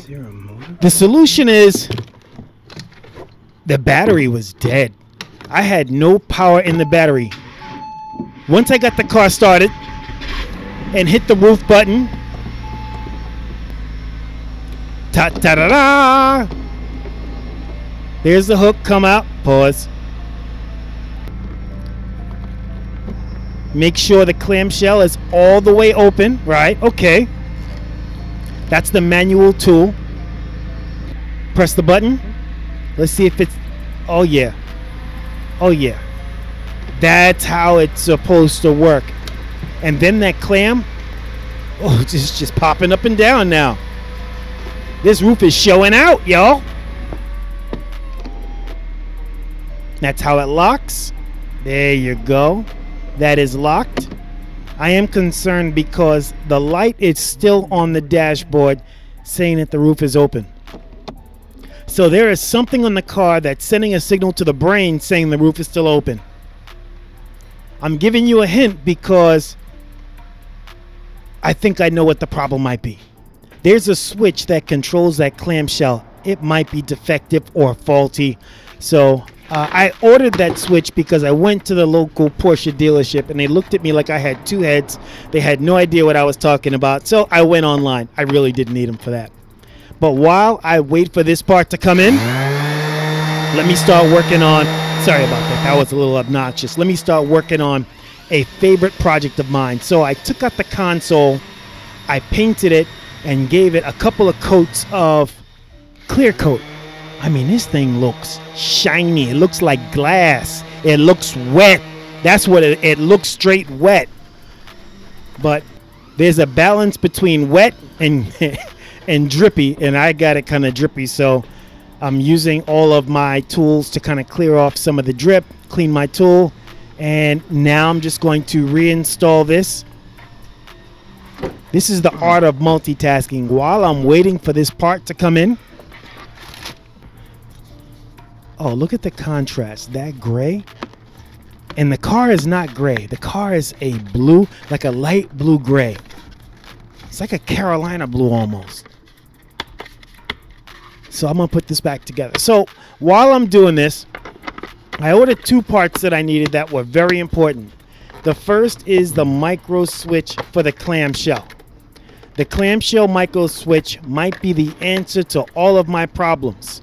The second thing oh wait, pause. If you ever take off that armrest, the key is pulling the cloth through the back using that tool right there. And once you pull it through with that tool, that little hook, you can put the pin in, all done. All right, so going back. The second part that I ordered in addition to that clamshell micro switch was a grommet for my windshield washer pump because it was leaking. Not a big deal, but I like to get rid of all the lights on the dashboard, and the fact that I could not hold windshield washer fluid for the windshield or the headlight washers, and the light kept coming on was a problem. So I ordered that grommet. I ordered the micro switch, but in the meantime, I realized that this console painted the body color of the car. That contrast, that little light blue section, that thing is really nice. I think that's probably one of my favorite parts of this whole transformation, is just painting that little console, giving it a few coats of clear coat, making it really shiny, and using that as a contrast in the center of the car. Like, I love that. Now I'm just putting everything back together. It's going to take about a week for that part to come in from the Porsche dealership. I'm okay with that. Adding this trim to the side of the handbrake.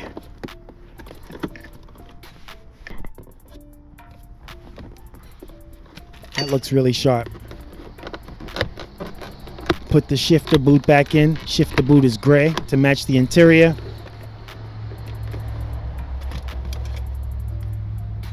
That's nice.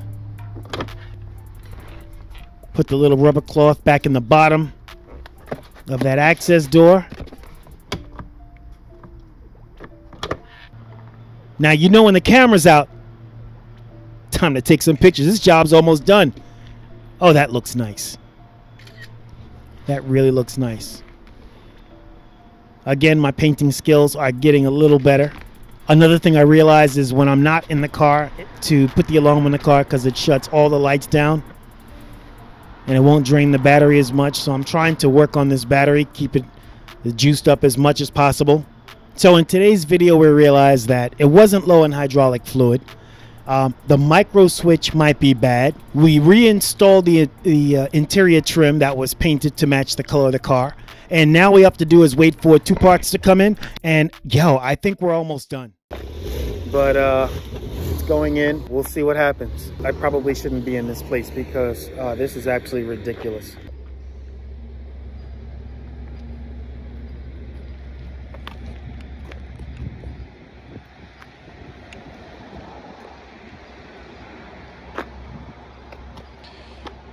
Yeah.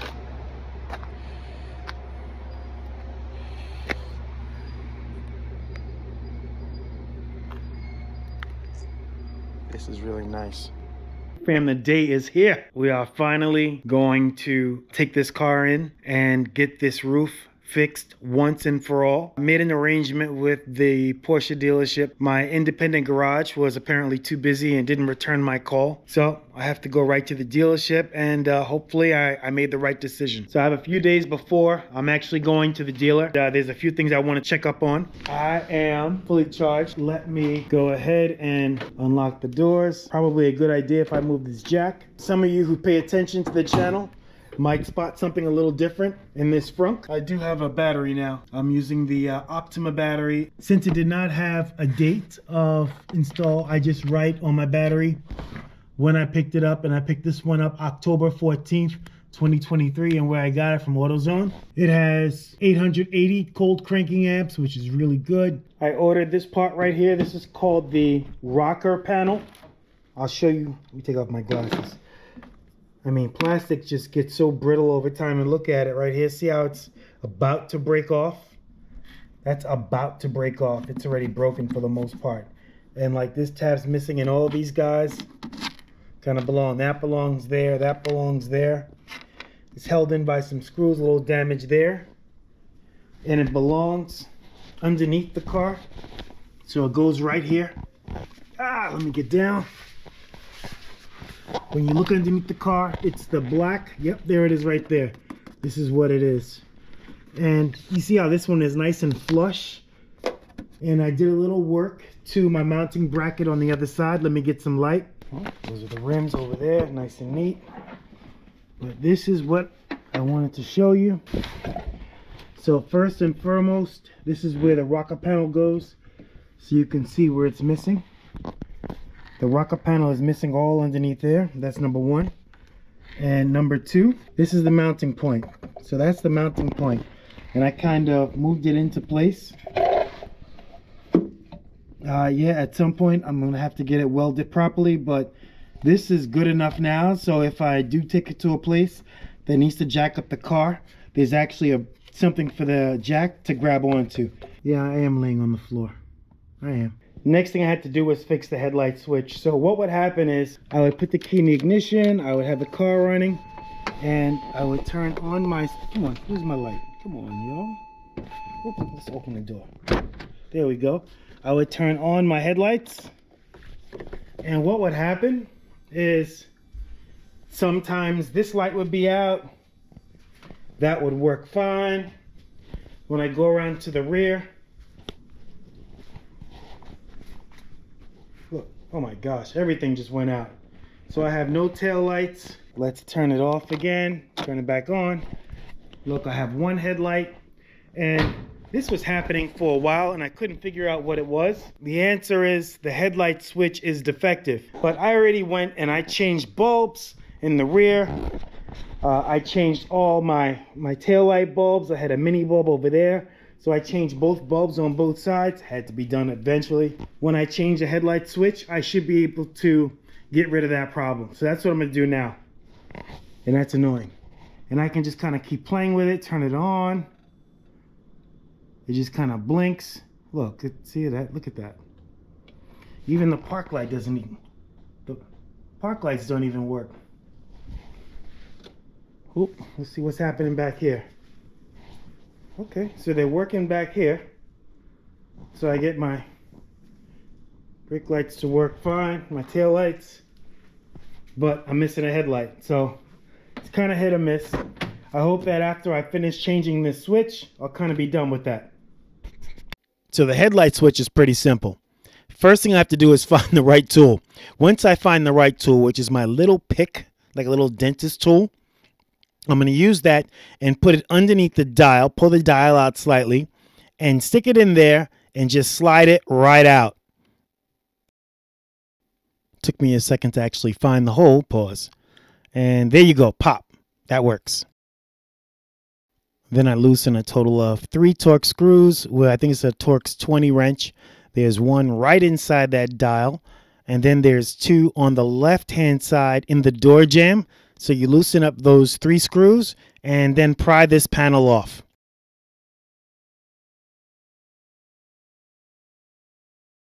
Little tricky, just take your time. Don't pull it too hard and kind of pull it towards the door.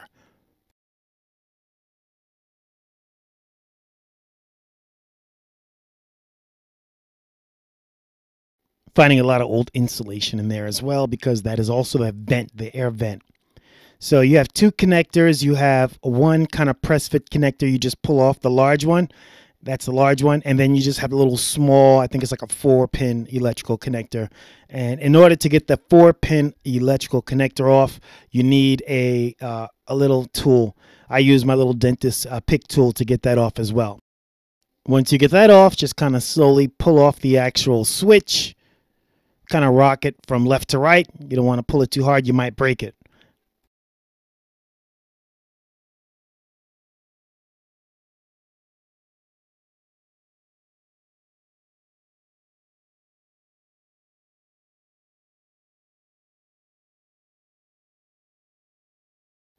Then on the actual switch, there's a large nut. I actually looked for a socket. Then I just went with a needle nose. And as I was turning it, I realized, man, this thing isn't on tight at all. So kind of loosen it up with the needle nose and back it off with my hand. Now on to probably one of the most difficult parts of this project was trying to get the actual switch off the housing, because I don't want to break it, and the tabs looked very flimsy. They look like the tabs need to be pulled up in order to get that switch out of the housing. So I just kind of took my time and got that out. But yeah, that was probably the most difficult part of this job.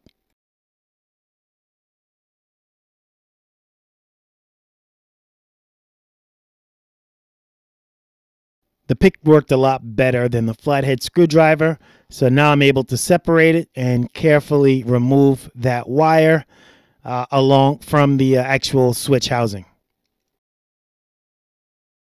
From the back, rotate the switch counterclockwise and it snaps right out. Grab the new switch. Compare it to the old switch. Make sure that all the mounting points are the same, all pins are the same. Very important. And just install the switch in reverse in the housing. It doesn't take more than 5-6 minutes. Now that everything is back together, we can just fit it inside the car. This was also a little challenging because after you put everything back together, you want to kind of feed it back into the area, and it has a vent at the top, switch goes to the bottom. You just want to make sure you don't kind of force it and make sure all your wires are clear.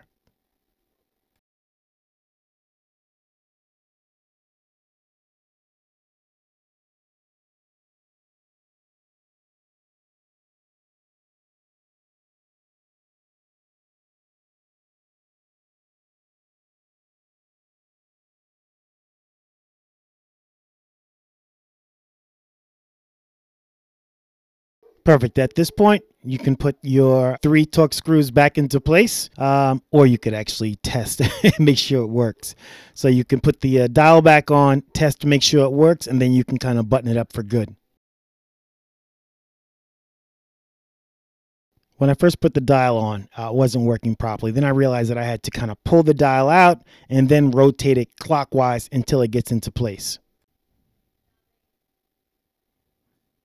Okay, there we go. Turn it on. Oop, let's get the key. Where's the key? Grab the key off the table. Put it in the switch. There we go. Let there be. Look at that. Taillights are working fine. I'm not going to test the brake light this time. I already tested the brake light. And both headlights turned on fine. I'm going to switch it on and off a few times.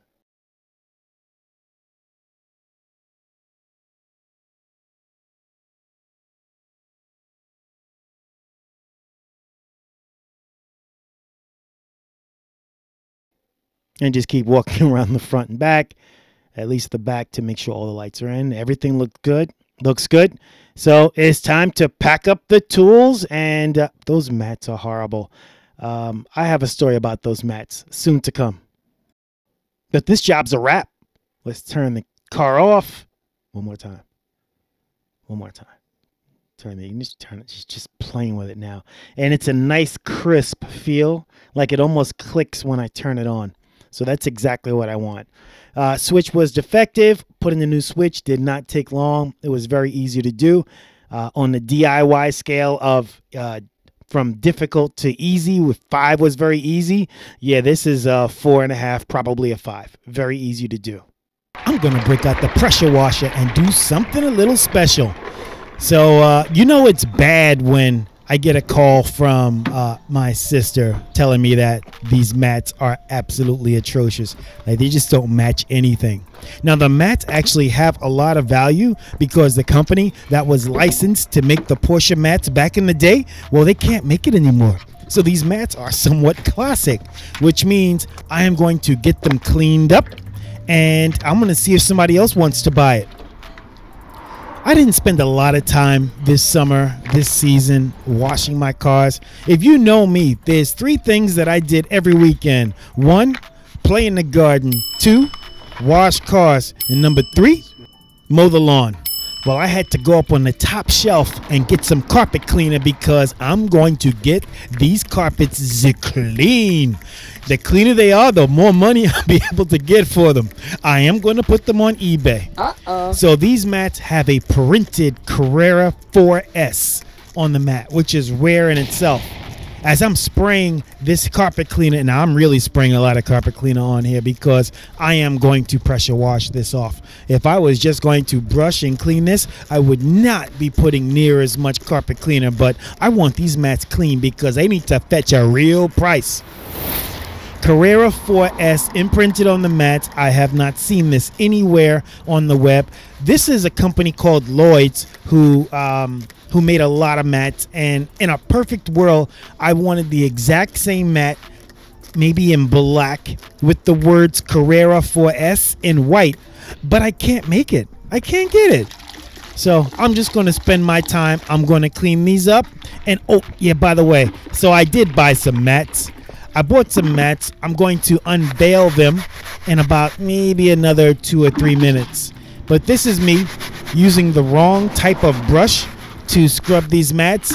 It really doesn't matter what kind of brush it is because this is a curved tire brush. As long as I'm able to agitate a lot of the dirt and I can pressure wash that dirt out of there. I mean, that's the most important thing.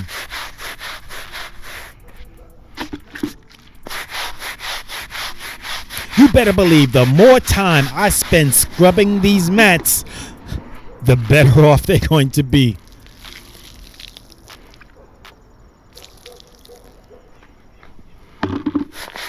That's right. Scrub-a-dub-dub. These mats are going to get a good price. And by the way, I went on the top shelf and I got my best carpet cleaner solution. Like, this carpet cleaner solution does a really good job of getting the dirtiest carpets clean. Ho, ho, ho, ho, ho. Turn that down. Oh, that's just ridiculous. All right. Sorry about that, guys. So here we go. Take my time and pressure wash these mats. And full disclosure, this video was shot 2 weeks ago. As a matter of fact, this video was shot right before I bought the battery. So I bought a new battery because I got tired of trying to trickle charge a battery that just was shot and kind of couldn't be trickle charged anymore. So you can see there's the soap. As a matter of fact, let's get it close up. It's been a long time since I actually did a cleaning video.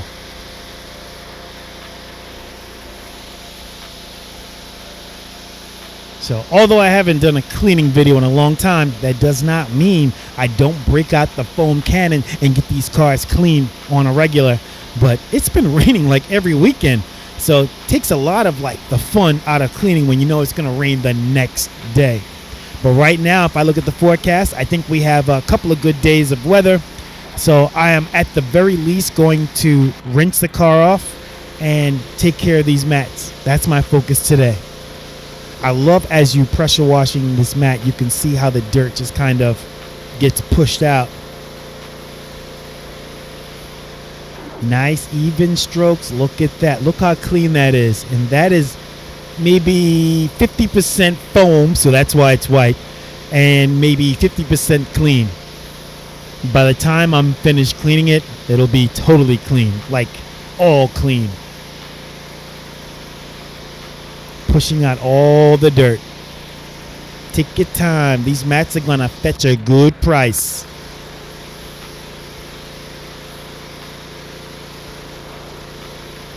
Especially around the stitching. This mat is actually in very good shape. Very good shape. Look at it. That's clean.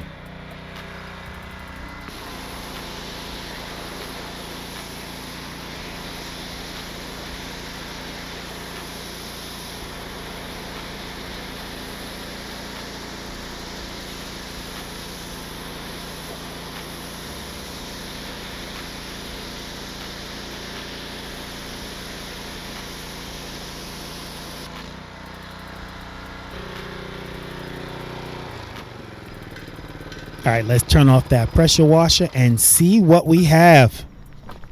Oh boy, I'm breaking out the mats. These are the mats that I found. They look awesome. So I know I said that I wanted Carrera 4S to be imprinted in the mats. Well, I didn't find that, but what I did find was mats that actually had Porsche 911. Yeah, this is packaged really nicely. Porsche 911 printed. So here I am unwrapping these mats, and I am going to possibly wash. That looks, oh, that's a good quality. That's a good quality mat. So why am I smelling the mat? I don't know. Looks really good. And as I put it down, I realize there's a problem. The problem is the mats on the right are different shapes. So that mat to the far right is the passenger mat. And that little indentation you see on the top mat, well, it doesn't exist on the bottom. That is the indentation for Bose stereo option that I have on the car. Obviously, I didn't know that before, but as you can tell, man, I'm so pissed because it's very rare to find these mats. And again, this is also made by that company, Lloyd's, that is no longer licensed to print Porsche mats again. So what am I going to do? Either I keep the mat or do I cut it? Like, I have no idea what I'm going to do at this moment. All I know is that I'm really pissed because I thought I found the perfect mat to replace the ugly mats. All right, I got a plan.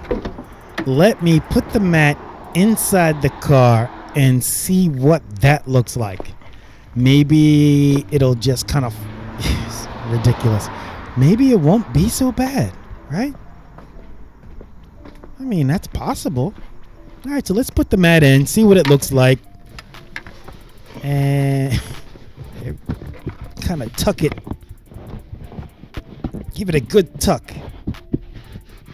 And okay, all right. Let me just double check and make sure that the driver's side mat, which has the right shape, let's see how that looks.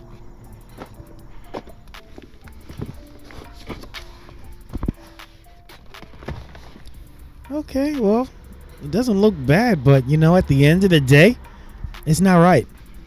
It's not right. I gotta send it back. That's a shame because there's no others currently on the market just like it, and I have to send it back. I mean, could this day be any worse right now? Like, really? Oh, come on, battery. Are you serious? There's a couple of parts I'd like to put on today. One is that bottom rocker panel right there, and another is a secondary air pump. So the reason I need to replace the secondary air pump is when I start the car and it's cold, it just whines. It goes, yee, something like that. All right, so now I'm going to jack the car up so we can get this side rocker panel in place.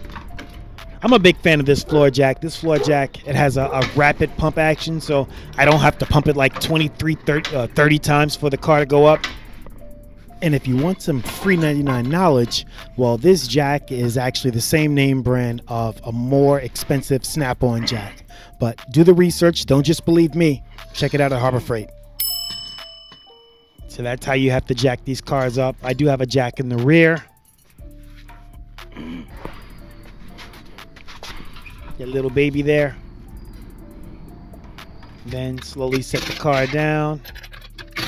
I could have turned the volume down on the drill, but I kind of like the way it sounds.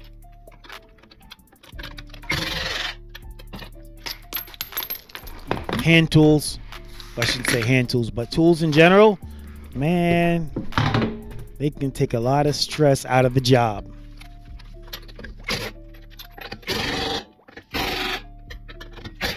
So if you didn't notice, a couple of those did not come off. So I need someone to step on the brake. So I have to call my brake assistant, which is my shop vac pole and that yellow bucket top. And now I push the seat up, and that's how I push on the brake. So the emergency brake normally is enough to kind of stop the rear. But in this case, I needed to apply the brakes because I needed to do that for the front and rear. Man, I'm showing y'all all my tips. So now I'm just preparing the rocker panel area. These are the inserts that I took out with the old rocker panel. It looks like it's supposed to maybe just hold the clip in place a little bit more so they don't move. So here I am. I tried to remove them as neatly as possible so I don't break them because, again, plastic. They're not brittle.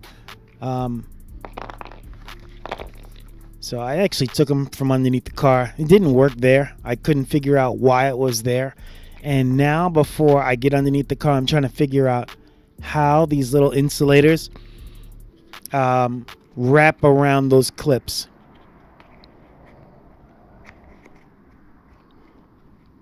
I'm giving you guys a little bit more of the projects and problems puzzle. You know, although these videos are like 8 to 9 minutes long, oh, I spent a lot more time than that. So here I am trying to figure out what happens with this clip inside.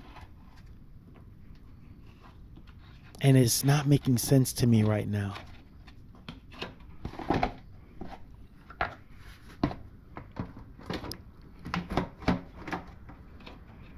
Yeah, it's just not working.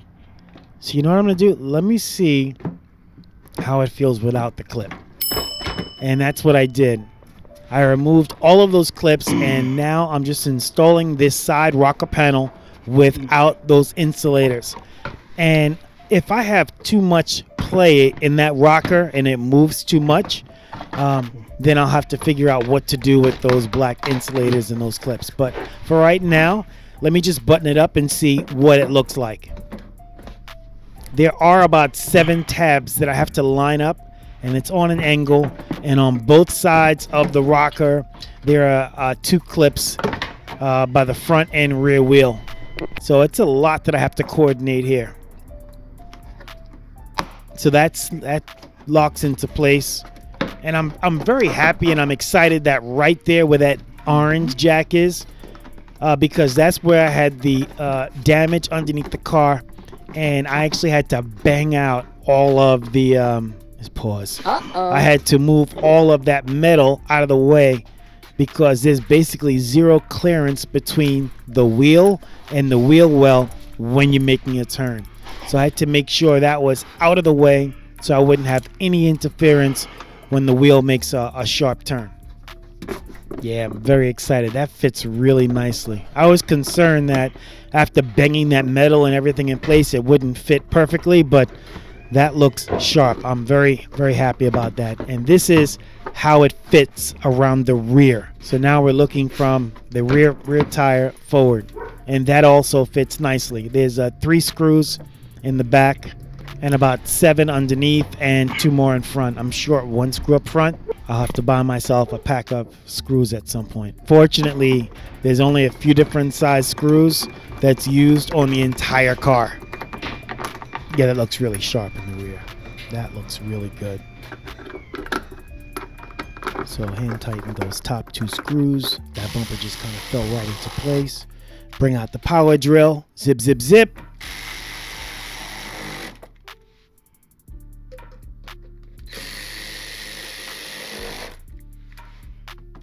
Makes my job a lot easier.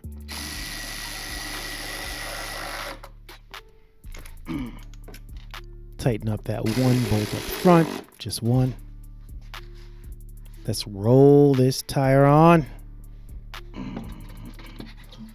I should have a stud in that tire to make the stud in the wheel to make that tire mounting a whole lot easier. And there's a whole bunch of dirt inside that nut area. I just keep seeing things to do. Like I watch videos of other YouTubers who are building cars, and I always see like their final video. It says something like, "Hey, we're done." I don't know if I'll ever be done. Like, when will I be done? Because I always feel as though there's something else.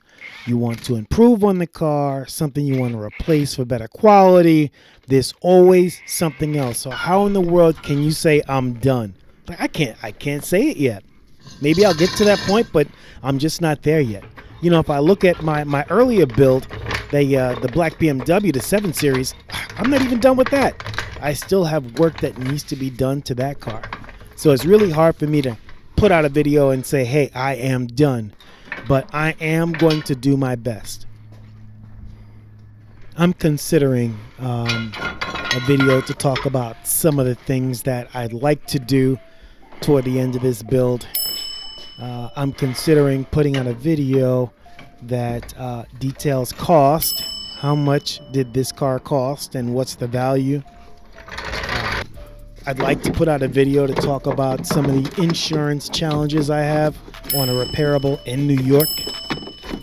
I'd also like to put out a video to talk about the whole process of taking a salvage car and rebuilding it and getting it a rebuilt title, because there's DMV involved, the insurance company is involved, state police for inspection is involved. Like there's a lot of things that need to be done. So it's hard, like I said, it's hard to say this is like my last video, final video, because I have so many things I'd like to do. I'd like to put in a GT3 shift kit. I'd like to change the shifter. That's one of the things. I'd like to put a radio in. Since I have the Bose, oh, sorry, let's pause. I have my secondary air pumps there, and I just compared the two. So I am ready to install the secondary air pump. Fortunately, it's like 3 to 6 bolts to install it around the rear of the car, the engine, so it's not too difficult. With the proper ratchet, extensions, and maybe even a swivel for one of the bolts, I mean, you're golden. So this wasn't too difficult. Like I said, the reason why I changed this is because upon startup, it squeals, which means some of the bearings are not spinning freely. Last thing I want to do is give this car a start, and hopefully it doesn't squeal.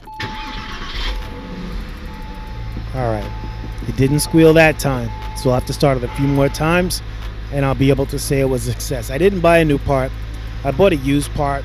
I could have actually bought someone else's problem, but I didn't. All right, let's play with the roof one last time. Car's running. Ooh, I love that. Clam closes. That's perfect. The windows will go up if I keep holding the button. There we go. I love that. All right, Project Fam, thank you so much for watching. Next video is coming, but I do want to show you something special. Hey, you see that? That is my New York State safety inspection. I got my sticker, y'all. With insurance on the car and this sticker, I should be able to drive to the testing site. So when we left off last, we weren't getting a tow because of the battery issue. We were getting a tow because I have an appointment to go to the Porsche dealership to fix the roof. I'll finally get the roof working. Took a few days, but she is back. Looking so sweet, sitting on the back of the tow truck. Hope that's the last time I see her up there. First things first, Porsche. All right, so the first thing we got to do is we got to change the battery. So the battery was changed. I put a really strong battery in, and since I have this new battery, I need to make sure that it stays charged. So when I'm in the garage and I'm not driving the car, you know, like I should be, I put a trickle charge on it to make sure that that battery stays charged all the time. So what I do is I plug it in, and I actually close the hood fully. I turn the alarm on, and that's how I'm able to keep the battery charged while I'm still working on the car. Here is the moment we've all been waiting for. Look at that clam open, the sides flip down, the roof will close. Yes, took it to the dealership, they took care of me. all done. Okay, I did say all done, but there's a few more things I got to do to the car. I got to jack it up, and what I want to do is put on that little rocker that goes underneath the well. But before I do that, let me open up my presents and show you the replacement mats. Now, these mats have no customization. These mats came right from the dealer. I don't love them, but what I really wanted, I could not get. So I'm going to use these instead. So, printed Porsche, but it's in black. It's black on black. I really wanted the letters in white or a light gray on black.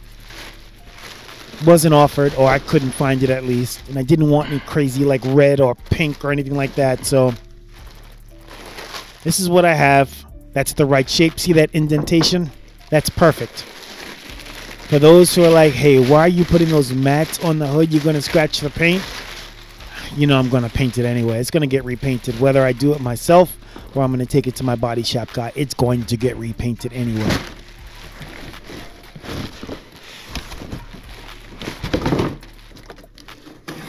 All right, what else do we have? This should be my rocker panel. I'm kind of happy I bought this rocker panel because plastic over time, when it weathers, it gets brittle. And even if I would have figured out how to put that rocker panel in, all of those clips were like broken or about to break. So now I have a rocker panel that's got fresh clips.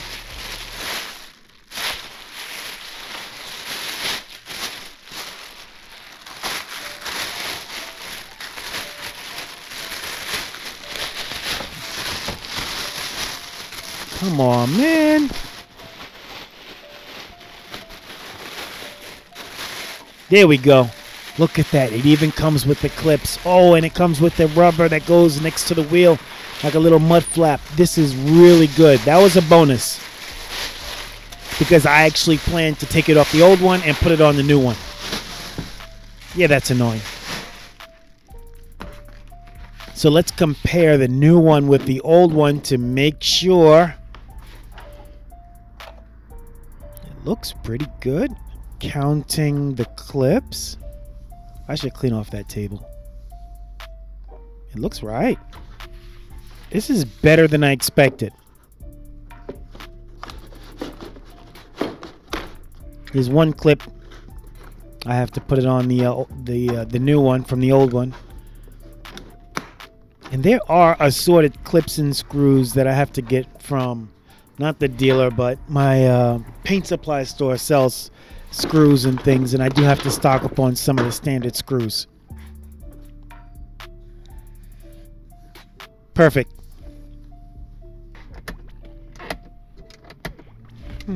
Those lights are kind of yellow. All right, here are the mats. Not a great job with the lighting, but I'm removing the old mats.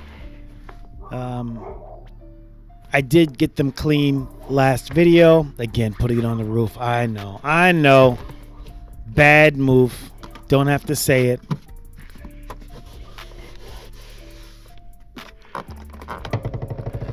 So, in a lot of the German cars, you have those circular Velcro pins, and I have it only on the machine.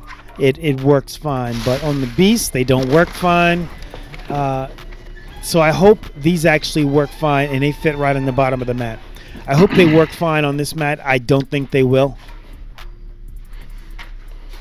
And I'll explain a little bit later when I say work fine, what does that mean? So first I have to find the other hole in the carpet, which I didn't.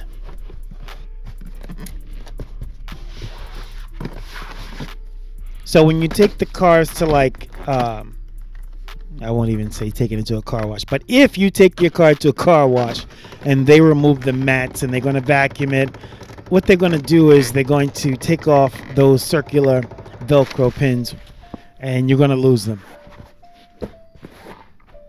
I don't even know. I didn't even want mats for the rear. It came as a set because, yeah, it's a four-seater, but who's really going to sit back there? And if by chance I do put a small person back there, I'll just have to clean it right after they leave. But now I have mats. I'll put them in place and basically I'm going to move the seats all the way back anyway.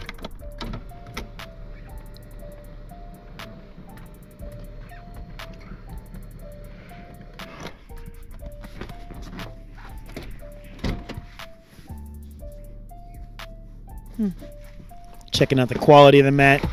It's kind of stiff, but I like the fact that it's new.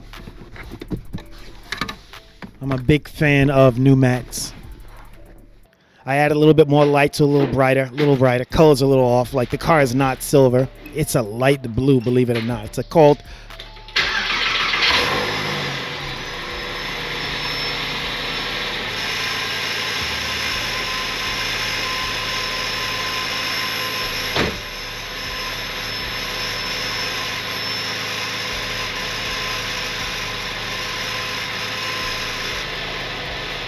All right, that's a little better. And I think while I'm outside, I'm actually going to start up the Beast. I don't even hear the Beast running. All I see is the smoke from the exhaust. A little chilly outside. So, all right, volume is down. Car is still running, but I know I'm going to pick up the backpack and start blowing out the garage. One of the things I love to do. Every time I open the door, I get I get leaves, dust, and I like to blow it out periodically. So obviously, this is a little weird. First of all, when I'm recording my voiceovers, this is where I am, and this is how it looks. I'm sitting in front of a microphone. I'm very comfortable talking in front of the microphone. The only thing that's different today is you could actually see me as I record the video. So I did not proof the video. Every video that I make, if it's 8 minutes long, I watch it at least 4 times. And 8 minutes times 4 minutes, that's 32 minutes. I spend a lot of time preparing these videos, but this one I didn't, because I wanted to give you my honest reaction. I wanted to talk to you about some of the things I do in the video, and if it's not perfect, oh well, it's an experiment. I'm blowing inside the car, go figure. So today's video, I purchased a hardtop. It was a hard top that here I am. I'm delivering it now. Well, I'm not delivering it. I'm having it delivered. Nice. So it's white. It doesn't match the car. I thought I made a really good purchase based on price and the interior color. I thought it was all black. Obviously, since I said I thought, you know that's wrong. I knew it needed some body work, some scratches and things, but I knew I was going to do that anyway, so that's nothing new. I don't want to break this. This is not the first hardtop that I tried to purchase. So the first one I tried to purchase was actually in Riverhead, and the guy said he'll bring it up to Smithtown. For those of you not familiar, it's Long Island. It's probably about maybe an hour and a half, I think it is, or 45 minutes. And apparently he put it on the back of a trailer, and the wind got it and broke the glass and broke the support. It's a little flimsy on its own. Obviously, it has more support when it's actually mounted to the car. So I got the hardtop in. I did not install it because it needs the proper mounts. And I do have the mounts. Actually, when you're watching the video, I don't have the mounts yet. But I have to figure out if I'm going to make a part 2, or I'm just going to magically show you that, you know, the mount are there and it looks a little different. So you're checking it out with me as I get inside.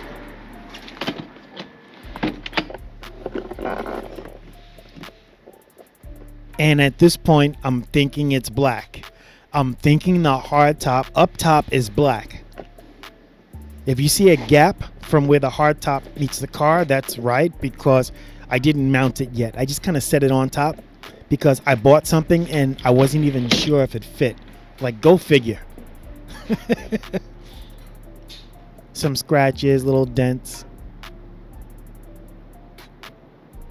I can sand it, I can paint it, but those little strips, little concerning because that, okay, those little strips to the bottom looks like two stripes.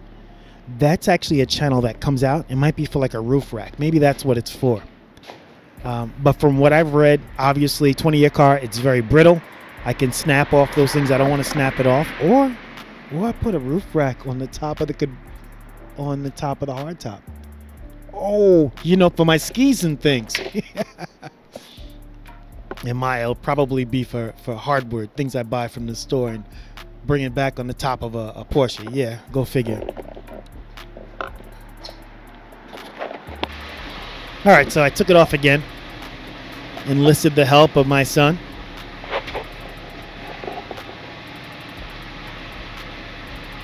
All right, I'm gonna need help Yep. putting it on the car. It looks black, doesn't it? I honestly didn't even know what color it was.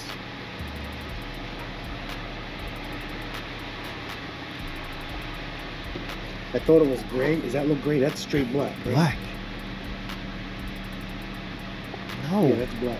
That's No. great. How is it gray? No, look at the What are car. you talking about? How is it gray? Okay, alright. That's black.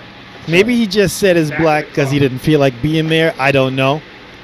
But, dude, it is straight dark blue. It's navy blue. And although my car is polar blue, no, it's polar silver. Is it polar silver or polar? I forgot. It's a polar something. And it has a hint of blue. I just didn't like it.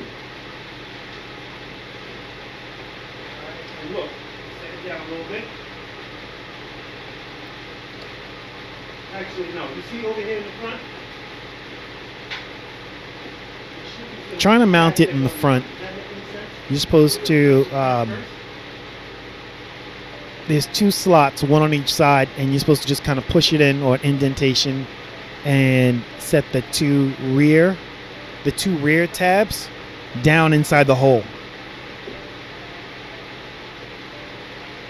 Yo, I don't know. The longer I look at this white, the longer I like it. Light white. The longer I look at this roof white, the longer I like it. It might find itself being white. I don't know. I'm kind of digging it.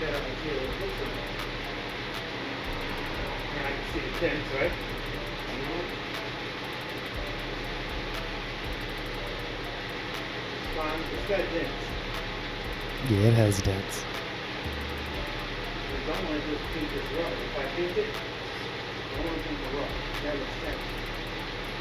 So if I would have watched this video ahead of time, I would have cut this whole dialogue out. Like, there is nothing value that you'd want to hear me say about this, but I figured I'll leave it in and I can kind of talk over it because I have so much to say. Y'all have no idea, Project Fam. I've got so much to say. Mind you, I'm doing this on one take, so no edits. This voiceover is real.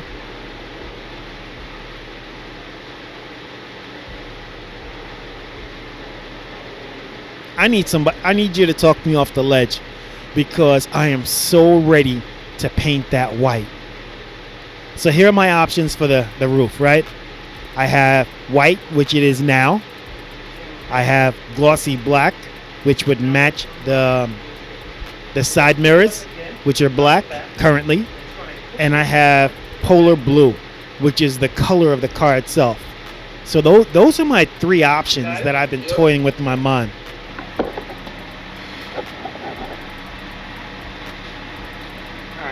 Pick it up out the back.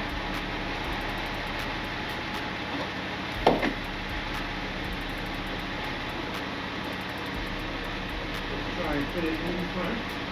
Try not to scratch the paint. You understand what I mean when I say put it in the front? You're in? Then I should be in too. Sometimes he'll say he understands and he doesn't. In this case, I did not want to scratch the paint, so I needed to make sure that he understood that it needed to be inside the hole. All right, let me try and lock the back. All right, that's in. That little pin is in too. Yep, we're both in. That's the latch in the middle. Okay. Front is locked. Good. The back is not locked, but I knew about that already. We got a little bit over there. That's all right. I wonder at what point do I Straight realize black. That's all that right it's blue. too. Hey Project Fam, today is the day. Today is the day where I'm taking the Porsche to the salvage inspection. So this is the inspection where they check and make sure that the major parts that I use not stolen. Major parts would be fenders, bumpers, the big body panels of the car. If I used airbags in New York State, they must be brand new. They cannot even be used. So I'm going to drive the car over to the inspection site, which happens to be in the Bronx. And I tell you, I'm super nervous right now. What can go wrong? I don't know. I've prepared my binder. I have all of my receipts. I don't know. But first thing is, we'll get started. I'll show you what's going on in the repair bay. I've got the Infiniti just hanging out. Just hanging out. So brought her inside.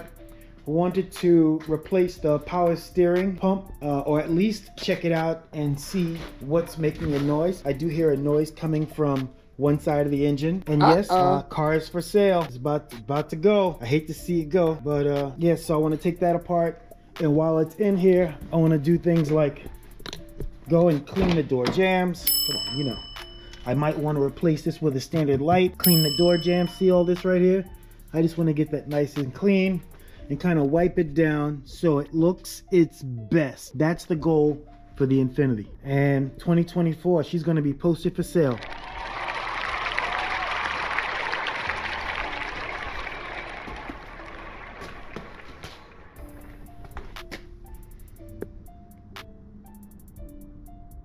Let's get a cold start. Ready for a cold start? All right.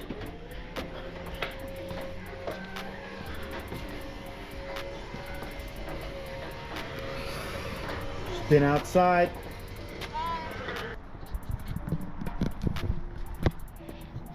All right, let's see what we got.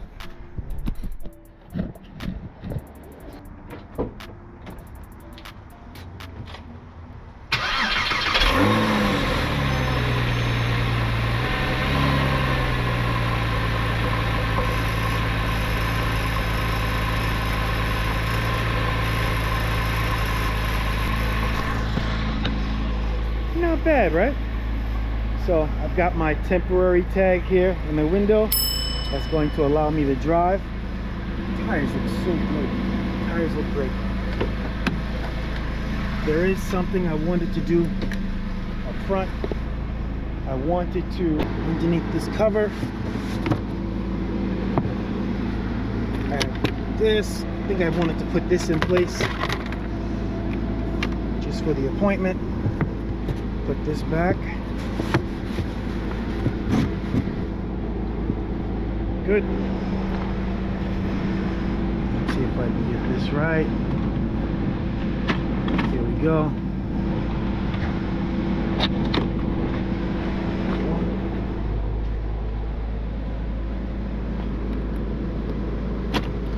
Come on.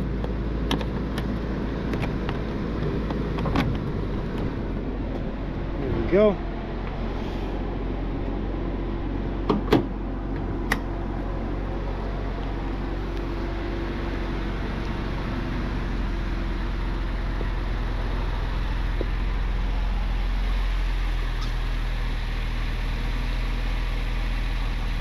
Couple of things I want to do. I want to double check my air pressure before I leave. Then I'm going to stop at Starbucks because I know I'm going to have to wait a while. At least I'll have something to drink.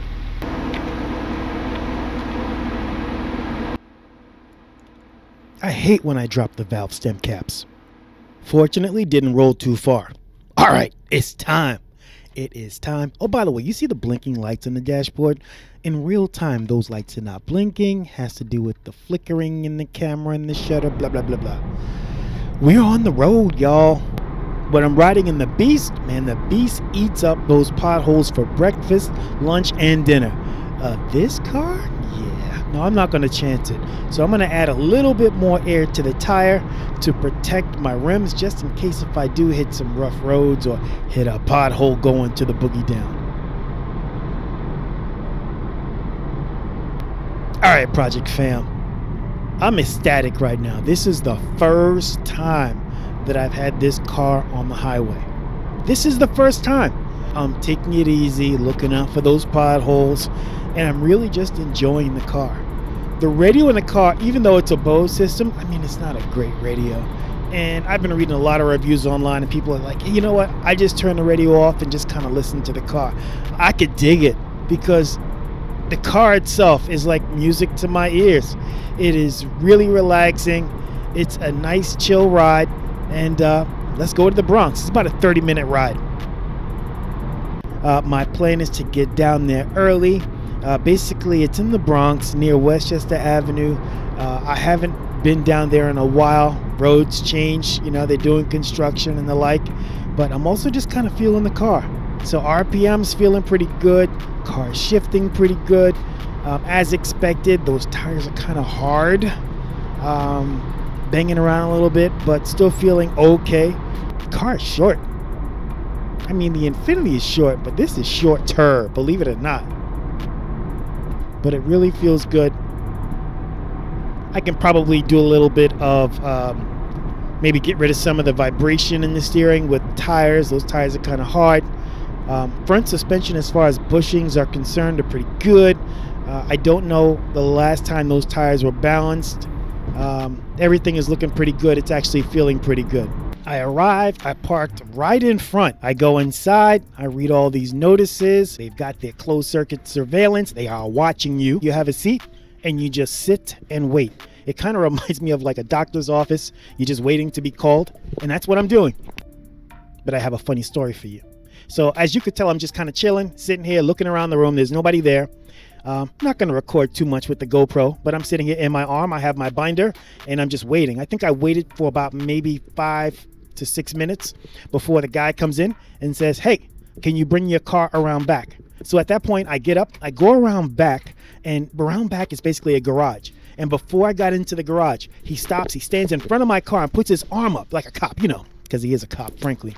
And he said, he said, are you recording? I said, no, I am not recording. Then he said, where is your GoPro? I said, it's in my pocket. He said, can you show me, please? So I showed him my GoPro. It wasn't recording. It wasn't on. But that just goes back to show I'm sitting here and they are watching. I'm going to say they are watching. I don't know how many people are watching me, but they are watching me as I'm sitting in this room. How did he know I had a GoPro? He didn't just say camera. He didn't just say video camera. He said GoPro, which means he knew exactly what it was. All right, so after the appointment, oh boy, after the appointment, I was probably in there for about 20 minutes, maybe less than 20 minutes. And the gent said, all right, you can come get your car. In a few weeks, you'll get your title. Everything is good, which means I passed. I passed my salvage inspection. Let's go. That's right. Let's go. Hey, Project Fam, we're all done. This is what it looks like, but I'm going to document the journey. So this is the beginning. This is what the car looked like when I saw it on the internet. And I don't know if I necessarily fell in love with the car because I didn't win it on the first bid. The first time it was up for auction, I didn't win. I actually lost that auction, and for the next 2 or 3 days, I was like really upset with myself that I didn't win it. And that's when I realized that if this car ever came back up for auction again, yeah, I'm going to work it. I'm not going to say I'm going to win because you don't want to overbid, but I'm going to give it a good bid. And that's what I did. I gave it a good bid, and I won. 75,000 miles on it. Basically, I did my homework. This is what I was looking for. And not only that, this is what it looked like when it was purchased a year ago. So I knew what it could look like.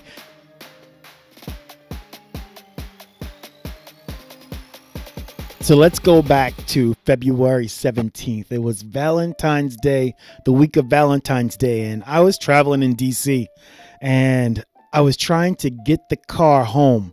I purchased it. It was in Dallas, and I needed to arrange transport. Low battery.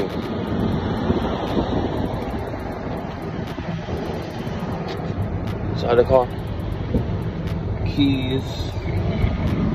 You got a lot of panels in the back here. I think it's all the panels. That's the way it looks. Whoa. They put everything inside the car. They put it in a trailer, and that's it. Yeah. Yeah.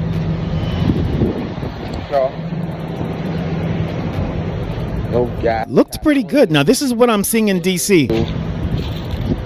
I had my son kind of manage the whole process as far as getting it from The exhaust looks cool. the truck to the house. Never seen that before. But yes, this is a one-seater for the moment. Because everything's stuck inside. I understand. Truck driver. Forgot his name already. I was in DC. I wanted to go home. I wanted to see what this car looked like. So this is the first weekend when I arrived home. I basically just emptied out the car to really see what it looked like. I had some issues with the battery, if you remember from any of the other videos. So that was the first thing I did. But what I really want to do today is document like the top 5 moments in this build. Top 5 moments. Starting at number 1. I got lucky. I remember doing this video. I remember it like it was yesterday. I pulled the dipstick out, and I looked at the dipstick. It was clean. Yeah, that was cleaner than every car I own. That's clean. This oil is clean like it was just changed yesterday. I just found a bill in the glove compartment for I never showed this before. This is the bill that I found in the glove compartment that details this car was just in for a major $2,000 service. I got lucky. This is huge. This is major. This would have cost me major ducats if I had done it. I just wasn't prepared for that. So that was huge. All right, coming in at number 2. Oh, Boogeyman FPV. Yeah, I had internal support with my family, but I also have Boogeyman FPV, who owns a Porsche 997.2, and he helped me a lot. Came over, worked with me in the garage, helped me with the fuse. Remember the fuse from the window? He helped me find the fuse. Like, big shout out to Boogeyman FPV. His support comes in at number 2, very high up on my list. I really appreciate his help during this whole build. Number 3. Yo, the paint job. The paint. I'm still not ready to charge for work, but I've learned a lot as far as painting. That's the priming, me priming the bumper. This was probably one of my biggest videos. Don't buy this. 25-gallon compressor. That's the one I got from Facebook Marketplace. I'm gonna go with the NT Tools. All real stuff. No caps. 1.3 tip. This was a bad paint job on the fender, and I still have that same paint job on the fender. I learned a lot from my mistakes as far as painting is concerned, but this was huge. And not only that, I'm still going to paint the car. I'm going to paint more cars. Look at the base coat on these bumpers. This is metallic. This looks flawless. This looks perfect. I almost like that finish. The lights came out amazing. Did a really good job on the lights. You might say, look at the gaps. Well, these fenders are not really on. It's just in place. I've got flaws. Just kind of go. Okay. Okay. Starting on the wrong side of the hood, but oh well. Like nails on a chalkboard. Oh my gosh, I did it. I'm talking about myself. So I am overlapping. Yeah, I got to do that all over again, but I'm excited. It was a great process. The painting was huge. I learned a lot, and I'm going to try painting again. I'm not done yet. Number 4, like important or monumental moments, was that doggone rollover support. I've been staring at that rollover support for so long, and it finally hit me that I can replace it. And I purchased another used one from another 996. I installed it. Huge moment because I didn't know what I was going to do and it would not work. Huge. So simple. These cars are modular. They just come apart and they go right back together. Number 5, and this is probably the last thing, the convertible. And I even hesitate to talk about it now, but I went to Porsche, negotiated a time, had them come over in about 5 days. I was able to bring the car back home, and I got a really decent price on it. I was very happy about the price. That convertible top being finished was huge. All right, let me move to my final pictures. Center console looks nice. Black carpets look nice. I like the accents. 996. This is a good view right here from the rear. Those wheels, what are they called? Champion wheels. Haven't seen them yet. Like very rare. That's my semi-okay job with the front.